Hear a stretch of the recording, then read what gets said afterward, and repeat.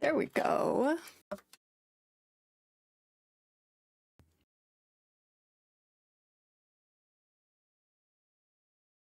Lol.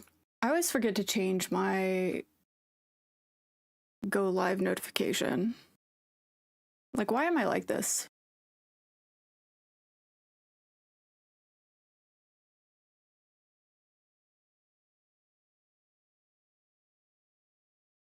Ah!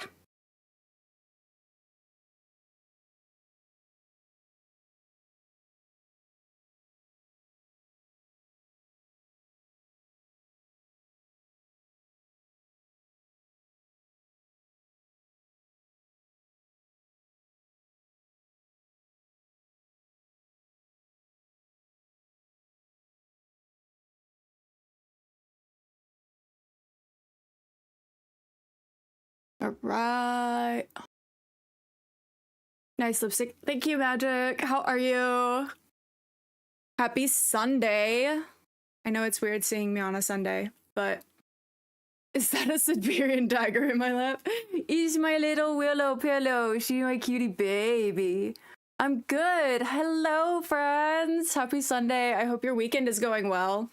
My sweet little Willow, whenever I told her that she had worked today about being a CEO, she literally looked at me and walked in the other direction. I was like, oh, oops. A rare Sunday test indeed.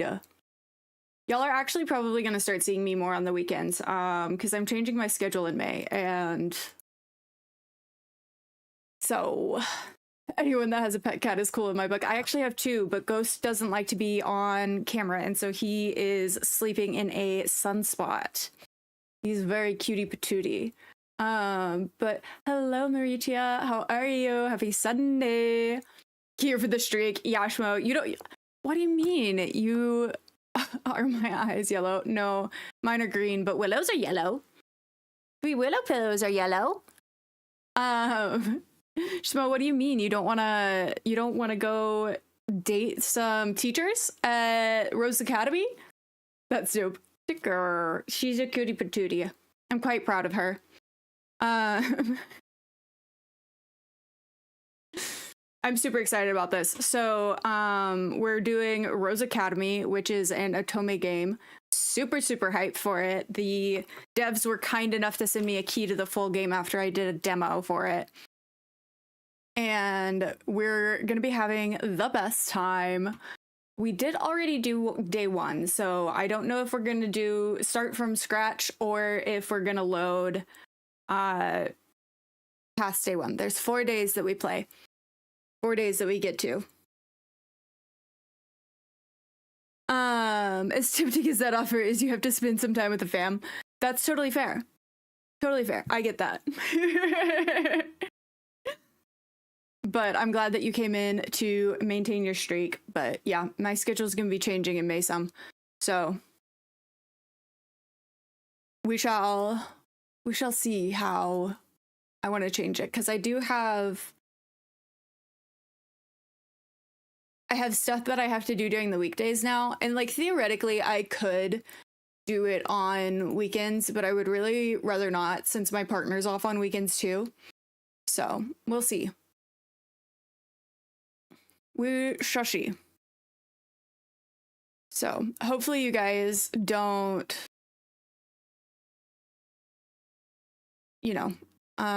doesn't mess with your game plan for your afternoons.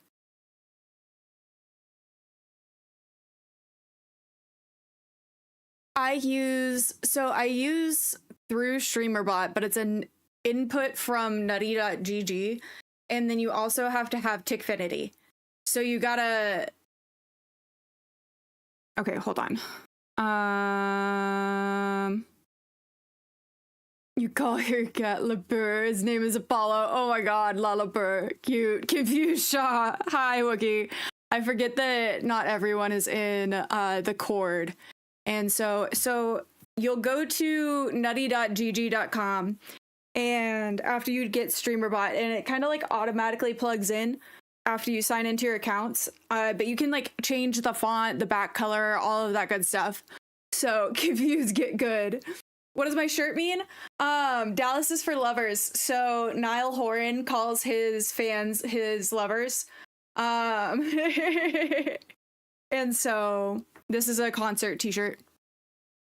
You thought I didn't stream on the weekends? Okay, yeah, totally fair, Wiki.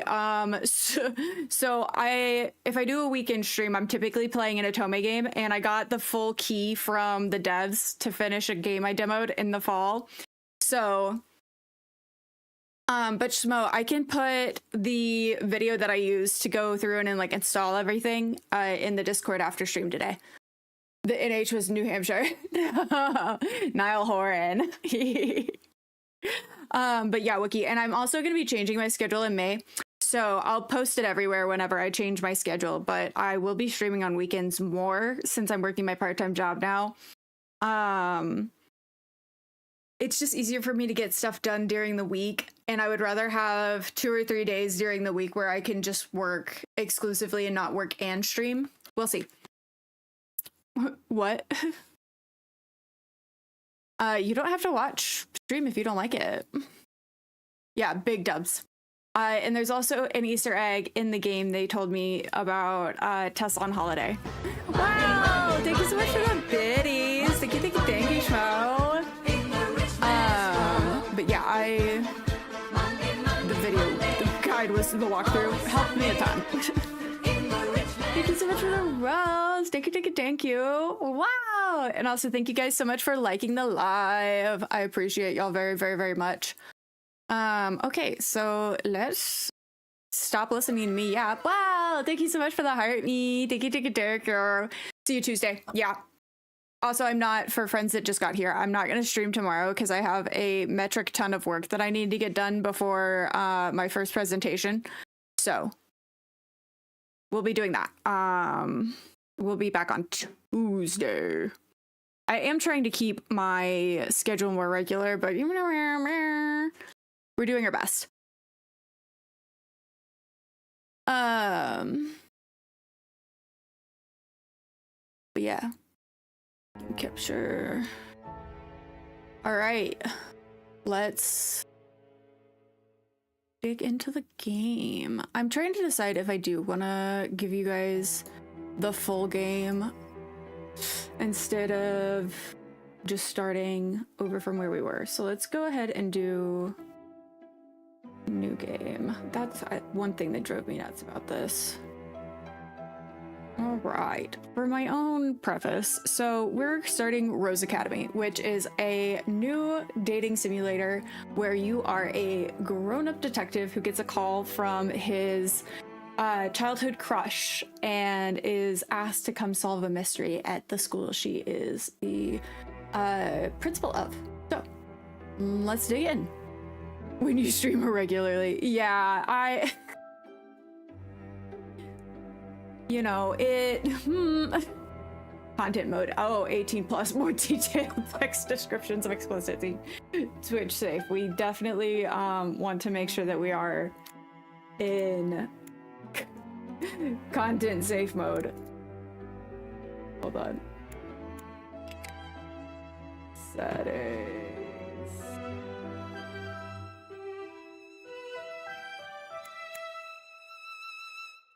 Content mode. Okay, Twitch safe mode. Okay, we are in Twitch safe mode. It's fine. But yeah, there's no cursor, so it's a fun game to play. Or you guys can see the cursor. Why can't I see the cursor? My god, that's so funny. Willow's so sweet. Yes, she is. Does she bite? So we're going for that one. Who said that? Ciao, bellissimo. How are you guys? Okay, we'll look away for a few seconds. Hold on.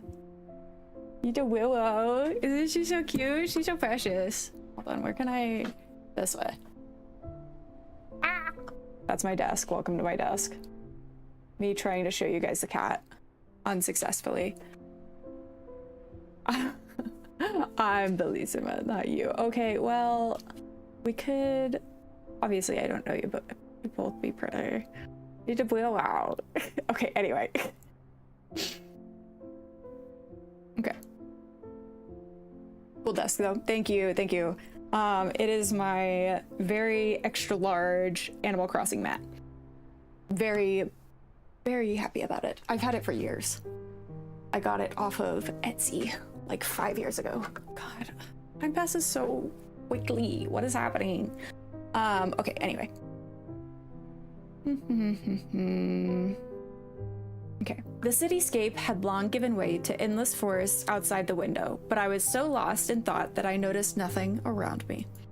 The driver was saying something about the unusually warm September weather, but his words never reached my mind. My thoughts were occupied with memories of what had happened that morning. A flashback.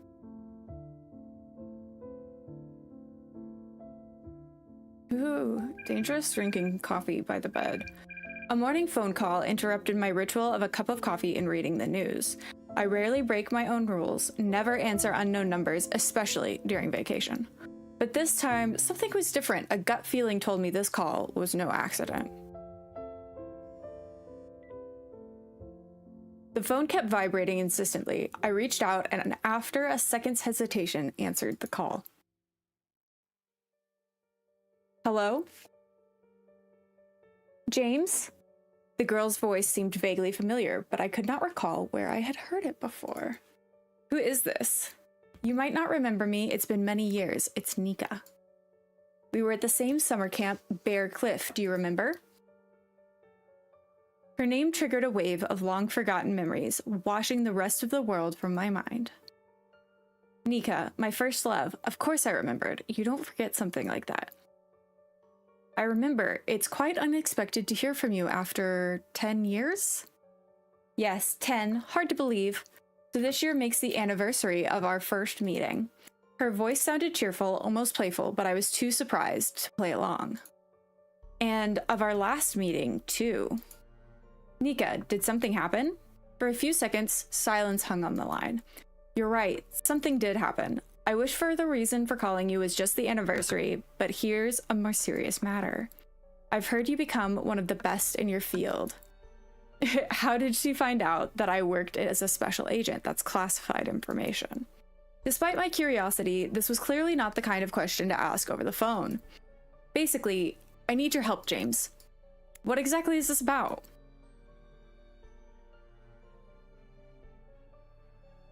Ooh. I'm the principal of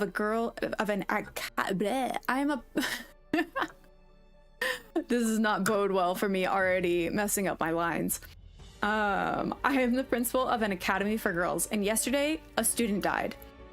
Everything points to suicide, but she had no reason for it. And this might sound strange, but my instincts tell me that there's something more to it. Vacation, huh? And now I'm investigating something again. A schoolgirl's suicide? That's not even my specialization. Damn, why did I even agree? Just because I heard her voice? So many years, and all this time, she had my number. She knew who I was, but she never called after what happened.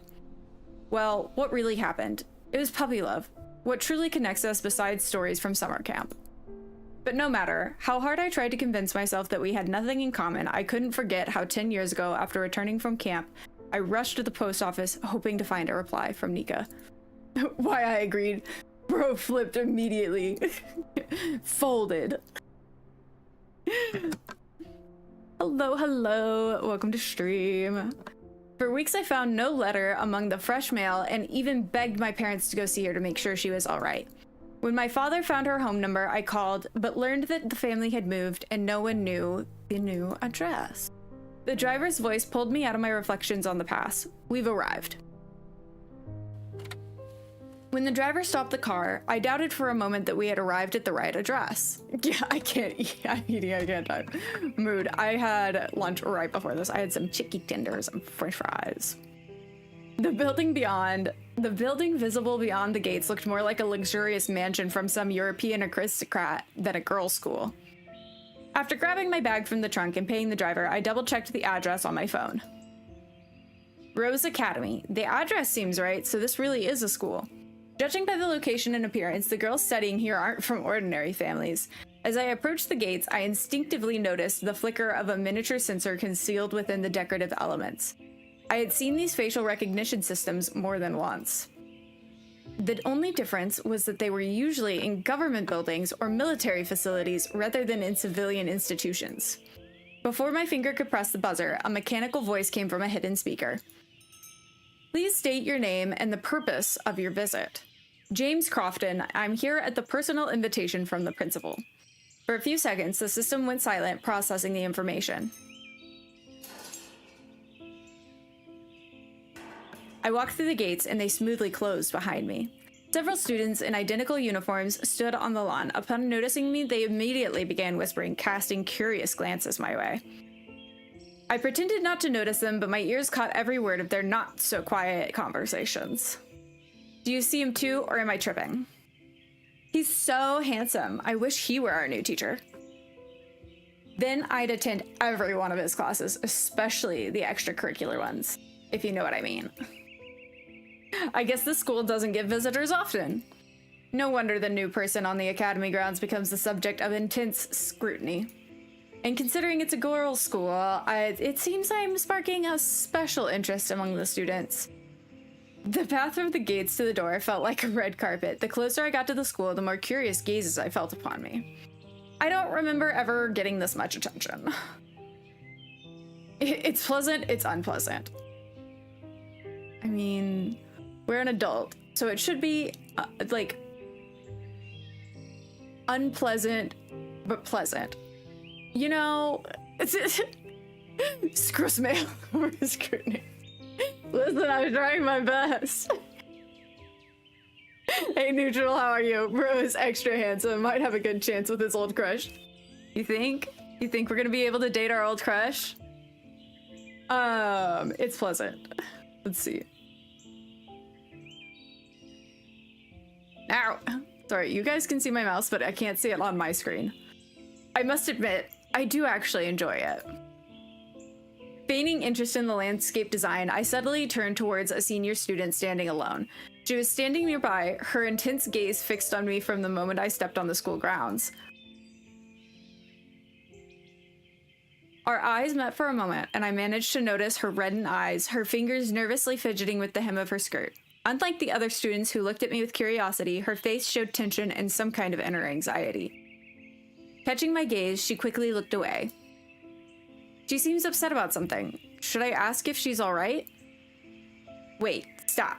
Now's not the time. The investigation, James. Taking a deep breath as if before a dive, I pushed open the heavy front doors. You can tell she's a senior student because of the gray hair. Neutral, oh my god. Anyway, how's your weekend going? Welcome, welcome, welcome. It's always nice to have you guys come in on the weekend. I really appreciate y'all coming out because it's not my normal time to stream. Anyway, hello, Zaraya. I hope you're having a good day. Welcome, welcome, welcome. It's Saturday. So, and I usually don't stream on Saturdays or Sundays. Jeez, God, I keep thinking it's Saturday. I'm like, I want an extra day of the weekend since tomorrow I have lots to do. Hello, Mr. Bunny. Surprisingly, there were no guards inside the building. Instead of live security, small surveillance cameras were visible everywhere. I looked around trying to figure out where to go next. The lobby branched off into several corridors, and none of them had a sign reading principal's office. Great, I'm in a school the size of a small palace, and there's no one to ask where to go. I'll have to rely on intuition. I chose the path to the right of the main entrance. You just got done with your 8-hour shift and you're about to go to sleep, actually? Oh, nice. I hope that you are able to get lots of rest and relaxation before tomorrow. Thank you so much for liking the live. I really appreciate that. Thank you, thank you, thank you. Oh, if it's Saturday, you would be getting ready for your stream. Don't confuse you. Oh, I'm sorry. I'm sorry. My brain is not completely here yet, even though I have in fact been awake since 9. It just doesn't feel like it's time to be awake right now. I slept most of yesterday. Having walked to the end of the corridor without finding anything resembling the principal's office, I decided to turn the corner.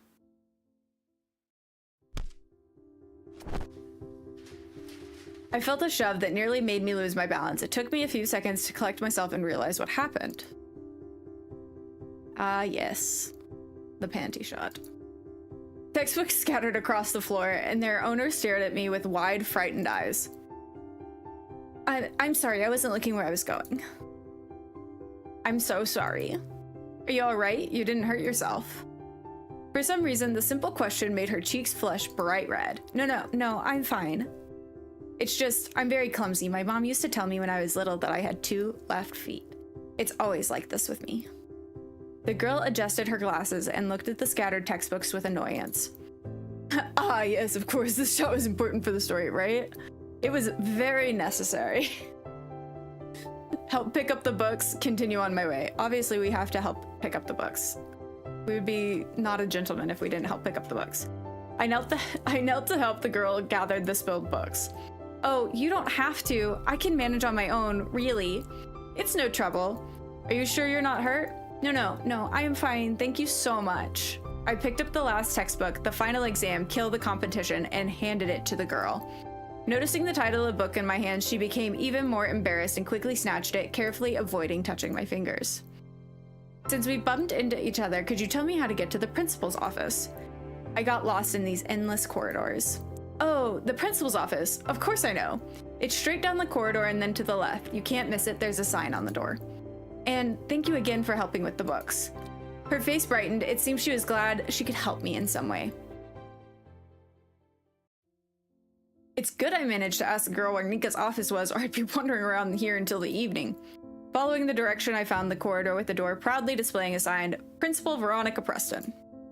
Wow, so Nika is actually short for her full name. It seems I know very little about her. 10 years have passed, and I still remember her as the girl from camp. Meanwhile, she's become the principal of an elite school. I paused for a second before the door, gathering my thoughts. Behind that door awaited not only information about the mysterious death of a student, but also a reunion of someone from my past who, it seemed, had long been left behind. Taking a deep breath, I knocked. From behind the door came a muffled "come in." I turned the doorknob and stepped into the office. James, is that really you? After 10 years, Nika had changed. As expected, the soft, childlike features I remember were gone. Nika had always been beautiful, but I never imagined she would become such a stunning woman. Seeing me, Nika arose from her seat. Her suit perfectly accentuated her status as the principal of a prestigious school while still highlighting her graceful figure. Nika seems genuinely happy to see me, yet she still keeps her distance. I wonder if that's a professional habit or something personal between us. Please come in, have a seat. She pointed to the chair opposite the desk and sat back down in the principal's seat. Nika looks unexpectedly at home behind this massive desk, even despite her relatively young age. I'm so glad to see you. It's just a shame our reunion is happening under these circumstances. Give a compliment. I'm glad to see you too, Nika. You look wonderful, and I must admit this position suits you. So this is the crush? We dating her? What's the plan? So from the demo, I know that we have at least 2 dateable options. One of them is Nika, obviously, and then the other one is the swim coach. So we'll meet the swim coach shortly after this, I believe. But as far as the plan, I'm kind of waffling between Nika and the swim coach because the swim coach is definitely a little bit more playful. But last time I picked the wrong option and accidentally pissed Nika off like 3 seconds into the game. Swim coach, yeah, I know, we haven't met her yet in this version. So whenever I got the demo, we already finished day 1, but for purposes of being able to post a let's play afterwards, I'm starting from day 1. So then I'm gonna cut it later. Principal Veronica Preston sounds impressive. And what should I call you now? Veronica, Miss Preston, or my lady? Mr. T Spain, thank you so much for subscribing for 6 months, half a year. Whoop whoop. Also, how are you doing? It was so funny listening into your Battle Golf and Repo games yesterday with the squad. I laughed a lot. I missed the Pokemon Championship because I was out and about. But I hope that you had a really fun day yesterday. Gotcha. Good. Saw the chaos. Yeah, of course I saw the chaos. I was lurking for most of it. I had a ton of anime to get through yesterday because I need to post my recap of the first impressions of the spring season. But it was fun. You got to make some new friends. God, I love all of those people. They're such amazing streamers and they're so funny. But you know, if you're available on the 27th, Mr. T Spain, I'm gonna be playing Battle Golf myself throughout the day. Auntie, hello! Happy Monday! How is it? How are you doing? Need to see who this is for understanding the competition. We'll get there very shortly. You did hold your own with the chaos. Bring it on. Yeah. No, I'm super hyped for the 27th. We're also going to be playing some Mario Kart World before that, but I want to make sure that everyone has the chance to be off of work before Battle Golf. You're doing good. Second coffee in the AM. Oh my god, I bet. Because y'all, you're back to being on mom duty, so that way you were doing the running for schools, right? Remind you again whenever it gets closer. You got it. All right. Her eyebrows rose slightly, and then she unexpectedly smiled. That very same smile I hadn't seen in years, but could never forget. God, please don't be so formal. My parents call me Veronica when I'm in trouble, and Miss Preston is for students and teachers.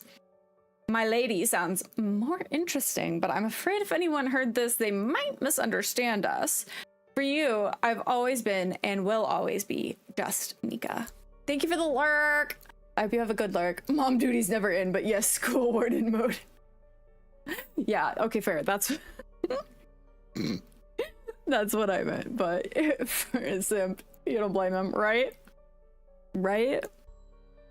She looked at me over appraisingly, tilting her head slightly. You've changed too. By the way, you've matured, become even more serious. Although, you know, even at camp, you stood out among the other boys. I told myself back then, that boy is special. I'm glad to see I wasn't wrong. Well, you know, you were no shrinking violet either. I still remember how you coolly chased that huge spider out of your cabin. I'd already forgotten about that. It's been so long. It's nice that you remember such little things. After so many years, well, you know, childhood memories usually fade. She hesitated for a moment as if she wanted to say something more, but professionalism took over. I'd love to chat with you and reminisce all about our camp stories, but I'm afraid this isn't the best time for nostalgia. Unfortunately, we need to discuss something far less pleasant. You're right. Let's get down to business. Tell me more about this student. What exactly happened? Nika took a deep breath, gathering her thoughts. It was clear that talking about what had happened was not easy for her. Is this a spicy principal game? It is the spicy principal game. There's also a coach involved later, so tune in. Let's get down to business to defeat the Hun. Okay, anyway. Yesterday, one of our students was found hanged in the pool locker room. Her name was Avalyn Frost, a senior student and a member of the swim team. You were learning to make a game like this, animated game mode, using images in a storyline, and they do cutscenes. It was pretty fascinating. That's so cool! Yeah, I love visual novels, especially like Otome games. This reminds you of Okie Dokie, so you're already a bit dead. Oh no! I've never played that one. I just got into Otome games, like a year ago? So, but I do enjoy a good visual novel. All right. Sorry, trying to watch the mouse on the wrong screen is interesting. Avalyn was one of our best students. No one could have imagined she was capable of such a step. We called the police and an ambulance followed all the protocols, but this is a terrible tragedy for our entire school. The girls are scared, parents are calling every 5 minutes, teachers are in shock. Nothing like this has ever happened before. Nika, I'm sorry, but suicides don't usually require precautions like calling in a specialist like me. Why did you decide to contact me? I called you so you could take a fresh look at this and conduct a small investigation. I need an objective answer on why Avalyn might have done this. Just a couple weeks ago, we were discussing her plans for the future, which, by the way, were quite ambitious. But her ambitions were justified. She was one of the main contenders for the grant. Wait, what grant? Every year, our top graduate gets the opportunity to enroll in any university in the country without any tests or exams. It's not just admission. Her tuition, housing, and all other expenses are fully covered. The competition is fierce, of course. They consider everything, not just grades, but also sports achievements, community work, and leadership qualities. Avalyn had every chance of getting this grant, so it's incomprehensible to me what could have pushed her to do this. You see, I can't be objective. To me, the students and the faculty are almost family. I know these girls are not just from documents and grades, but I see them every day, I watch them grow, and when something like this happens, it's like a punch to the gut. I feel responsible to Avalyn, to her parents, and to the rest of the students. Right now, I really need a clear head by my side. Besides, I don't have much time. Tell me more about that. How much time do we have for the investigation? The Board of Trustees meeting is in 4 days. They expect answers, and if we don't provide them, the school will likely be closed. Thank you for the alert, Zeno. I really appreciate it. I hope you're having a wonderful Saturday and enjoy Destiny 2 with Ed. Some parents have already said they'll pull their daughters out if they don't receive guarantees of their safety. That's why we need to find out what really happened. If it was a suicide, we need to understand the reasons and do everything we can to make sure it never happens again. Your spidey senses are telling you it's Nika? Really? Oh my god. I think it's one of the students that we're gonna meet. And if it's something else, we need to resolve it even faster. Do you already have the forensics report? Were there any signs of a violent death found? Thank you for liking live! They promised to send the information this evening. As soon as the report is ready, I'll let you know immediately.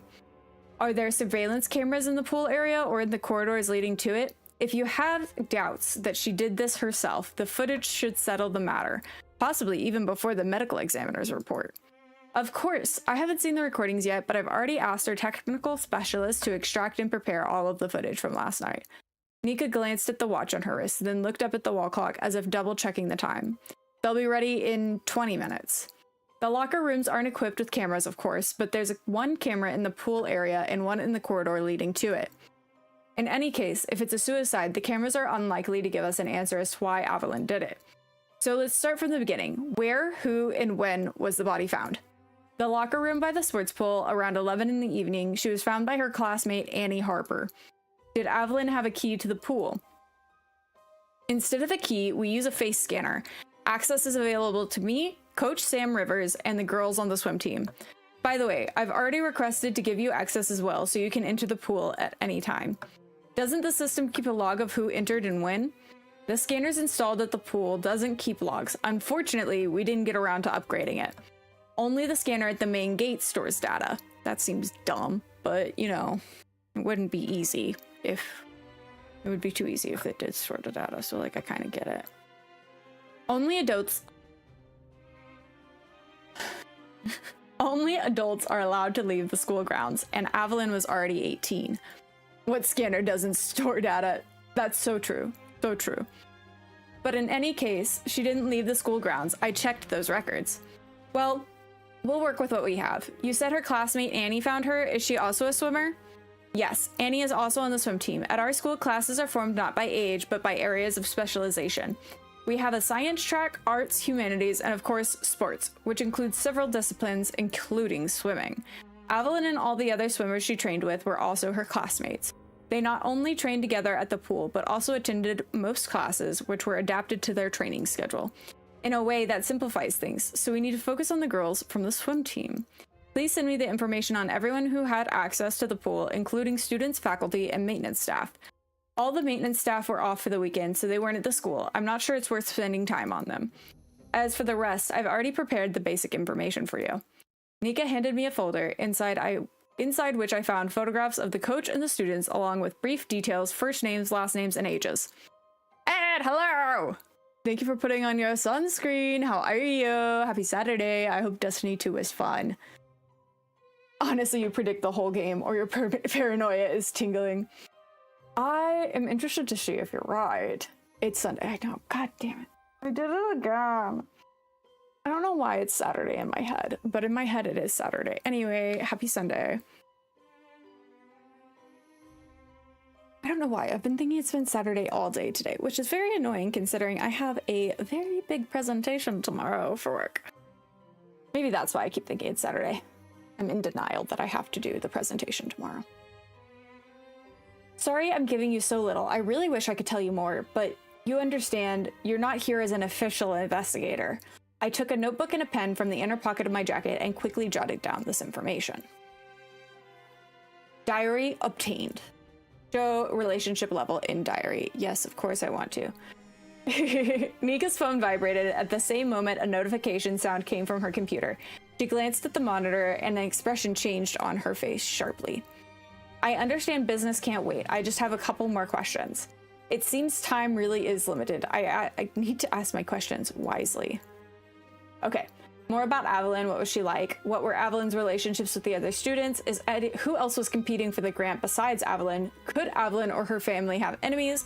What was Annie doing at the pool so late? Well, obviously the first question we need to ask is what were her relationship with the other students like?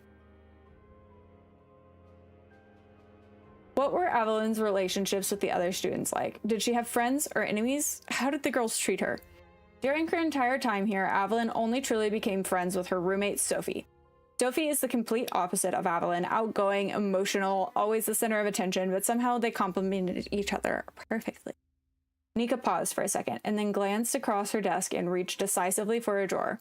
I think I had a photo of them somewhere. Yes, here it is. She took a small photograph in a simple frame and handed it to me. Interesting that she had a framed photo of these girlies in her desk. I don't know if she does that for all of her students. I think you might be right. Something is very sus about this. Wait a minute. I've seen this girl today at the school gate. She's the student who is staring at me so intently. She looked worried. With the other girls on the team, Avalyn's relationships were mainly neutral. I think they respected her for results, but they didn't really include her in their circle. Maybe because she was rather withdrawn herself.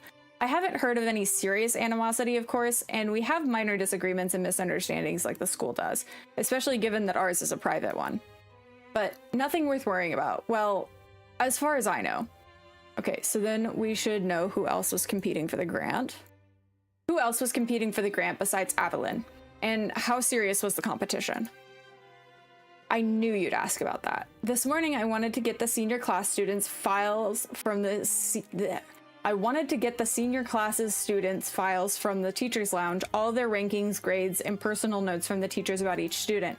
And the most interesting thing is, those papers have disappeared. Apparently one of the teachers took them and forgot to return them. I'll have to check with the staff. As for the grant, this year it was mainly between Avalyn and her classmate Mickey Elderwood, both very talented but in different areas. Avalyn was our star in the pool, while Mickey is simply a genius in the exact sciences. In math and physics, she has no equal. She's even won at competitions twice. What was Annie doing at the pool so late? This will be our last one. You mentioned that Avalyn's body was found by her classmate Annie. What was Annie doing at the pool at 11 in the evening on a day off? Nika frowned and shook her head. Honestly, I don't know. When Annie came running to me in tears, the last thing on my mind was what she was doing there so late. I think you'd be better off asking her that in person. Okay, I'll figure it out. The big picture of what had happened was slowly coming together in my mind. Do you think the camera footage is ready? I think we can check. Johnson usually works very fast. He may have already prepared everything. We both rose from our chairs, but before we could take a single step, the office door swung open without a knock. A woman in a tracksuit practically burst into the room. Wookie, this is your mom, Matt. Miss Preston, I need to speak with you urgently. The woman stopped mid-sentence, noticing me in the office, but she didn't look embarrassed. Her gaze seemed more appraising. I'm sorry. I didn't know you had a visitor. I must have interrupted your conversation. I should have knocked. It's quite all right. Let me introduce you. This is James Crofton, a specialist I invited to help us sort out the, situation. James, this is Sam Rivers, our swimming coach. So, what's the urgent matter? I'm afraid that situation is already sitting right in front of you. The whole school is buzzing about a man in a suit arriving. Rumors are already spreading. I came to ask that the police don't torment the students with endless interrogations. The girls are already traumatized by the death of their classmate. Oh my goodness. I knew that you would like the coach. James isn't exactly from the police. He's a specialist with investigation experience who will help us get to the bottom of everything. All right, confidential death, 18 years old. Okay, and we have the photos. Okay, and then over here we have our romance options, or our relationships, I guess. So we have 1 point with Nika and 1 point with Mickey. Oh my god. Don't tell me we have the option to date the students. Okay, Sam, 33 years old. Annie, 17 years old, found the body on Sunday at 11 night. Vivian, 17 years old. Sophie, 18 years old. Mickey, 18 years old. And Avalyn, who is 18 years old and is... Wait, hold on. I want to... Why can't we see Nika's? Okay, where... Okay. Interesting. Okay, and then in our gallery, we have 2 photos of, I guess, key moments. Sorry, like I said, I have to look at the opposite screen to be able to know what we're doing. Okay. As for talking to the girls, it's a necessity. We need to understand what could have driven Avalyn to take such a step. Besides, I've already obtained consent from the parents for interviews with the students, as well as consent from the students themselves. With all due respect, you don't need to be an investigator to understand that the girls probably just couldn't handle the responsibility. Okay, so now they're both upset. You don't know which one go for. They're both so pretty, right? I don't know. I like the green hair. I didn't get a chance to ask exactly what she meant by responsibility, as the piercing wail of the fire alarm echoed through the building.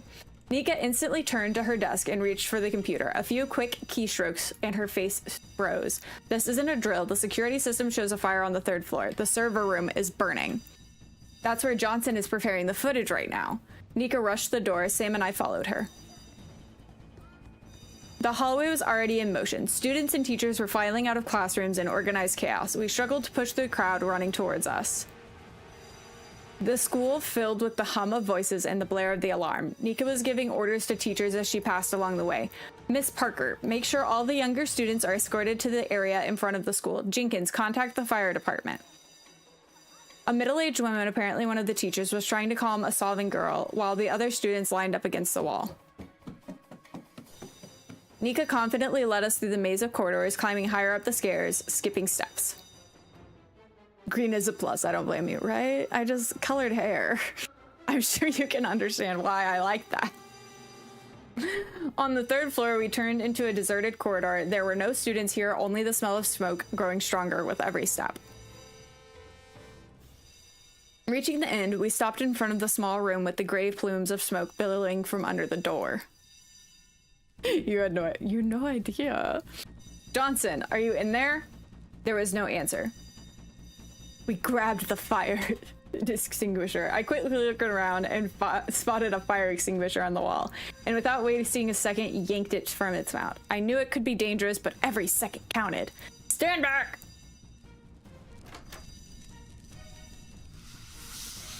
I pulled the door open and aimed the stream of foam at the source of the fire. Don't forget to pass, point, aim, and spray at the bottom of the flame. I forgot what the other S stood for. Anyway, the flames quickly retreated. Despite all the smoke, the fire was actually small.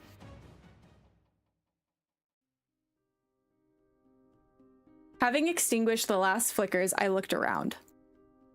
You love when work gives you an extra day off. Now I'm all fired up. Thank you guys for liking the live. I appreciate y'all. Gosh, wouldn't it be nice if... Wow! Thank you so much for the heart me. So I guess it is Saturday. Hey, you know, see, I've got something in my brain, I guess that's right. Wow, thank you so much for the Go Popular. How are you, Dagger? Wow, thank you so much for the 2 roses, Maricia. I appreciate it. Thank you. Also, if I ever pronounce somebody's name wrong, please tell me. I would like to correct myself. Even though Dagon, I accidentally gave you a nickname for Dagger. Because of my my poor reading skills. Which is funny considering I am Ace, hello! Happy Sunday. Yay! I'm glad to hear that you're doing good. I do pop up Otome streams sometimes on the weekends.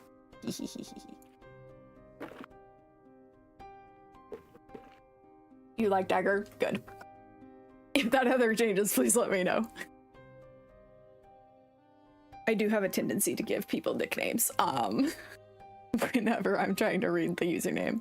Happy Sunday. All right.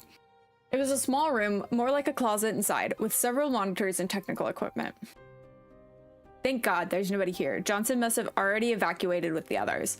Your tech specialist probably survived, which is more than can be said for the computers. A strange coincidence. The fire broke out right when the camera footage was being prepared. Too strange to be an accident. My weekend has been stellar. Thank you, thank you. Yeah, I slept most of yesterday, so that was really nice.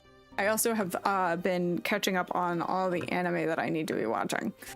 So I'm almost caught up. I have like an hour and a half left. So you go by Dagon, Dagger, only me. Your buddy just gave you a new one, Dagon Sky. Dagonski. I like that. That one's so fun. Dagonski. Hee. I love nicknames make things so fun. Mood, right?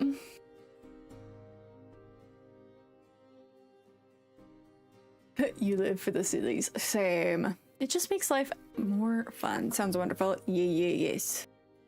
Very wonderful. Plus we have the Otome game today, and I'm always really hyped for my Otome game days. Nicknames are always so fun, right? I agree. But okay, I'll focus again. There's just so much the reading for the Otome games. It's always sometimes I need a break. Dear mods, wow! That's so exciting. It was like Mr. T Spain had 6 months, and I was like, I have been streaming for so much longer than it really feels like. It is so exciting. Very pleased. It seems someone really didn't want us to see what was on those cameras, and it's quite possible this could be connected to the girl's death. Is someone destroying evidence? I think we should find this Johnson as soon as possible and figure out why the fire started at such an inconvenient time and where he was during it. You got Mauritia from work. You don't know why your Korean colleagues keep adding a ya to your name. That's so interesting. This surprised you. I don't... Korean is not one of the languages that I'm super familiar with. The only like interaction that I have with Korean content is the manhwa that I read, or whatever they call it. Webtoons. That's the only content that I interact with that has any like sort of Korean to it. I'll take care of that. We also need to calm the students and staff. The sooner we get things back to normal, the better.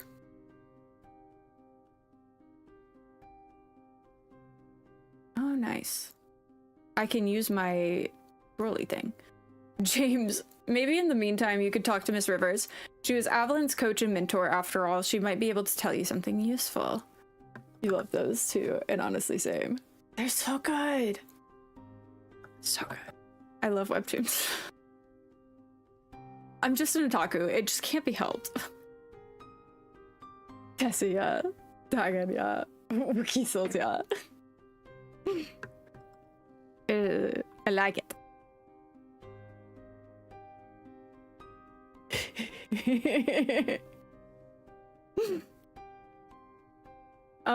I don't mind. I'd also like to take a look at the place where the body was found. I guess I shouldn't be saying that part with a smile on my face. Sam, could you show James the pool and the locker room? Sure, no problem. Nika, take your time. I'll talk to Miss Rivers and Avalyn's classmates in the meantime. Just Sam, please. Sam gave me the slight wink with an unexpected playfulness that didn't match her previously serious demeanor. It's diabolically good. It is. Desi, yes. Dude, so cute. It is. It's so cute. You were wondering why you were called. You're doing groceries right now. Oh, sorry. Yeah, we were just talking about nicknames. Groceries. Very good. Vaguely sounds Russian. Yes, it does. It does. Fun fact, Russian is one of the languages you can play this game in. Actually, I think I want to make this a little smaller for you guys so you can see more of the... Let me know if this is too small for you guys. I want y'all to be able to see all the characters. Perfect. Okay, yay. You were gonna say Tesla, but it sounds too much like something not as cool. Yeah, Tesla. Yeah. Nika's reaction was barely noticeable, just a slight tension in her jawline and a fleeting pause before she nodded and turned towards the exit. Oops. Tesla used to be cool. Especially if we're thinking about like Nikola Tesla. Because Tesla coils are cool. I don't know if you guys have ever gotten to see one of those in person, but they are really fun. There was a tension between the two women that I couldn't help but notice. Was it just me, or was Nika jealous of Sam? After watching Nika leave, I hurried to catch up with Sam, who was already heading in the opposite direction. We walked down the corridor in silence and descended to the first floor. The fire alarm sirens had already died down, but the faint smell of smoke still lingered in the air. We passed several turns, went through the double doors, and found ourselves in a spacious room with a high ceiling. The smell of chlorine instantly hit my nose. Here we are, the home of champions. The coach's voice softened, taking on a playful note. So you're not with the police, then where are you from? Curiosity flickered in her eyes. She looked at me with her head tilted to the side as if trying to solve a puzzle. Wow! Thank you so much for the rose. Thank you, TikToker. I'm conducting a private investigation, more or less. Miss Preston invited me as an independent specialist. Sounds mysterious. She took a step towards me, closing the distance. A mysterious man in a perfect suit, and handsome too, just like the movies. I'd like to examine the locker room where the body was found. Could you show me?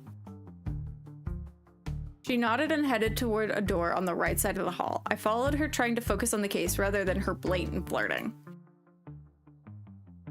The locker room looked so ordinary. Rows of metal lockers, wooden benches, and a few shower stalls. Cute.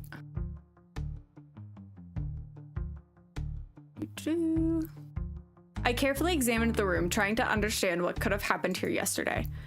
What is Evelyn's locker number? 17.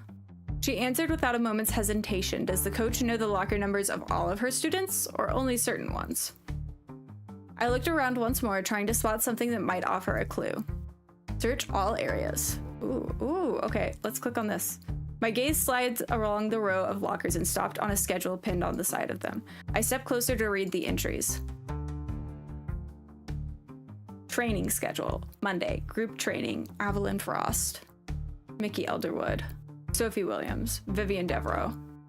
Interesting. I thought that we had discussed that Mickey was not very good.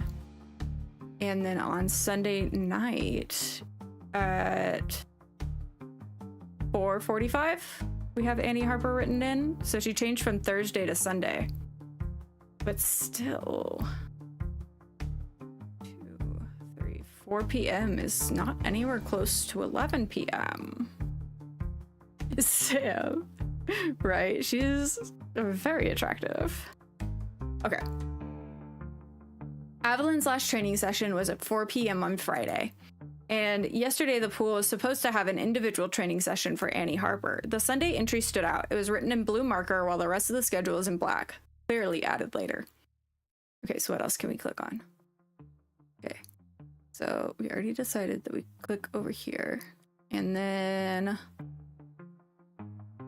we can look into Annie's locker. I walked over to the locker number 17 and examined it. Samia. Here. Okay, so we have a towel and pool shoes. There's nothing that is really too terribly interesting in the locker. An ordinary metal locker, no different from the rest. Inside were only a small blue towel and flip-flops. Super interesting. Okay. Oh, and the bench.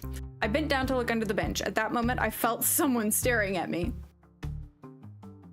Turning around, I noticed Sam quickly looking away, but not fast enough. Her gaze had been aimed at my backside. Did she leave a note? A note? No, nothing like that. And why would she leave one? That wasn't her style. Why do you think so? Even when she was alive, that girl barely ever opened her mouth. I trained her in the pool for 3 years, and in all that time, we maybe exchanged a couple phrases. Sam is nice. She was, how do I put it? Withdrawn. All that existed for her was the pool, the stopwatch, and the result. Okay, okay. Do we have anywhere else then that we missed? I don't think so.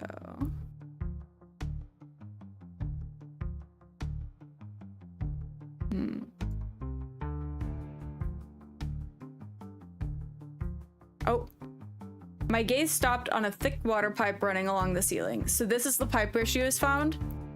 Yeah, there's nowhere else to hang yourself around here.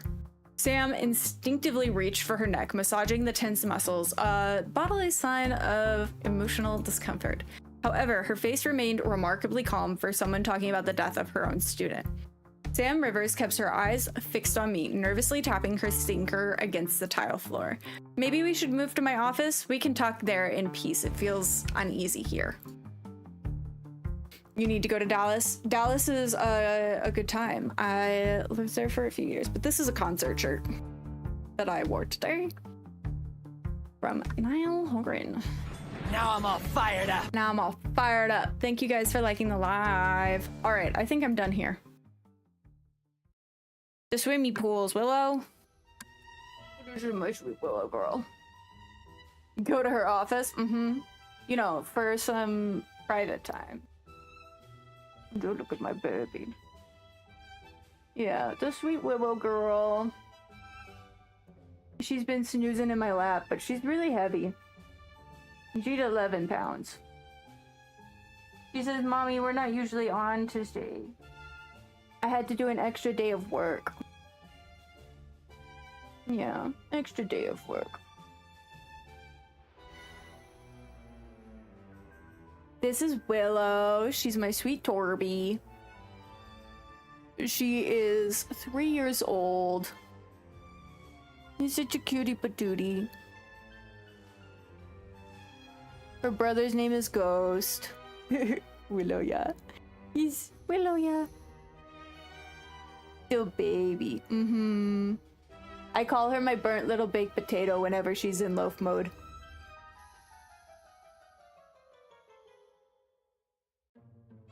The sweetest EP girl. Yeah, it's nap time. She usually doesn't let me hold her like this. Okay, I need you to go sit in your chair, please. Good girl. My next goal, she gets nose kisses. Occasionally. She's not really a big fan of nose kisses. Her brother, however, he likes kisses. He'll ask for kisses. It's really cute. But he doesn't like to be on camera, and so he's upstairs sleeping in a sunspot.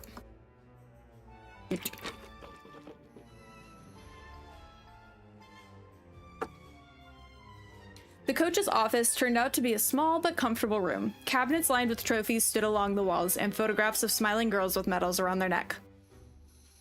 A small catch. The sacred sunspot, right? He loves to sit in the sunspots. Willow's a good sunbather too, but she's a little bit more picky about when she sunbathes.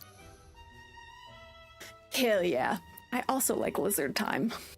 I'm very excited for lizard time once it gets warmer here. It's like, we woke up with snow on the ground this morning. I was like, you've got to be kidding me. Why? It's springtime. I'm just hoping it's nicer next weekend. A small couch sat in the corner, and a desk occupied the center of the room. I settled onto the couch while Sam headed to the coat rack and began pulling off her sports jacket. snow in April, I know. We love a sunbathed queen. Exactly. Gotta get nice and golden brown. Just kidding. Both me and Ghost end up a little pink. After all that running through the corridors, I feel, it feels like after a good workout, all hot and sweaty. I really need to do something about that. Sam pulled the zipper down and removed her jacket in a slow, almost deliberate motion. Linger your gaze on Sam, or look around. What do you guys think? Are we lingering, or are we gonna glance away? Are we watching, or are we not watching? But you guys are interested in Sam, so... Been a heat wave in your area, you wish there were more snow. That's fair. Linger. Yeah, I'm respectfully watching.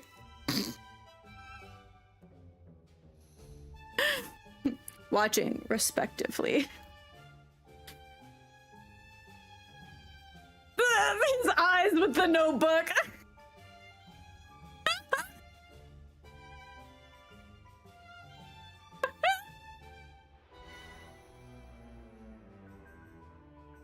I'm crying. You followed.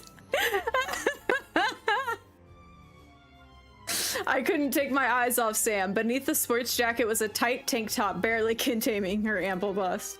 The fabric outlined every curve of her toned body, showcasing the results of years of training. Oh no. Our eyes unexpectedly met, and I realized she had been watching my reaction the entire time. A satisfied, almost predatory smile played on her lips. Her gaze held clear satisfaction. My reaction had clearly pleased her. I need to focus on the investigation, not on the obvious assets of the swimming coach, although I must admit, the assets are quite impressive. I'd be nervous coughing for eons.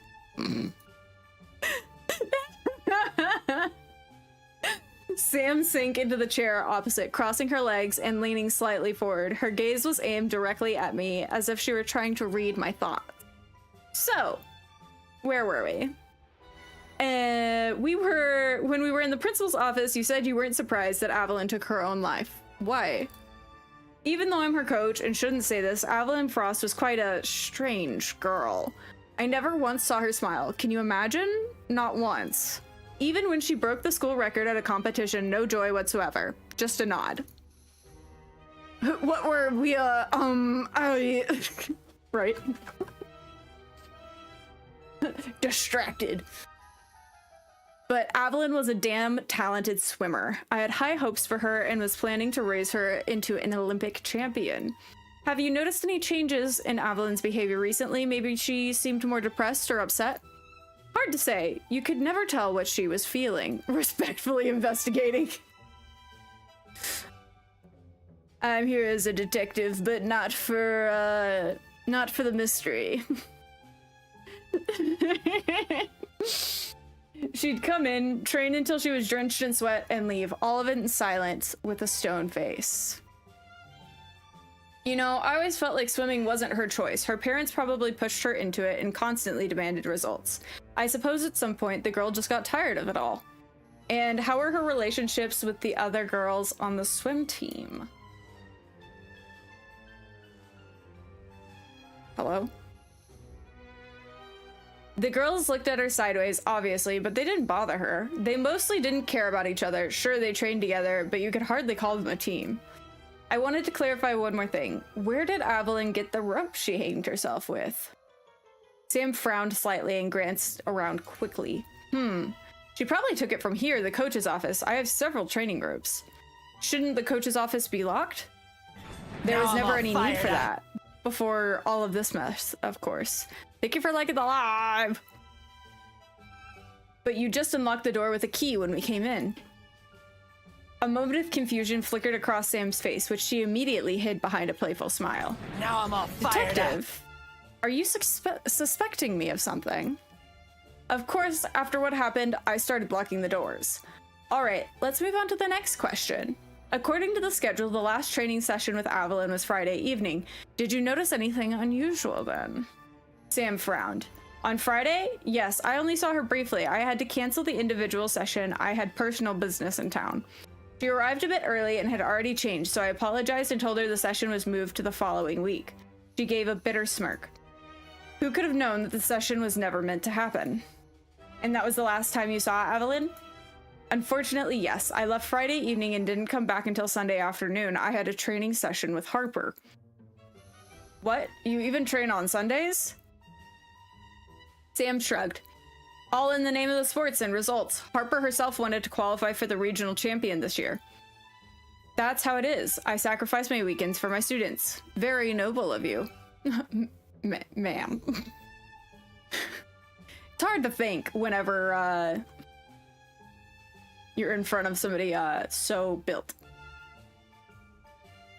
Did you happen to go to the pool in the evening after 7? I love sports, sure, but not that much. Sam leaned forward, gazing intently into my eyes, the corner of her lips raised slightly in a faint smirk. Last night, I spent the whole evening bored on my double bed. You know, at times like that, you really just feel how big it is for one person. Although, I think you could help me with that little problem. An investigator with such abilities surely knows how to entertain a lady when she's lonely. Play along with the flirting, politely decline. I feel like you guys want me to play along with the flirting.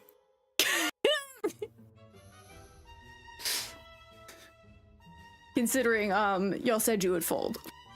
Yeah, I'd freeze.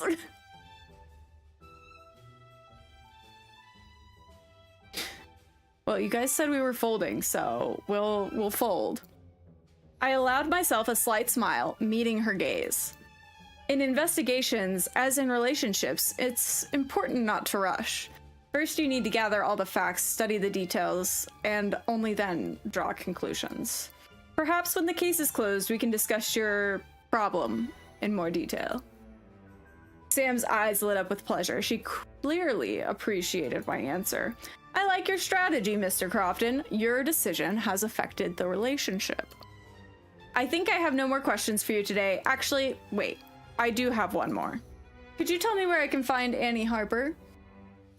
She's gonna fall this close with him still in them. Yeah, we need to investigate everything very, thoroughly. Sam's eyebrows rose and a flash of surprise mixed with wariness appeared in her eyes. Harper? What do you need her for? Annie found the body. At the very least, I need to understand why she went to the pool at that hour. She might know something. The girl is most likely in her room right now. The student's dormitory is in the East Wing. Onwards! She rose up from the chair and took her sports jacket from the rack, putting it back on. I'll walk you there. The school is big. It's easy to get lost. We stepped out into the hallway, and the building was gradually filling with students and staff. Sam led me confidently through the hall toward the side wing. As we appeared, conversations died down and the students' attention turned our way. One of the girls looked at me with curiosity, but upon meeting the coach's stern gaze, she immediately turned away and quickened her pace. We went up the stairs to the second floor where the hallway branched off in several directions. The students' rooms are in the East Wing. The girls share it in pairs. We group them by activity, athletics together, academic types together. It makes them easier to manage and keep their schedules from getting tangled. Sam lowered her voice slightly and leaned closer, her eyes sparkling with a playful glint. By the way, I'm just nearby, room 91, right around the corner, in case you need any additional information or something stronger than coffee after a long day. I'll keep that in mind. Sam smiled faintly. My answer seemed to satisfy her well enough. Finally, Sam stopped in front of door 63. It had no decorations whatsoever, just a small metal plaque with the number. Here we are. The coach knocked briefly. No response. She knocked again, slightly more intently. Perhaps the girls haven't come back yet after the evacuation. We were already about to leave when a quiet rustling came from behind the door. A few seconds later, it opened a crack. So we visiting her later? I don't know if that's an option. Annie, may we come in? Annie. The girl silently opened the door wider, letting us in. Maybe Sam got the wrong room and we accidentally walked into a younger student's? The top of the girl's head barely reached my chest, but the coach showed no surprise. Annie, are you okay? She's so tiny, hard to believe she's an upperclassman, let alone a competitive swimmer. Annie, this is Mr. Crofton. He's come to speak with us about Evelyn. But if you'd rather not, you're under no obligation to talk to anyone. We all understand. The brief exchange of glances between Annie and Sam did not escape my notice. Annie's shoulders tensed almost imperceptibly, her breathing becoming more measured, as if she were consciously controlling it. Get Annie off the screen. Her face had set into a mask of indifference, but her body betrayed either aversion or fear. I'm fine. I'm ready. The coach leaned slightly towards the girl, lowering her voice to an almost intimate whisper. Good. If you start feeling uncomfortable, you can always talk it through with me. You know I won't let anyone hurt you. Annie nodded silently, clenching her jaw so tight the muscles stood out on her cheek. Thank you for showing me the way, Miss Rivers. The coach stepped out of the room, quietly pulling the door shut behind her. Annie and I were left alone. Annie stood with her arms crossed, looking at me with open defiance. Despite her small stature, she somehow managed to look formidable. I took an unobtrusive look around the room. The space seemed a bit split into entirely different territories. I'd wager the messy half belongs to Annie, judging by her crumpled collar and crooked knotted tie. She's clearly not the type who sorts her socks by color. You're okay. It's a teeny tiny 17-year-old. Mind if I sit down? Suit yourself. Annie gave a dismissive wave toward the neatly made bed, but stayed on her feet. How are you holding up, Annie? I understand this must be very difficult. How do you think I feel? I found my classmate's body, and now everyone's interrogating me like I'm the one who did something. Do you have any idea what that's like? Annie turned herself abruptly toward the window and then took a deep breath, trying to calm herself. When she turned back to me, her face showed a mixture of irritation and exhaustion. And that stupid fire alarm on top of everything. This whole school's in a panic and I can't get any sleep. I understand you're going through a difficult time right now. Could you tell me how close you were with Evelyn? A difficult time? Are you sure you're not a shrink? I already said I don't need anyone poking around in my head. No, I'm not a psychologist. I'm here to figure out what happened. Right now, my job is to simply talk to people closest to Evelyn. If you're looking for the people closest to her, you've got the wrong door. You want Sophie. I didn't have anything to do with Evelyn. Why not? You were on the same swimming team and in the same classes on top of that. Annie rolled her eyes as if I just asked the most idiotic question imaginable. She flopped down on the edge of the opposite bed, every inch of her radiating irritation. Being on the same team doesn't mean you have to be friends with everyone. Why would I bother with her? We had nothing in common except the pool. She had that dead fish stare and never said a word, just stood there gawking at everyone, and she loved sticking her nose where it didn't belong. What do you mean by sticking her nose where it didn't belong? Annie's reaction was instant. Her eyes went wide as if she'd only realized she said those words aloud. She straightened up sharply and clenched her fists. Nothing specific, just, you know, the type. Always noticing everything, filing it away, and then using it against you. That was her. Studied everyone like bugs under a microscope. There's clearly some history behind those words, but will Annie share it? She doesn't seem particularly well disposed towards me right now. Did Evelyn have any conflicts with anyone? Perhaps with one of her classmates or your coach? Nothing like that. Did you see her yesterday afternoon? Did she seem low or perhaps agitated? I told you we didn't talk. I didn't see her. Besides, I don't keep tabs on what everyone else is up to. I've got enough of my own things to worry about. I took my notebook from inside my pocket and made a brief note. The scratch of the pencil on paper sounded unusually loud in the silence of the room. Annie shifted restlessly on the bed, her gaze darting towards the notebook and back to my face. I was told you found Evelyn in the changing room. What brought you to the pool at 11 o'clock on a Sunday night? Annie went completely still. A tense silence settled over the room, broken only by the ticking of the clock on the wall. The seconds stretched into an eternity before she finally reacted.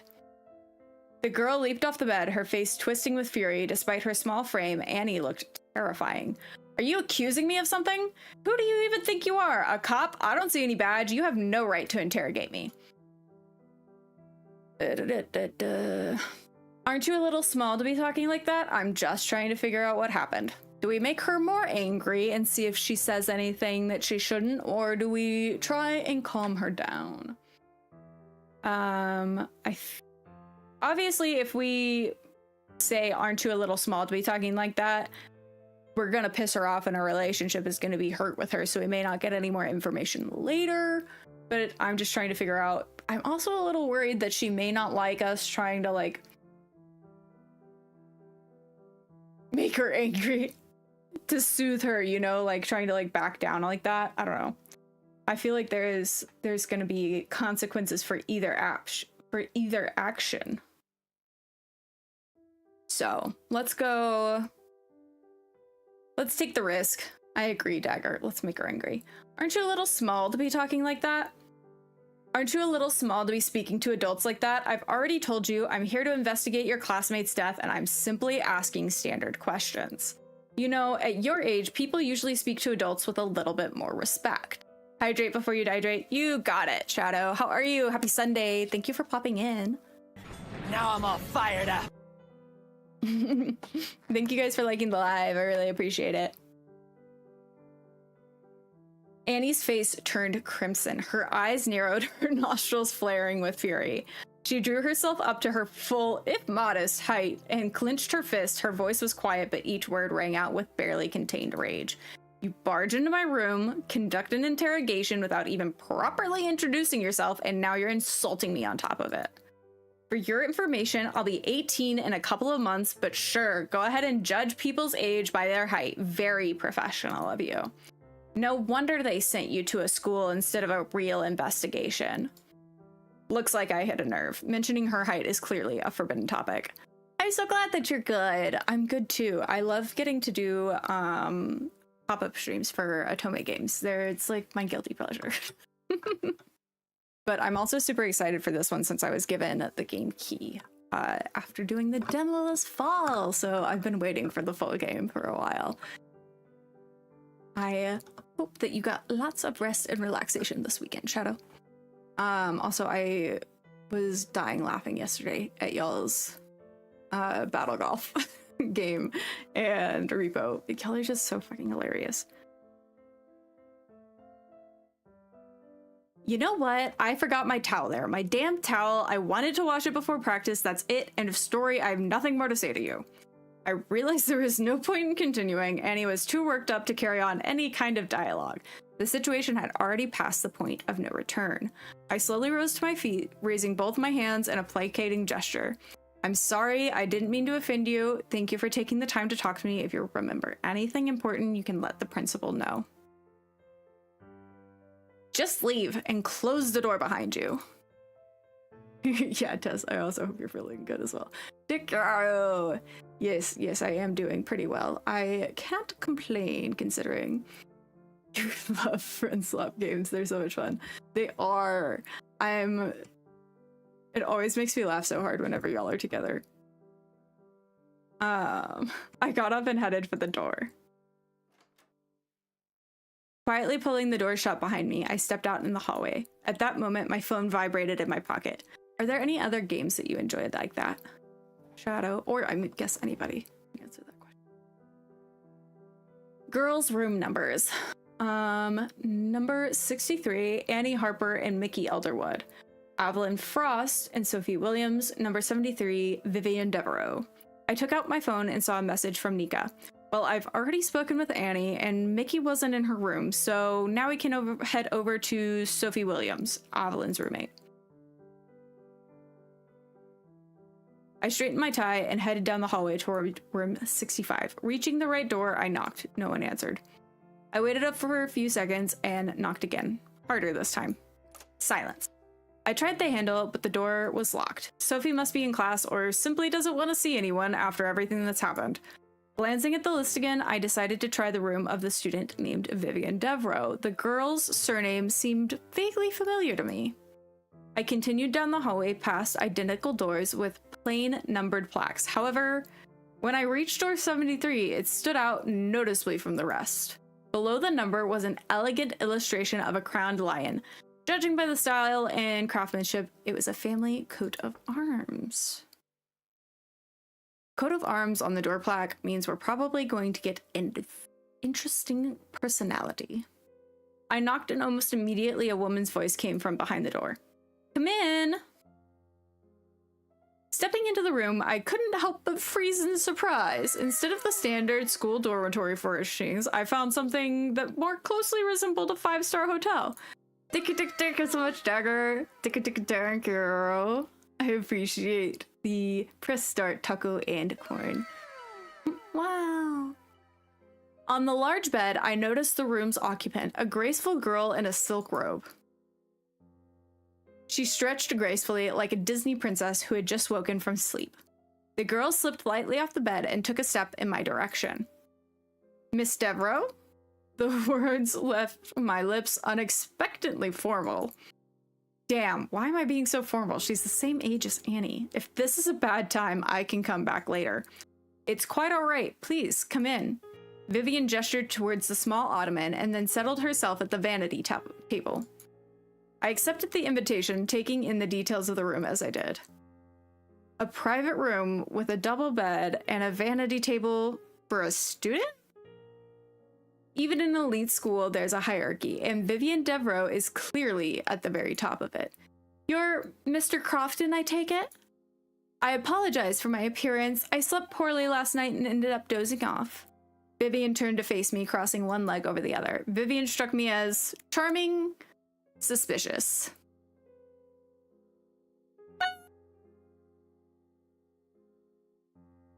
I mean, objectively charming, but in this game, I think suspicious. Most girls her age would feel awkward being caught like this by a stranger, but not her. But even stranger is her story about napping. If she was actually sleeping, how does she have a perfect blowout and full makeup? And how did she sleep through the fire alarm that had the entire school in an uproar? Another man might have brought that story, but not me. There was a fire alarm not long ago. Surely that woke you up. I didn't see the point in reacting. The fire was in a different wing after all. That doesn't add up. How would Vivian know the fire was in a different wing if she never left her room? Thank you so much for liking live, friends. If I ask her directly, she'll just dodge it again. For now, I'll simply keep watching. I took out my notebook, signaling that the time for pleasantries was over and it was time to get to the point of my visit.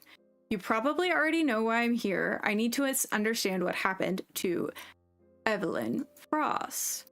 Any information could prove useful, even if it seems insignificant at first. A dreadful tragedy. I haven't been able to find my footing since I learned that Evelyn was gone.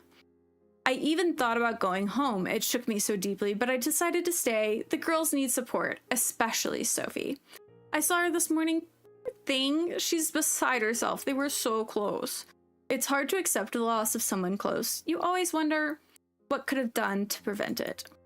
But sometimes people make decisions that are beyond our power to prevent.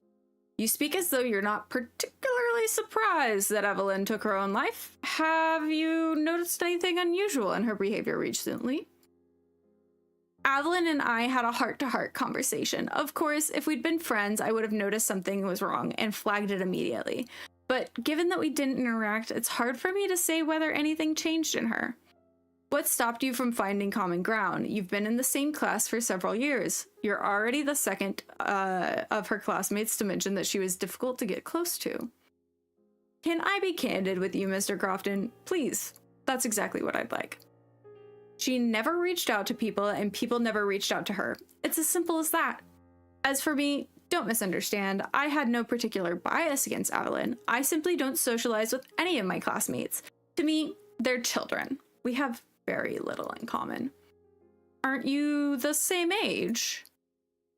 I'm speaking more in terms of psychological maturity. I've always found the company of more mature people far more interesting. I miss Sam. We're here to do an investigation. We've got to talk to the students. I prefer to discuss things of greater substance than prom dresses. When did you last see Evelyn? I think it was Saturday. Yeah, that's right. She came up to me and asked whether I'd seen Annie Harper. Do you know why she was looking for her? You forgot that we were here on business and not to date the teachers? Exclusively. Now I'm all fired up. Now I'm all fired up. Thank you guys for liking the live. I really appreciate it. No idea. She simply asked about Annie and I hadn't seen her and she left. Do you think pressure could have played a role in what happened to Avalyn? I know that she was a top student and the best on the swim team.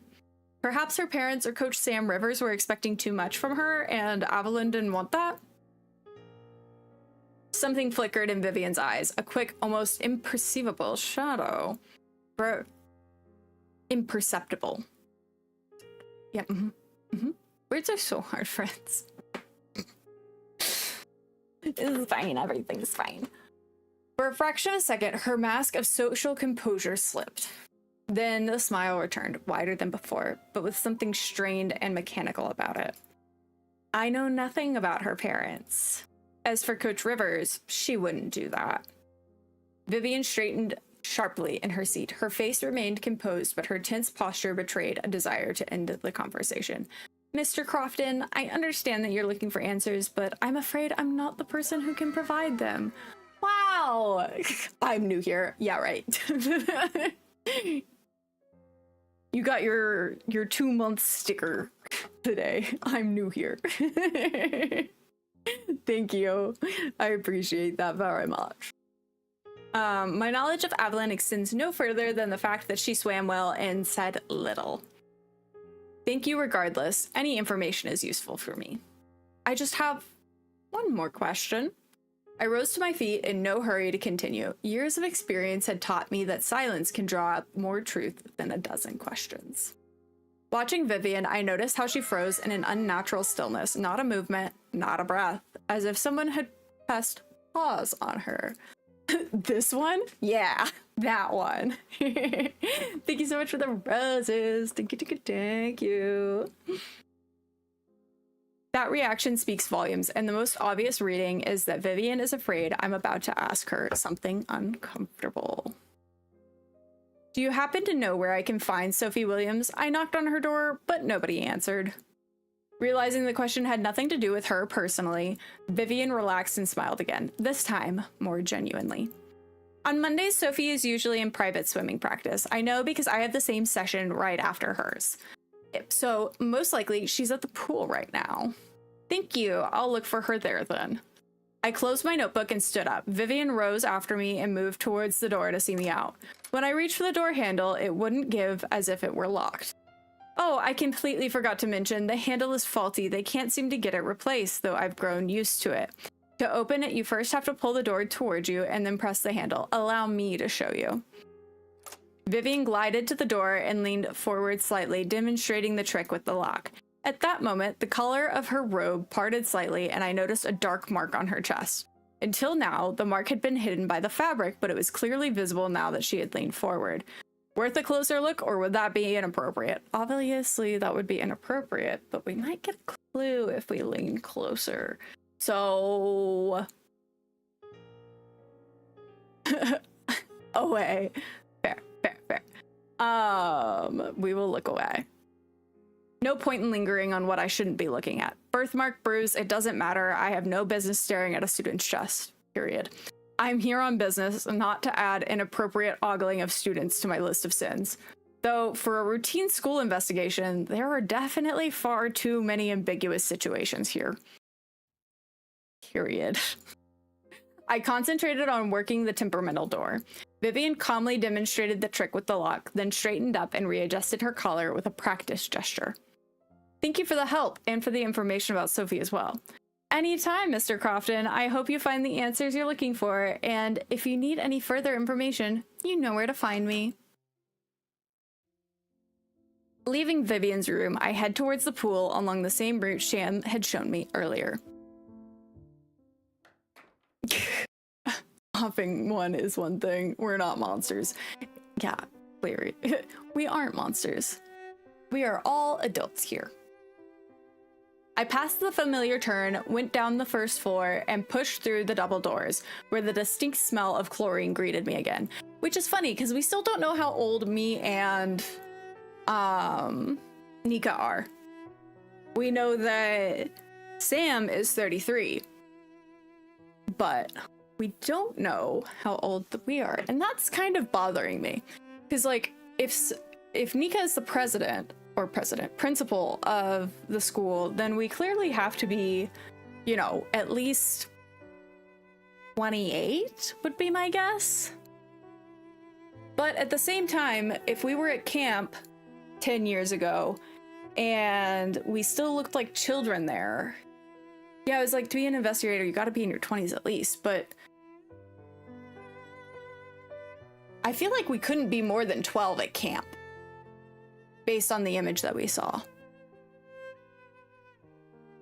So, I don't know. I wish they would tell us how old we were.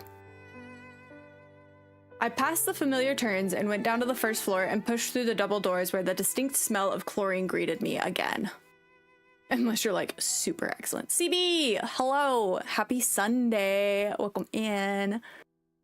Can't make you lose your streak this time. Yeah, I'm sorry. I gave y'all a little bit more of a heads up instead of just deciding to do it out of nowhere, which is not out of the question. That's true. Especially since we're special agents. Thank you for coming in to save your streak though, CB. I really appreciate it. Just kidding. You already lost it somehow? No! How did you lose it? That's such a bummer.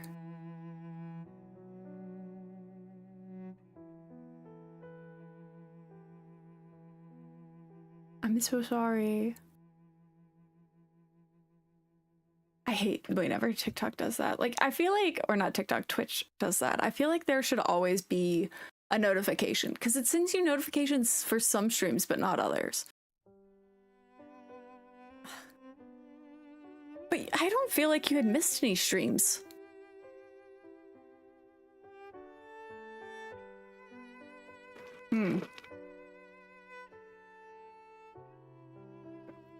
Interesting. I wonder what happened there. It's all right though. Yeah, I lost one that I had like 80 days on. I was so frustrated. Getting hit by an older person. You did say you'd fall immediately.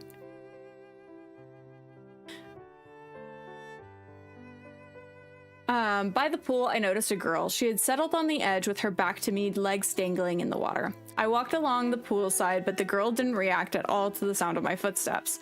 Sorry to disturb you. Are you Sophie Williams? The girl startled so violently that she nearly slipped into the water. She spun around sharply. God, you scared me. I didn't hear you coming up. She's just 2 years older than me. I still fold. Down bad, right? I got my Dr. Peppy from DQ. I had chicky strips for lunch. She quickly wiped her eyes with the back of her hand, brushing away her tears. Sorry, I didn't mean to startle you. I'm James Crofton. I was told I could find you here. Oh, you're the detective. The principal warned us you'd be asking questions. There was no weariness or hostility in her voice, only exhaustion and sadness. I grabbed a rubber mat and settled down beside Sophie on the pool's edge, keeping a respectful distance. Thank you so much for liking the live.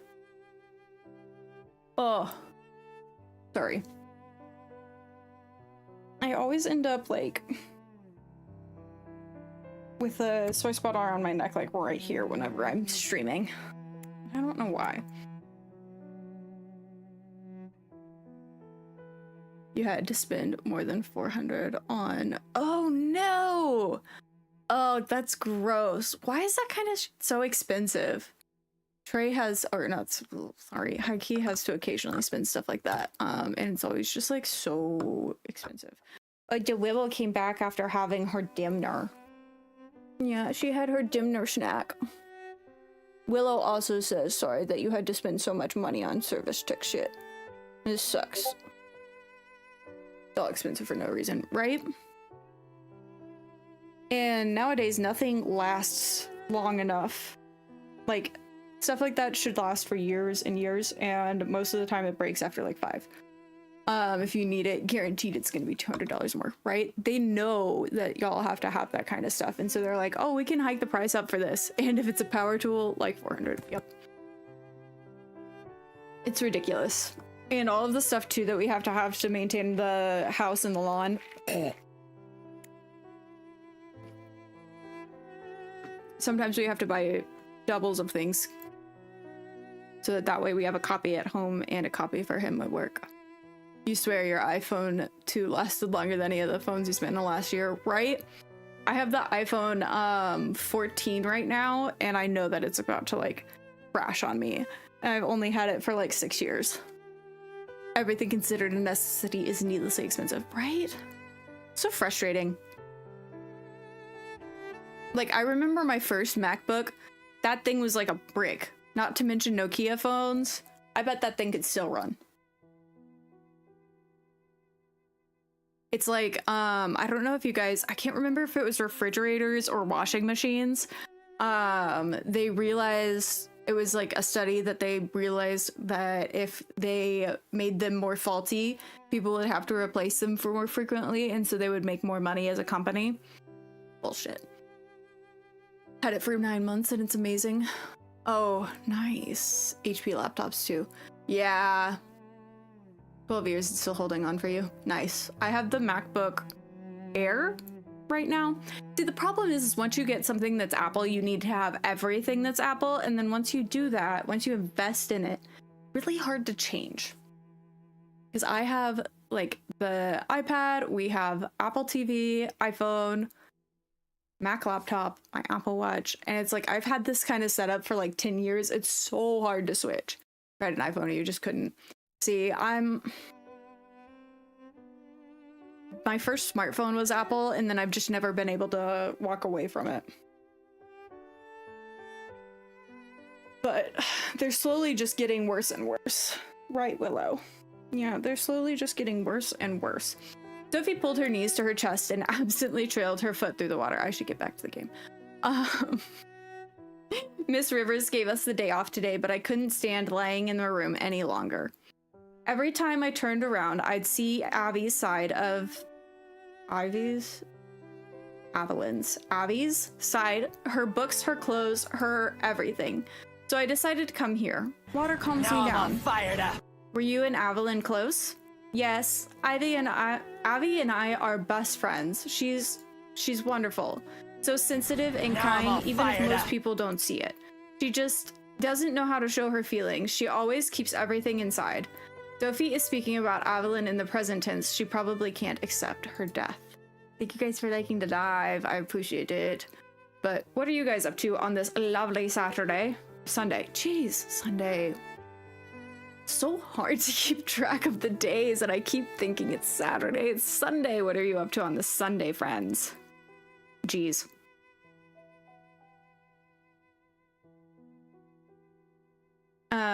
The girl took a deep breath, trying to hold back the outcoming sobs, but her chin betrayed her with a tremor. Willow, I think we're gonna have to trim your nails later. I don't have to get up right now, though. A single tear rolled down her cheek, and Sophie quickly wiped it away with her hand. Sophie, I'm sorry to have to ask, but I need to. What do you think could have driven Evelyn to do something like this? Lounging will probably continue. Monarch Legacy of Monsters soon. Ooh. That's so fun. Sophie turned to me sharply, her eyes blazing. Abby couldn't have. I don't believe it. She never would have done that. She knew better than anyone. If something was troubling her, something that serious, I would have noticed. If you don't believe it was suicide, then what do you think happened? I've been asking myself that since last night, but I don't have an answer. When Abby didn't come back to the room that evening, I immediately felt something was wrong.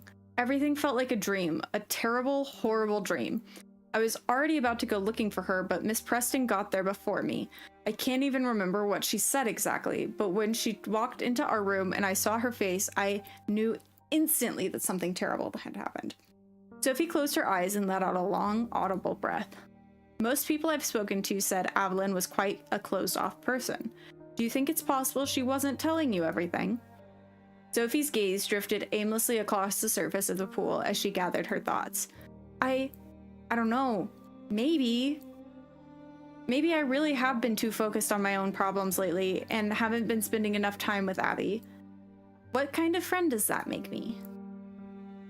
Put an arm around her, try to comfort her with words, continue asking questions. Well, putting an arm around her is creepy since we just met her. And I feel like if we continue to ask questions, we're not gonna get anywhere. So maybe we try to comfort her with words. I didn't reach out to Sophie, but my voice softened. Listen, Sophie, you're not responsible for what happened. Even those closest to somebody can't always see their pain, especially when they're hiding it. You should remember, Evelyn as she was, your best friend. And if you truly want to help her, then help me figure out what happened. Sophie slowly lowering her hands, revealing a face reddened from crying. My words had clearly hit their mark. A flash of resolve crossed her eyes. I took a clean handkerchief from my pocket and offered it to Sophie. She took it gratefully and dabbed at her eyes. You're not what I imagined you'd be like. And what did you imagine I'd be like? I don't know, a cold professional who doesn't care about people? She let out a quiet sigh, as if gathering herself. And you're right. Abby deserves for the people who loved her to know the truth, and I'm ready to tell you everything I know. Do you know why Evelyn went to the pool yesterday evening at all? Did you see her when she left? The last time I saw her was after dinner yesterday. I'm not sure, but I think she mentioned she wanted to talk to Miss Rivers about something. I think Sam said she spent the evening in her room. I'll need to speak with her again and find out whether Evelyn came to see her yesterday. You two are roommates, right? After dinner, was it Evelyn who left? Or you? At those words, something shifted in Sophie's manner. Her shoulders tensed and her eyes began to dart around. I stayed in the room. I mean, first I was in the room preparing for a test. Then I went to dinner. I came back. No, I didn't come straight back. I stopped by the library to pick up some materials. And then I was already in the room when Abby left. It was around 6, yeah? Or maybe later. I think I already said that. So did you see Evelyn leave then? Sophie's gaze slid around the walls, the ceiling, the water, anywhere but at me. She began methodically winding strands of her hair around her index finger and then straightened them and then winding again. Yes, no, I mean, I was in the room when she was getting ready, but then I had to return some books and I probably left before her. Or she left first, I don't remember exactly, it was such a hectic day. She's definitely hiding something. First, she claimed she saw Evelyn around 6, and now she's getting confused about whether she was even in the room at that point. But what exactly is Sophie trying to hide? That she went somewhere? Or that she saw someone with Evelyn? Or maybe she knows more about where her roommate was headed. I won't push her. Better to change the subject and come back to this later when we have more to go on. What about her family? Did Evelyn ever tell you anything about her parents? About their relationship? Now I'm all fired up. Thank you guys for liking the live. I appreciate it.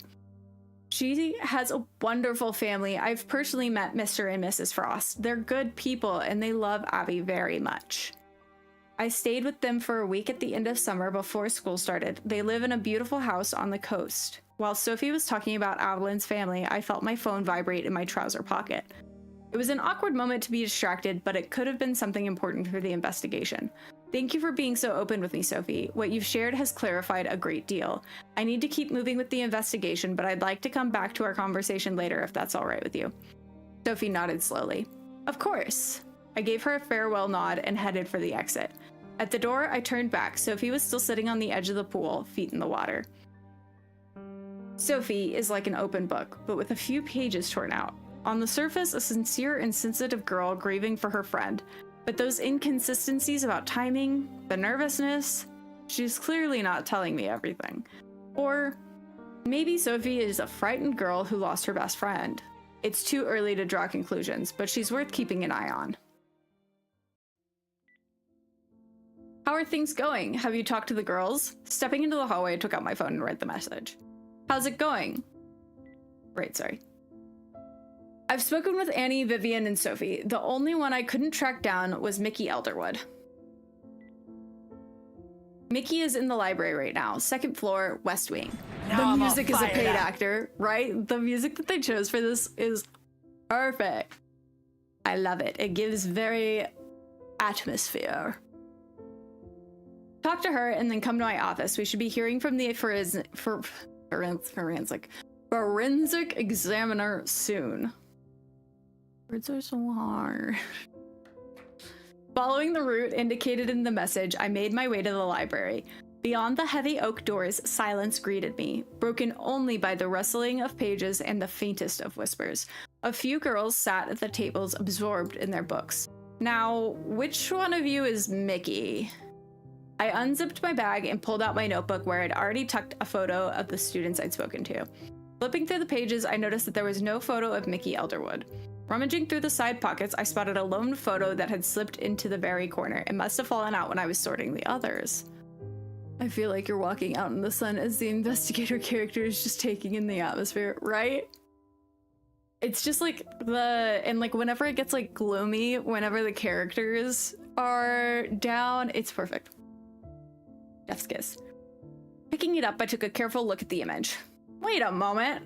I've seen her today. She's the girl I ran into in the hallway when I was looking for Nika's office. What a coincidence.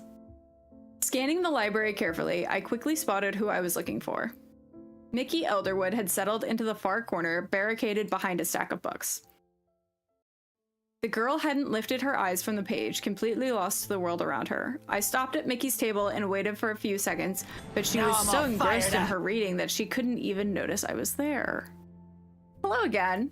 The girl jerked her head up, her eyes magnified behind her glasses going wide with surprise. Seeing me, she instinctively snapped the book shut and adjusted slipping glasses with a practiced motion. Like in the courtyard, half sun, half shade. Yes. It is so good. Her cheeks instantly flushed red, the color spreading all the way to the tips of her ears. Hello. She glanced quickly around as if checking whether I was truly talking to her and not someone else. Out of the corner of my eye, I noticed a few girls at the neighboring tables looking up from textbooks and watching us with undisguised curiosity. Mickey noticed the stares too, and her embarrassment only deepened. May I? I nodded towards the empty chair across from her. Mickey hastily swept her papers aside and gave a nervous nod. Of course, please.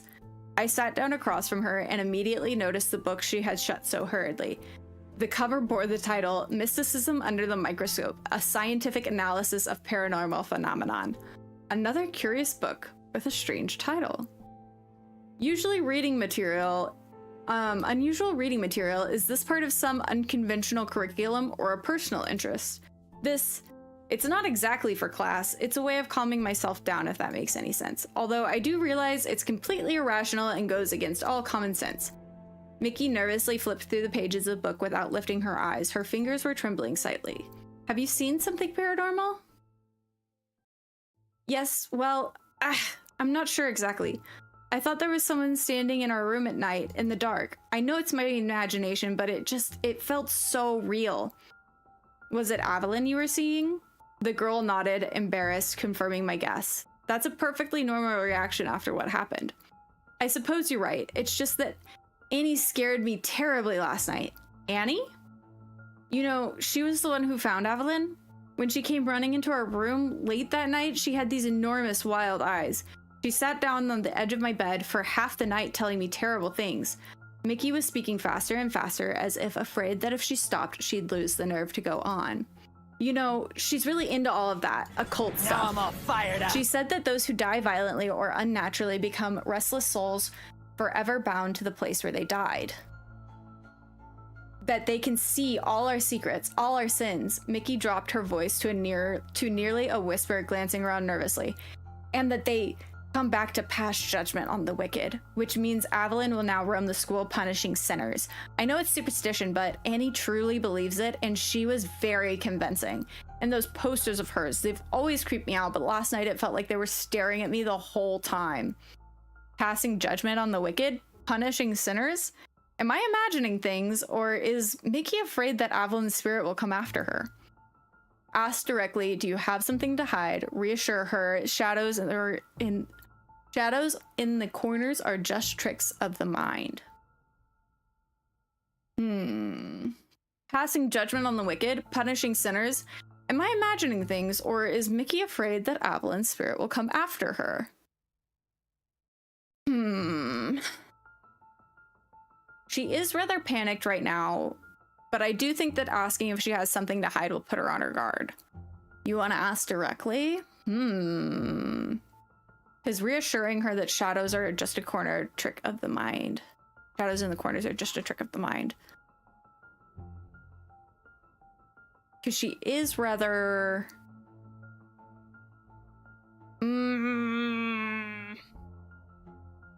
That might be better.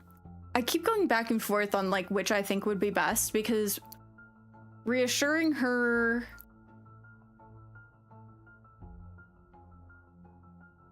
She's already so panicked. You're diabolical sometimes. No, I understand that, and that's one of the wins that I'm like asking her directly. Since she's so panicked, we might get something more out of her rather than reassuring her. But if we reassure her, we might get the same reaction of like that we did with Sophie of like, I'm not what you imagined.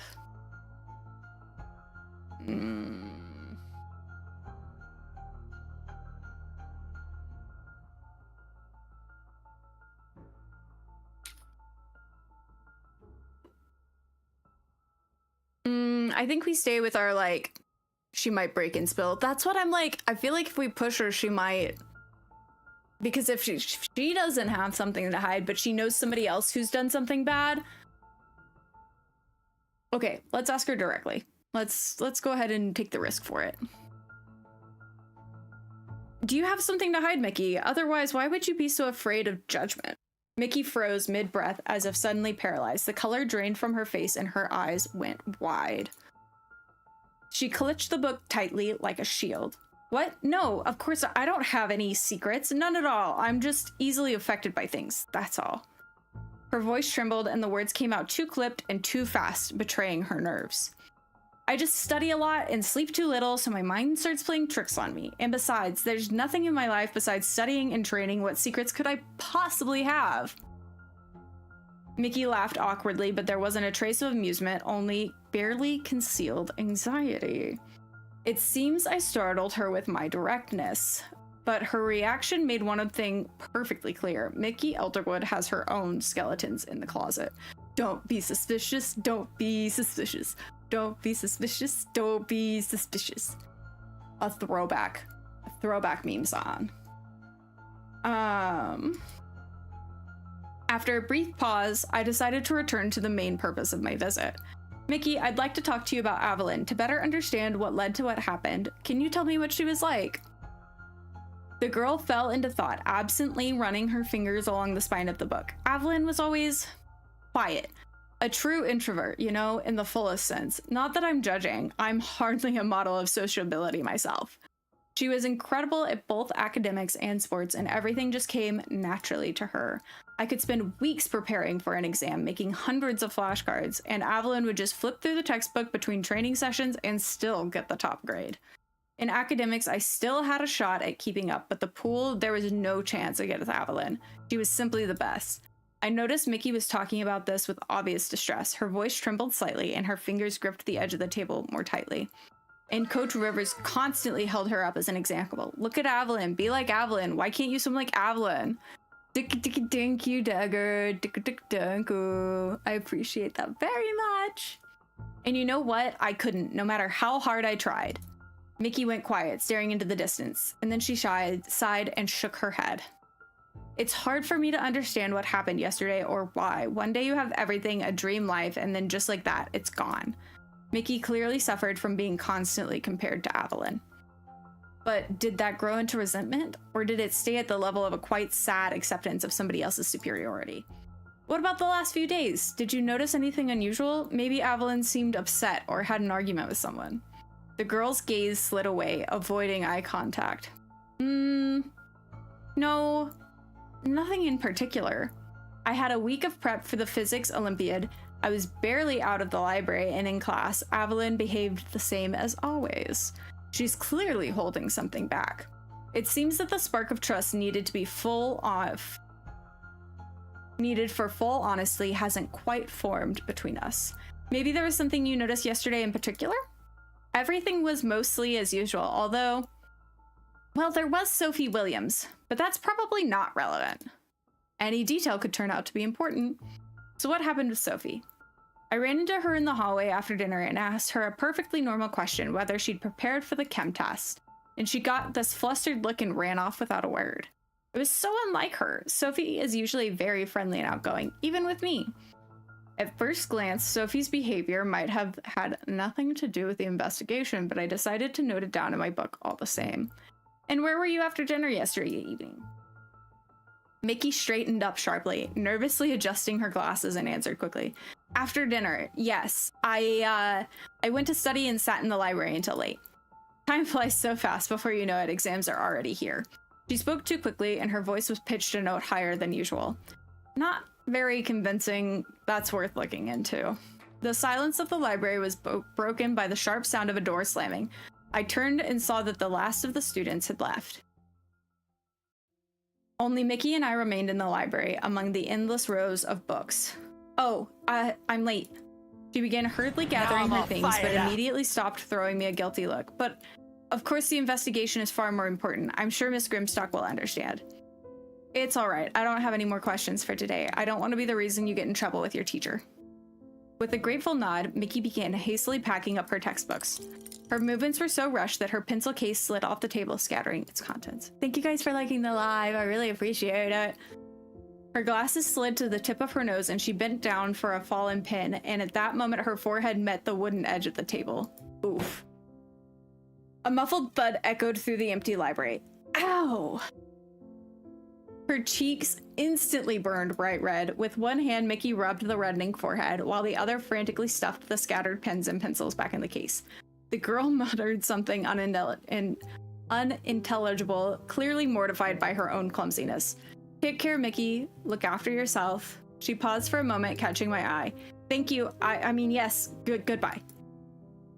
Sensual and passionate. Next question. Hi, Knockout. Happy Sunday. How are you? Clutching her backpack to her chest, Mickey hurried out of the library. I watched Mickey go, lingering in the library just long enough to make my final notes. Leaving the library, I headed back towards the principal's office. I'd managed to gather quite a bit of information over the course of the day, but every new fact only raised more questions. I mentally replayed my conversations with the students, trying to find the thread that would tie everything together. Quite a picture this is turning out to be. Every single person I spoke to is holding something back. And then there's the fire in the server room. Too much of a coincidence. When I reached the right floor, I caught the muffled sound of Nika's voice. She was on the phone with somebody. The office door was slightly ajar, and individual words managed to slip through. I understand your concern, Mr. Thornton. We're doing everything we can. All right, I'll be waiting for your call. I knocked gently on the half-open door just as Nika hung up. She turned to face me. I noticed her rubbing the bridge of her nose in exhaustion. James, finally. Come sit down. So, any news? I walked in, settled into the familiar chair across from her desk. Nika looked worn out. The day had clearly taken its toll on her. I spoke with everyone I planned to. Plenty of information, but for now there are more questions than answers. What about you? I heard you on the phone. That was one of the Board of Trustees members. Everyone's on edge. News about the fire has started to leak out too, but that's not the most important thing right now. Nika. We need to recover the surveillance footage that was damaged in the server room fire. Speaking of data recovery, I know a specialist who might be able to help. No need, I've already taken care of it. I have trusted people who've promised to help with that. You're already taking on too much as it is. At that moment, Nika's computer chimed with a notification.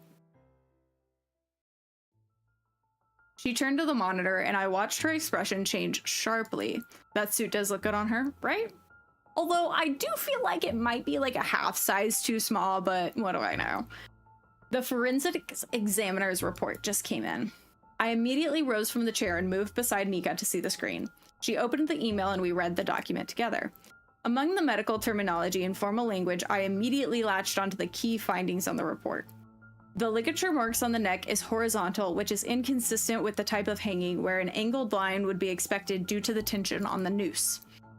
Pre-mortem loss of consciousness was established. Pressure was applied externally without the involvement of the body's own weight. Time of death between 10:10 and 10:20, or 10:10 and 10:30. Nika slowly leaned back in her chair, her face gone pale. She read through the report several times as if unable to believe what was written. So it really wasn't a suicide. Are you holding up all right? Now I'm all fired up. Thank you for liking the live. She took a deep breath, clearly trying to Now pull I'm all herself fired together. up. Yes, I just need some time to process it. Someone killed Avalon and then coldly staged it as a suicide. That means the killer's still here, in the school, walking the same hallway as the students. It makes me sick to think that the killer has been smiling at me every morning, that it could be one of my students or staff.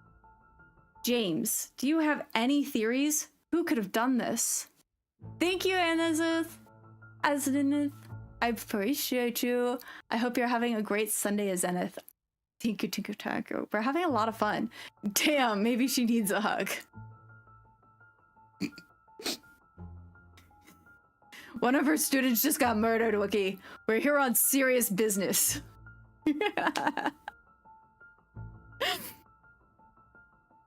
I know it's only been one day, but perhaps you already have some ideas?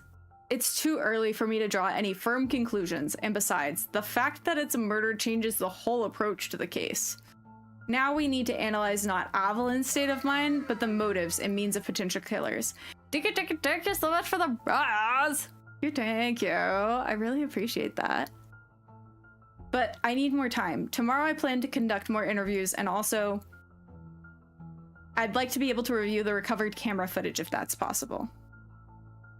About the cameras, my contact promised to work quickly. The first recovered files should be ready by tomorrow evening, though not everything can be recovered. The specialist sent over a list of cameras they can work with. La Rose de Guadalupe, Hispanic TV show. I love a good telenovela. I went into a really during 2020 when we were in lockdown, I think I watched probably like 10 or 12 back to back. It's been a while now though that I've watched one. There was this one on that was about a historic like murder on a ship. Can't remember the name of it off the top of my head, but oh, I love a good telenovela. Now I'm all fired up. Now I'm all fired up. We'll need to choose which ones to prioritize since each one takes a full day, and we only have 3 more days after this until the Board of Trustees meeting. Nika leaned towards the monitor and opened the email listing the available cameras. Which footage should we ask them to recover first? Today's hallway near the principal's office, today's external cameras on the school grounds, or yesterday's server room? I need to stop randomly adding people.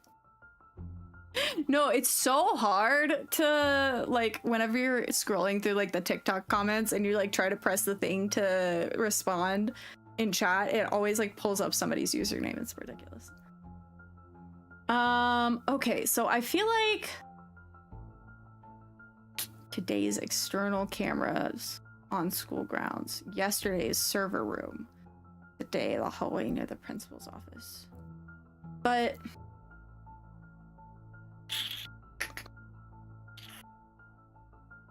I feel like yesterday's server room. You're gonna go get a Red Bull? See, those are one thing that I've like never had any interest in. I don't really do energy drinks though, to be fair. The only ones that I ever drink are Alani's. I think we do yesterday's server room. Agreed. Nika turned to the computer and began typing the message. Then she looked up at me again. By the way, I checked the access control logs at the main gate. Avalon hadn't left the school grounds since the beginning of the academic year. She paused, furrowing her brow, and while I was going through the system, I noticed something odd. Yesterday at 8 in the evening, Sophie Williams entered the school grounds and then left at 10:30. Sophie entered the school grounds and then left at but there's no record of her leaving at any point during the day, nor any record of her returning after that late night outing. Sophie never mentioned leaving the school grounds yesterday, and she acted strange overall when I asked where she'd been that evening. You had a monster face and it was bad. Their advice. You can stop whenever you want. Sure. That's like me saying I could stop drinking coffee every morning. But what bothers me even more is this discrepancy in the system. How could Sophie have entered the school while already being inside it and left while still remaining on the grounds? Could there have been a system glitch?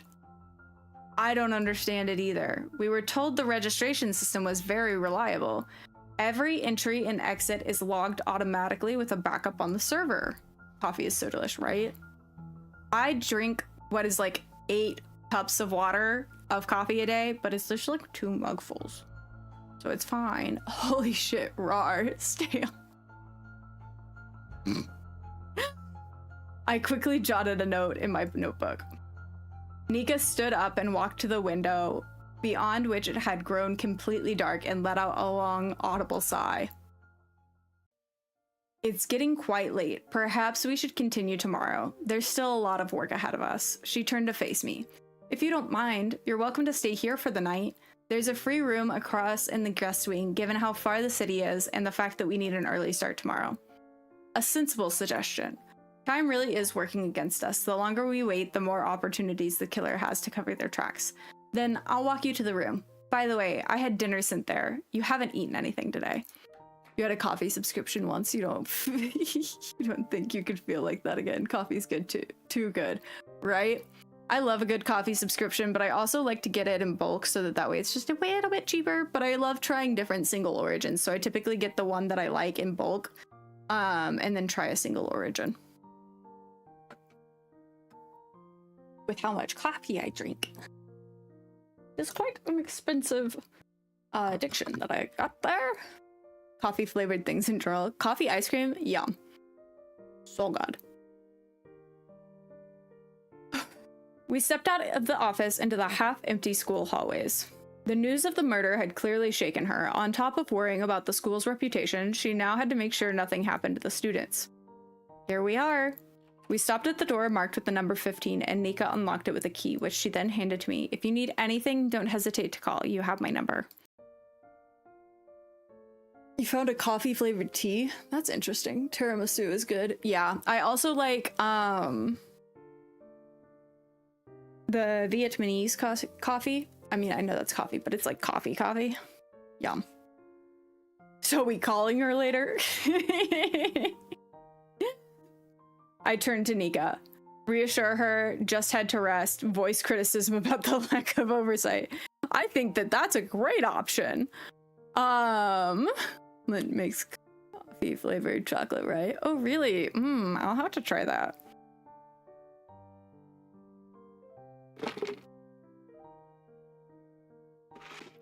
Can you imagine just turning to rest and ignoring her? No, of course we have to reassure her. Nika, listen. I gently touched her hand, making her look up. I understand what you're going through right now, but I want you to know we will find the killer and get to the bottom of this. I promise you that. Nika looked at both of our hands, then raised her eyes to face me. And if you need to talk or just don't want to be alone, I'm here anytime. Thank you. Really, thank you. You know, whenever I called you this morning, I was thinking only about what happened to Evelyn. I never imagined that our reunion would turn out like this. Yes, despite all these terrible circumstances, I'm glad to see you again. Nika slowly traced her fingers along my knuckles and squeezed my hand one last time. Good night, James. Good night, Nika. Gah! I think she likes us. Is there a mod to date both? Yeah, I don't think that there's a harem ending in this one.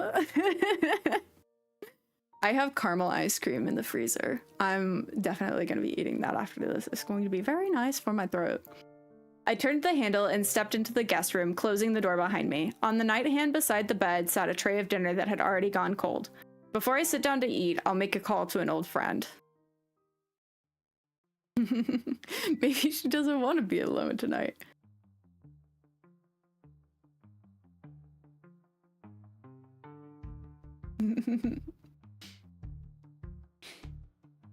I pull out my phone and scroll through my contacts to a familiar name, Andy.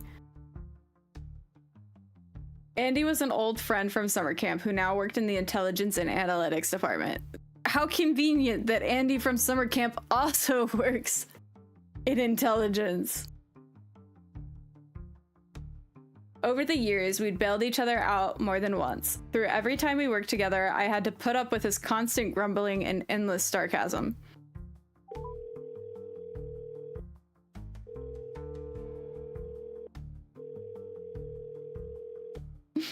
I pressed call, leaned back against the headboard, and waited. After the third ring, a familiar voice came through. Well, well, James Crofton in the flesh. Let me guess. You finally decided to buy me that beer? His voice was cheerful, and I could hear him chewing. He was probably having dinner. Not this time, buddy, but help me out with something and I'll owe you one. Sure, you already owe me a couple of cases. When's the last time you called to just chat?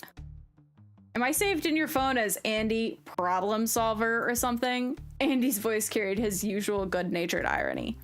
Although, you know what? I'm actually flattered. Thank you. Thank you for the rise. Thank you, thank you, thank you. Village life, no convenience stores, only pubs. Rip. That's so upsetting. Is he flirting? Is there a piano option? You should tell your pub that they need to make like an ice cream section, so that way you can have ice cream too. Although, you know what? I'm actually flattered. So I'm so good that James Crofton himself calls me when he's in trouble. You're not as irreplaceable as you think. The others just have the sense to not pick up after hours. Ah, I see. So I'm the last hope of a desperate man. Even better. Andy laughed, and I knew his mood had fully lifted. All right, tell me what happened this time. Long story short, I need you to run a background check on a few people, some students and a swimming coach. The bartender is already judging you for your shady order. I doubt ice cream's happening. Wait. For your shandy order, what kind of shandy are you getting? A meaningful pause hung on the other end of the line. I could almost picture Andy raising an eyebrow. Then he burst out laughing so loud I had to put the phone away from my ear. You dog! You're on vacation. You're hanging out with some girls and didn't invite me? What kind of friend does that? Andy, this is actually business. Yesterday, Nika called and asked me to investigate a suicide at the school where she's the principal, which, as it turns out, was actually a murder.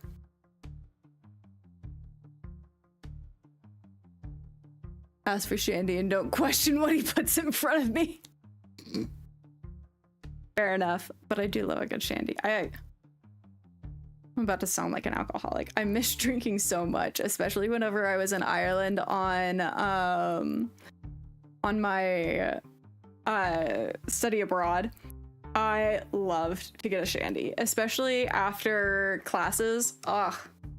There was a bar on campus. It was really fun. The bar was in the mornings a coffee shop, and then after lunch it became a bar.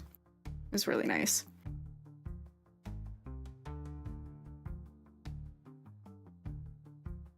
Yeah, beer and lemonade type of vibe. It's very good. Nika, I've heard that name somewhere before. We were both at Bear Rock Camp. No way! That Nika from camp? The green-haired girl you were so crazy about? I think it's so hilarious that the green hair was, like, natural, too, when they were at camp.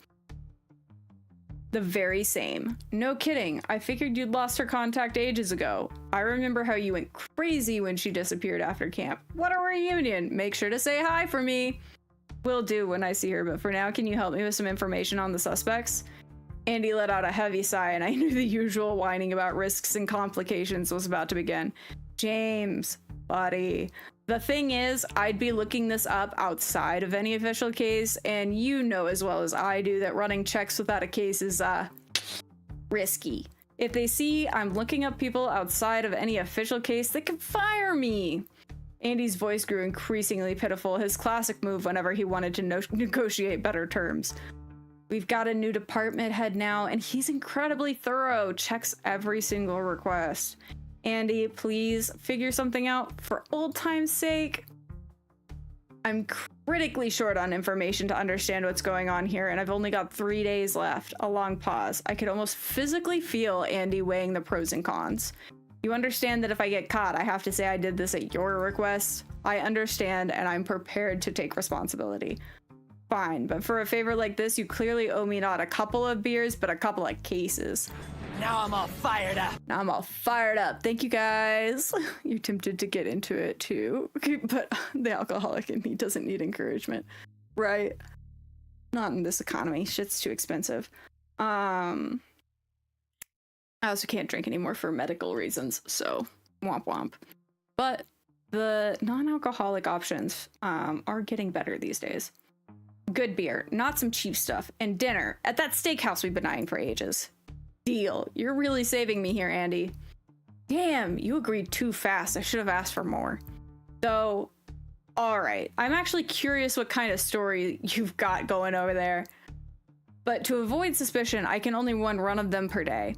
I've got a contact in the archives who can accidentally stumble upon the right information during routine work. You don't have much time, so choose wisely. Who do you need first? First, I'd like to find out about... Okay, so we have Sam Rivers, Annie Harper, Vivian Devereaux, Sophie Williams, and Mickey Elderwood. Sophie Williams is looking the most sketchy right now since she's shown to be going off campus. Oh yeah, you had non-alcoholic Prosecco the other day, and you couldn't tell it's non-alcoholic at all? Ooh. That went so well with our conversation. You thought you were speaking for yourself. No, wasn't that like the perfect timing? Okay. But at the same time, like, I'd like to know more about Sam's background. Since she's the only adult and we don't really know much about the fact that, besides that she's a swim coach, I'm not too terribly suspicious about Annie at this point. Vivian obviously has some things going on. Mickey and Sophie are like the most suspicious to me. I was like, damn, she's in character.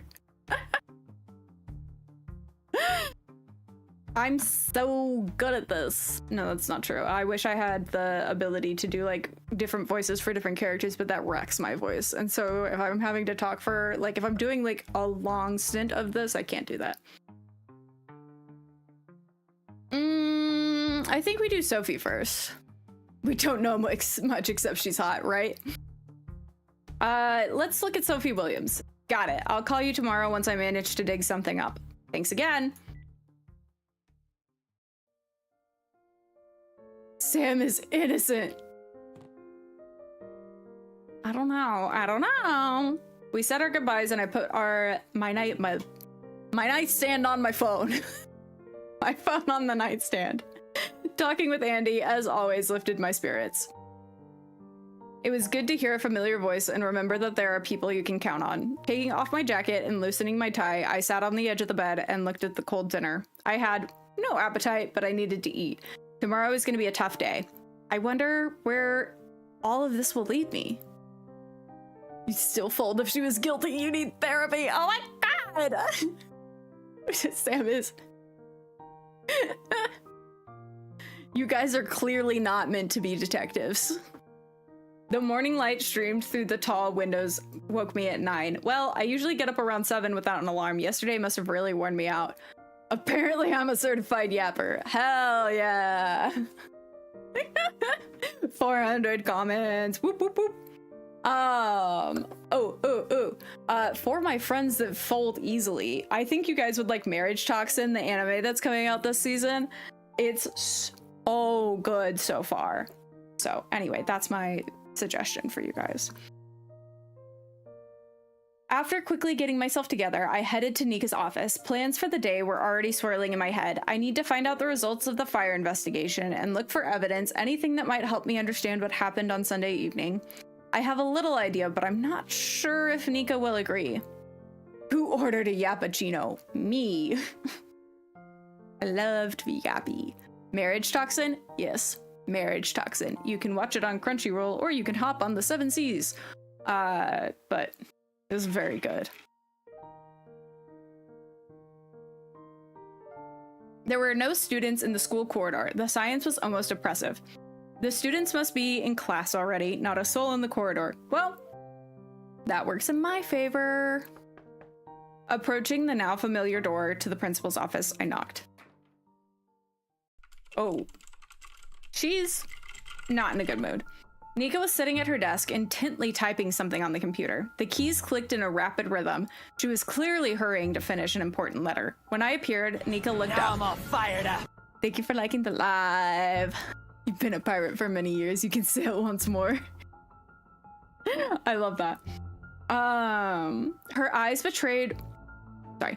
When I appeared, Nika looked up. Her eyes betrayed a weariness that even her skillfully applied makeup couldn't conceal. Good morning, James. Any news? There is. I settled into the familiar chair across from the desk. Nika turned away from the monitor and looked at me intently. James, I spoke with the fire investigation experts. What happened in the server room was definitely arson. They set fire to a trash bin after moving it next to the servers. That bin is usually kept off to the side, but somebody deliberately moved it. What's more, traces of acetone were found in the trash. Quite a lot of it, actually. Acetone? Seriously? Yes, the main ingredient is nail polish remover. In a girls' school, it's the easiest thing to find. Half the students have it in their makeup bag. And what did they use to light it? Now, that's where it gets interesting. Lighters, matches, and anything flammable or explosive are strictly prohibited at our school. So someone broke the rules and smuggled in a lighter. Nika got up from behind the desk and slowly began pacing in the office, massaging her shoulders. Nika, I have a request. A rather delicate one. She stopped in the middle of the office, turning to me with a wary expression. Well, out with it. I need to search the girls' rooms. The reaction was predictable. Nika stopped and frowned. I understand her hesitation. Secretly searching the rooms of students and staff is a risky endeavor. James, you understand I can't allow this. If anyone finds out I let you go through the girls' personal belongings, we're running out of time, Nika. To figure out what happened, I'll have to ask a lot of questions, dig deeper. Sooner or later, they'll realize we're not investigating a suicide, and then the panic will start. Once it becomes clear that Evelyn was murdered, your students will start to get rid of anything that might look suspicious. Letters, diaries, photographs, it'll all go in the trash. I turned to Nika, meeting her gaze. Think about it. These girls come from influential families. They've known since childhood that any information can be used against them. Coach Rivers isn't stupid either, and she won't want to lose her cushy position. At the slightest hint of a scandal, they'll start cleaning house. Nika kept pacing the office, but her steps became more measured. I could see her weighing the pros and cons. We need to keep the fact that this was a murder secret for as long as possible. Let them think we believe it is a suicide, and that the server room fire was an accident or a wiring malfunction. Lull them into a sense of false security. Exactly. I want to be able to get closer to the suspects, get them feeling comfortable around me, and then they might let something slip.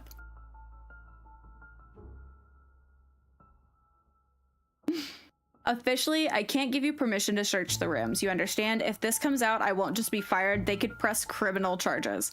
But hypothetically, if someone happened to leave the room keys on the desk, and if that someone stepped out on urgent business without noticing they went missing, she gave me a meaningful look, then somebody else would be very grateful for that forgetfulness.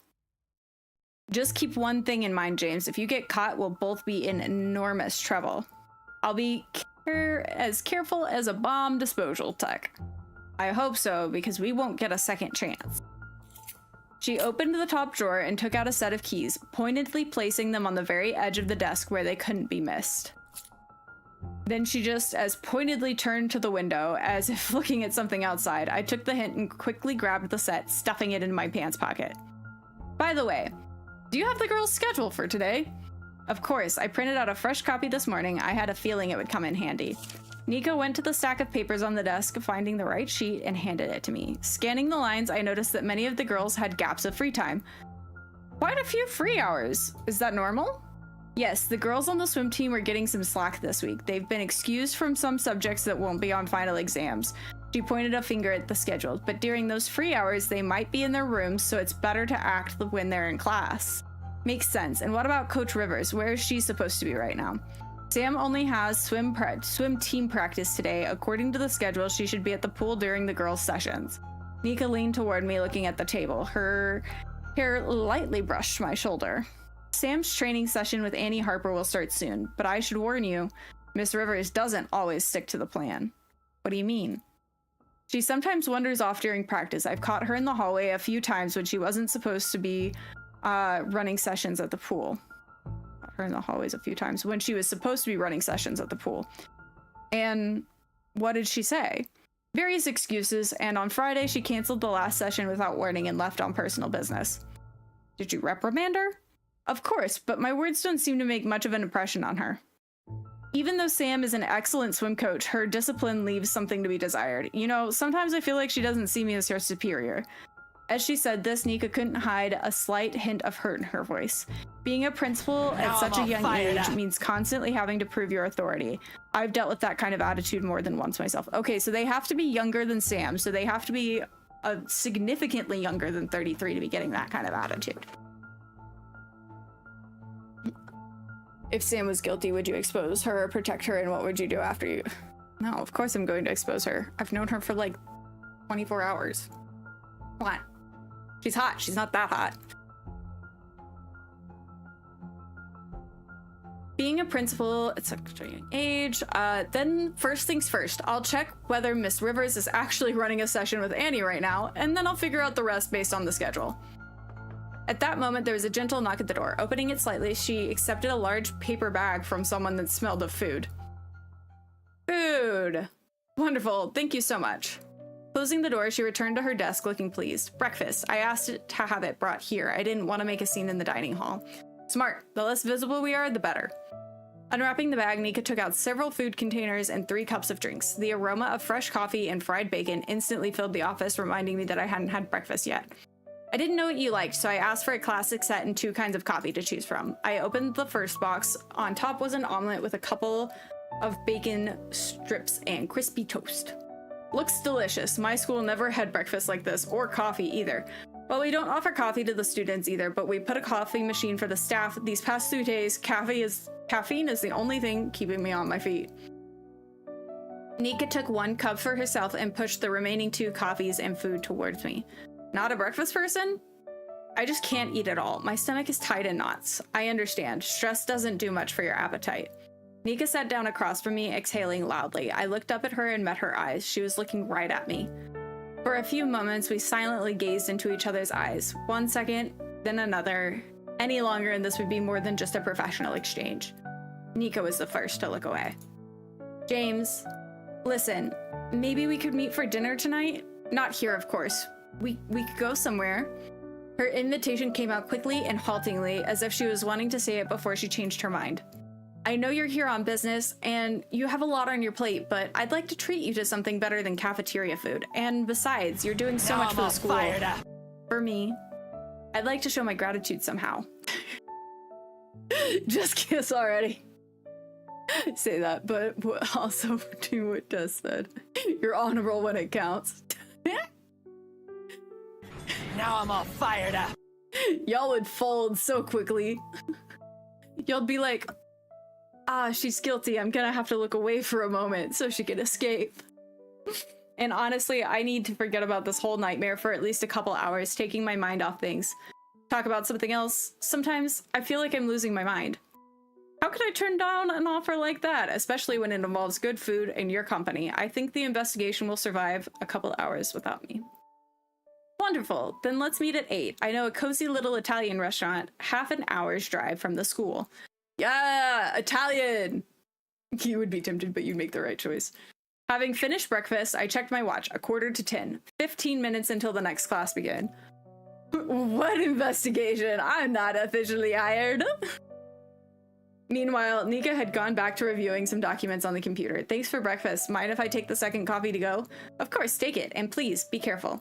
Don't worry, it's not hot anymore. I won't burn myself. Nika rolled her eyes, but the corner of her lips betrayed a faintest smile. First, I should check the pool. The last thing I need is to run into Sam somewhere in the dormitory hall. The electronic lock scanned my face with a soft beep and unlocked the pool door. Stepping inside, I found only myself in an empty room. Neither Sam nor Annie were anywhere to be seen. I walked a little further and noticed that the door to the coach's office was ajar. Moving closer, I carefully peeked inside. Oh no, she's so cute. What I saw looked both amusing and alarming at the same time. Annie was standing on tiptoes in a wobbly chair, trying to reach the top shelf, her nose scrunched up in concentration as she muttered quietly in frustration. Could have shoved it even further back. Who even makes shelves this high? Distracted, I accidentally bumped the door with my elbow, causing it to creak open wider. The sound made the girl whip around. It all happened so fast that I didn't have time to react. Oh no, she fell!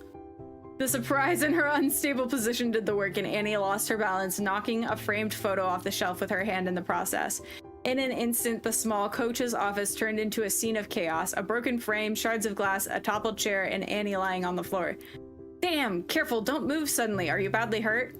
I rushed to the fallen girl. Her face showed a mixture of pain, anger, and acute embarrassment. I'm fine, don't look at me like that. It's just the stupid cabinet. Annie started to get up from the floor, basing herself on her hands, but suddenly stopped and grabbed the back of her head. Don't get up yet, let me take a look. I told you I'm fine. Ignoring her protest, I set the cup of coffee on the corner of the desk and walked over to examine the bruised spot. Now I'm all fired up. Thank you for liking live. Get this mess off our screen. Crouching down, I found what I was looking for. A small bump had already formed on the back of her head. Well, nothing serious, it seems. My gaze slid lower, and something else caught my attention. On the girl's back, around her shoulder blades, along her spine, there were purple-blue bruises. Ooh. Do we think it's Vivian and Annie? Where's Sam, right? Like, Sam was supposed to be here, not Annie. Annie was supposed to be swimming. These are definitely not from today's fall. Judging by the color, the bruises are at least 3 or 4 days old. The shape looks like marks from hitting the floor or a wall. Did she fall on her own, or are these signs of a fight? My thoughts were interrupted by Annie's impatient voice. So, what's there? Am I bleeding or something? She reached for the back of her head, checking the bruised spot, and at that moment I noticed another alarming detail. On the girl's right wrist, there was another bruise, darker and more distinct. Wow! Thank you so much for the chili pepper dagger. Thank you. I really appreciate that.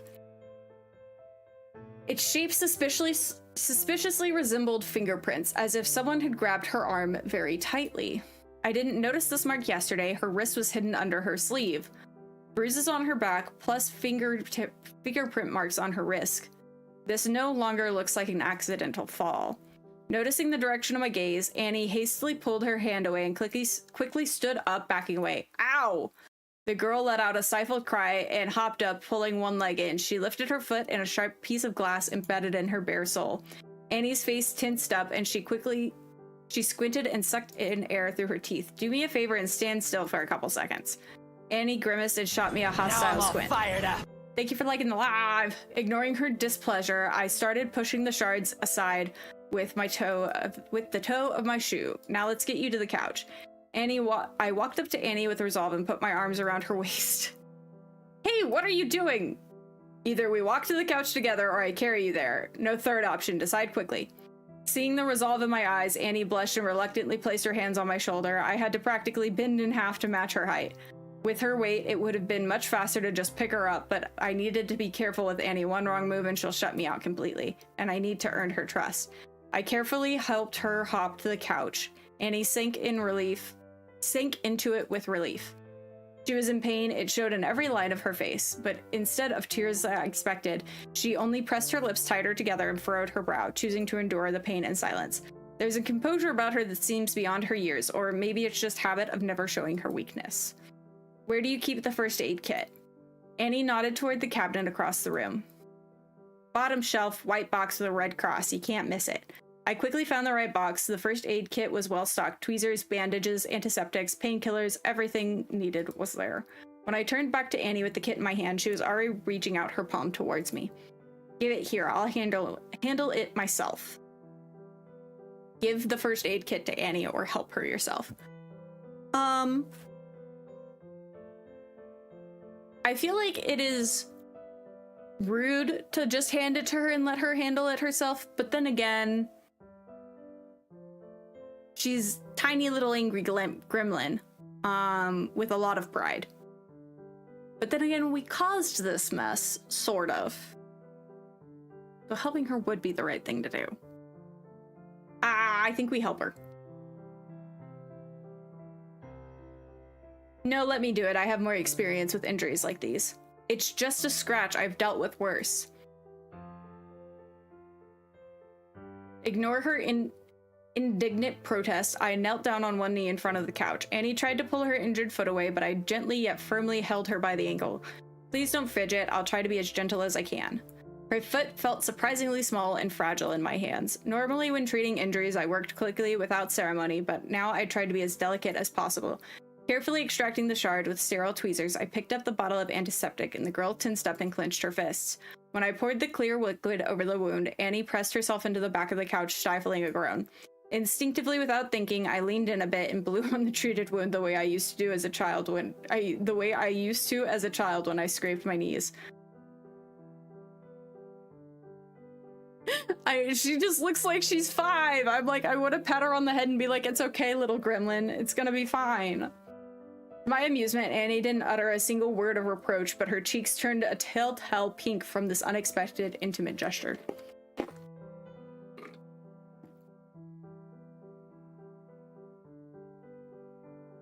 Having quickly and neatly bandaged her foot, I pulled back. What were you even trying to get from that shelf? Was it really worth risking your neck? If you hadn't barged in here like a hurricane, nobody would have risked their neck. I wanted to grab a spare swim cap. I left mine in the room, and of course they shoved the box all the way to the top where you'd need a stepladder to reach it. Walking up to the cabinet, I reached for the cardboard box on the top shelf without much effort and handed it to Annie. Here you go. Thanks. The gratitude was brief but sincere. Annie rummaged through the box and pulled out a bright blue swim cap. As I put the box back, I heard the glass crunch under my toes. Small pieces of glass were still scattered across the floor. Looking around, I noticed the damaged photo frame behind the desk. The glass was cracked, but the photograph inside still remained intact. That must have been Sam in college, question mark? I picked up the frame and studied the picture closely. It showed a very young Sam, about 15 years old. High school. Okay, swimming in high school, it's fine. She stood triumphantly on the winner's podium in first place, wearing a tight-fitting scarlet sports swimsuit. Sam's right shoulder was tightly wrapped in bright white medical bandage, so noticeable that it immediately caught the eye. It seems that victory didn't come easy that day. My thoughts were cut short by a sound of the door behind me creaking open. What's going on in here? Her voice sounded calm, but the air in the coach's office instantly thickened with tension. Tell the truth, cover for Annie. Why would Annie forgetting her swim cap be that big of a deal? Hi, Sam.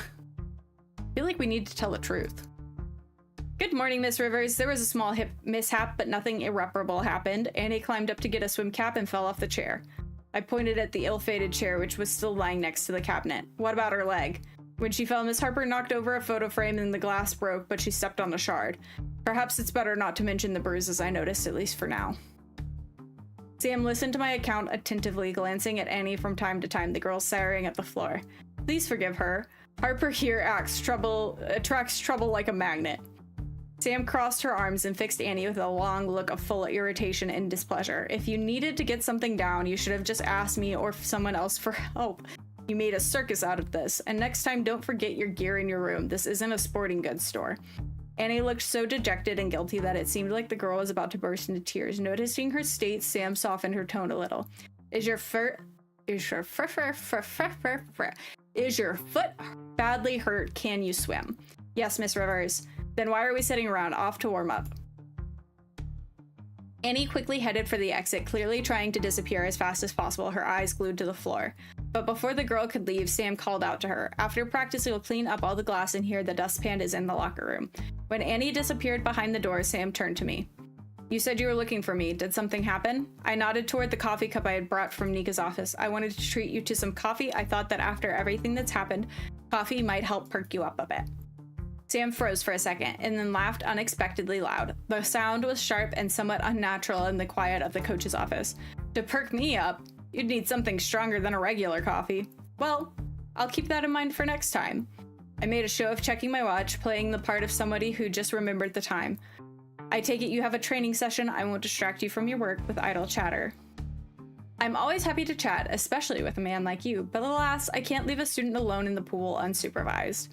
Sounds dubious. Nika said that Sam used to regularly leave during training sessions, and now she's suddenly a model of responsibility.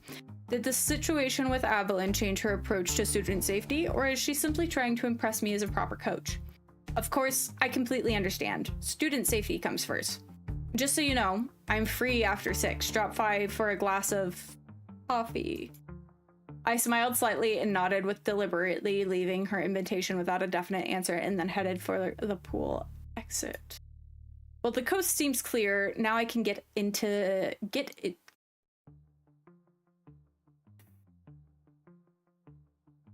Well, the coast seems clear. Now I can get to inspecting the other rooms. Right? I feel like between 6 and 8, we can do both. Having left the pool, I headed towards the east wing of the school where the students' rooms were located. Ayo! The hallways were empty, and the girls were all in class, which created the ideal conditions for my investigations. Well, since I've made sure that Sam isn't gonna wander around the dormitory, I can take a look in her room. I had already pulled the set of keys from my pocket when I heard the distinctive sound of a door handle turning somewhere very close by. Damn! I instantly shoved the keys back into my pocket. A door opened opposite and a burst of girlish laughter came through, followed by 2 students peeking into the hallway. Noticing me, the girls suddenly fell silent, then exchanged glances and broke into wide smiles. Good afternoon. Good afternoon. I was about to slip away and pretend I was just passing by, but the red-haired girl beat me to it. Wow, great that we ran into you, right, Kat? Yeah, Linda and I were just talking about you. About me. I must admit I'm a bit taken back.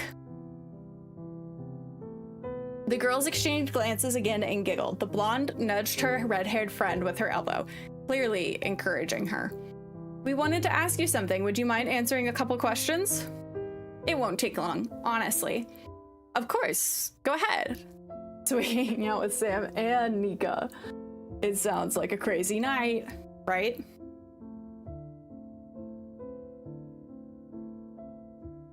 Ghost. Sorry, I have my other cat sitting on my PC tower, and he keeps twirling around and isn't like content with where he's sitting on the PC.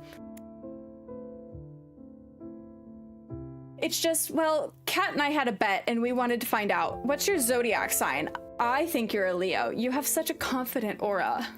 And I said a Scorpio. They always have that piercing gaze. So that's what their questions are about. Unlikely to help with the investigation, but better to play along than attract unwanted attention. Artemis does that. It's so funny. They're so silly. Yeah, Ghosty Boy can't get comfy even though him little cinnamon roll. Yeah. Yeah, Ghosty Boy can't get comfy. Here, buddy. There we go. Who's a good little cinnamon roll?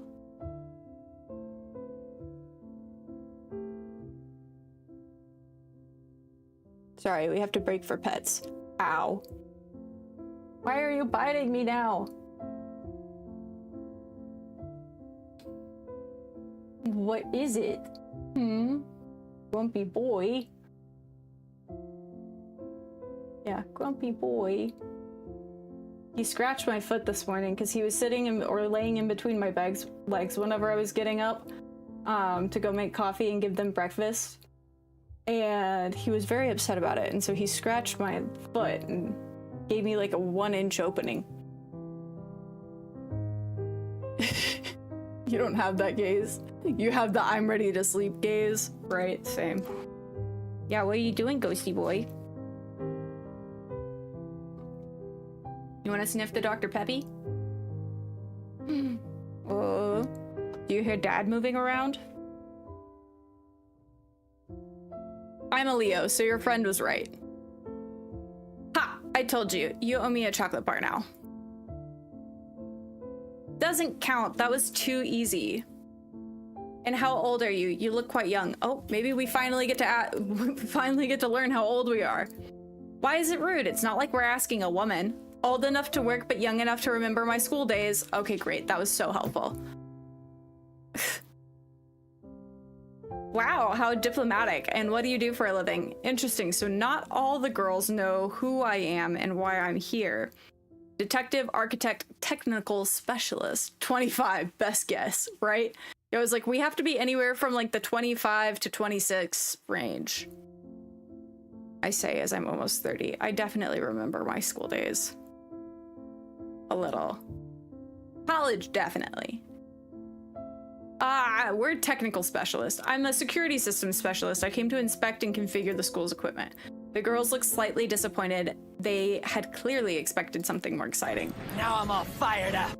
Now I'm all fired up. Thank you guys for liking the live. Security systems, you mean all those cameras?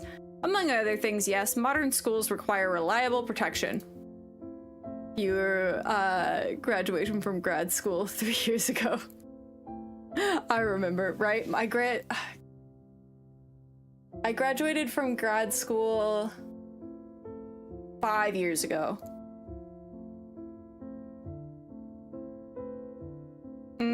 I really hate that 2016 was 10 years ago. Oh, that's very unfortunate. Hey, Ghost, are you okay, buddy? He landed a little weird on the desk.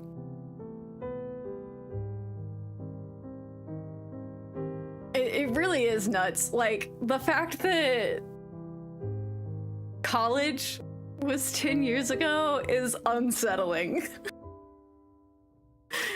In 2 years I'm gonna have graduated from college 10 years ago, and I hate that.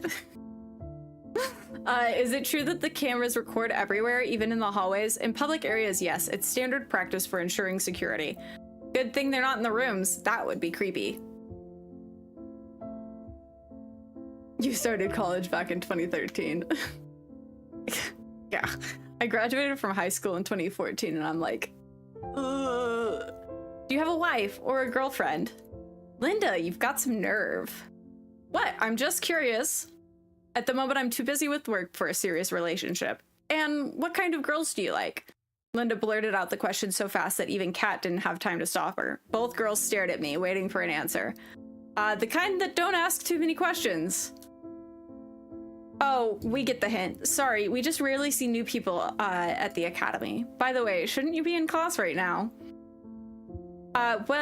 We got excused. Actually, we're supposed to be having literature class, but the teacher is terribly boring. We said we were feeling unwell.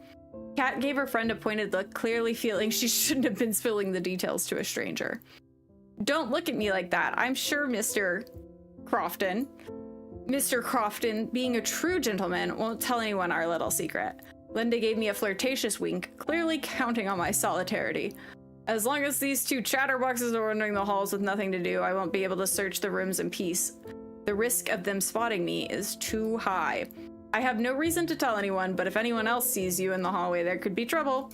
Yes, I think you're right. Fine, we'll go back to our room. Boring, of course, but what can you do? It was really nice to meet you. Hope we see you again. The girls waved goodbye and reluctantly headed back to their room, continuing to whisper about something. Going to Sam's room isn't very safe right now. What if one of them decides to come out again, or worse, spots me at someone else's door? Better to search the rooms further from this spot. Less chance of attracting unwanted attention. Taking the schedule note from my pocket, I studied it carefully once more. Sophie doesn't have any classes right now. There's a chance she's in her room.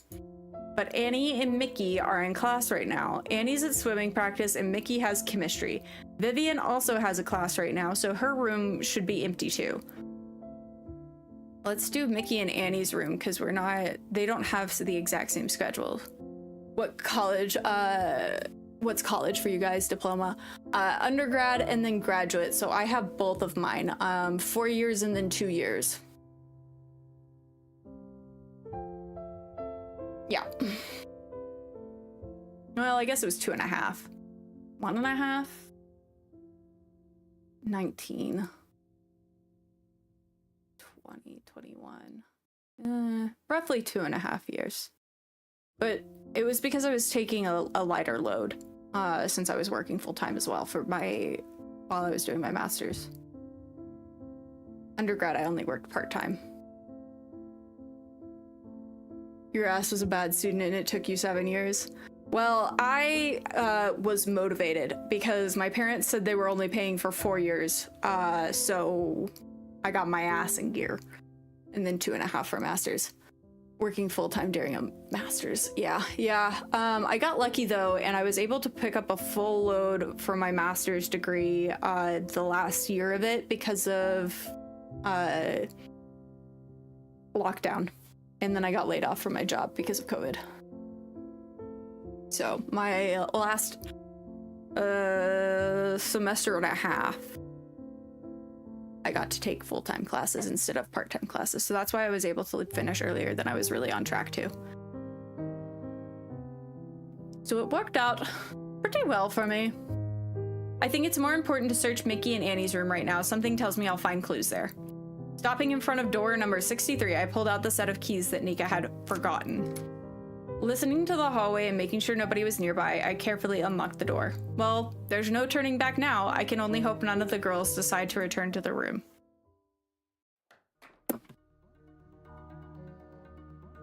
Stepping over the threshold, I immediately closed the door behind me, trying not to make any noise. The room greeted me with a familiar setting. I had already been here yesterday when I first spoke with Annie, but today I had an entirely different task: to find the skeletons in the closet the girls might be hiding. I pulled the thin medical gloves from my inner pocket jacket and put them on. If I find something important, the evidence needs to remain untouched. And besides, if someone ends up getting arrested, my fingerprints at the scene would be rather inconvenient. Looking over the room once more, I mentally drew up a search plan that I needed to check all the key spots where the evidence or more important documents might be hidden. Okay.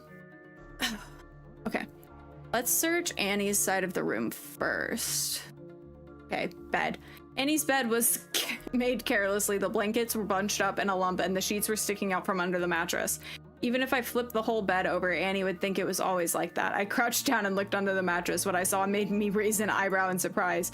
Hidden here was an entire collection. Lots of candy, several untouched chocolate bars, a crumpled pack of cookies, and even a couple lollipops.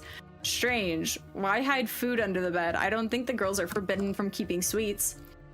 And Mickey clearly isn't the kind of roommate who would secretly eat somebody else's food. Maybe Annie is hiding it from somebody else? Or is it some kind of compulsive habit, hoarding secret stashes?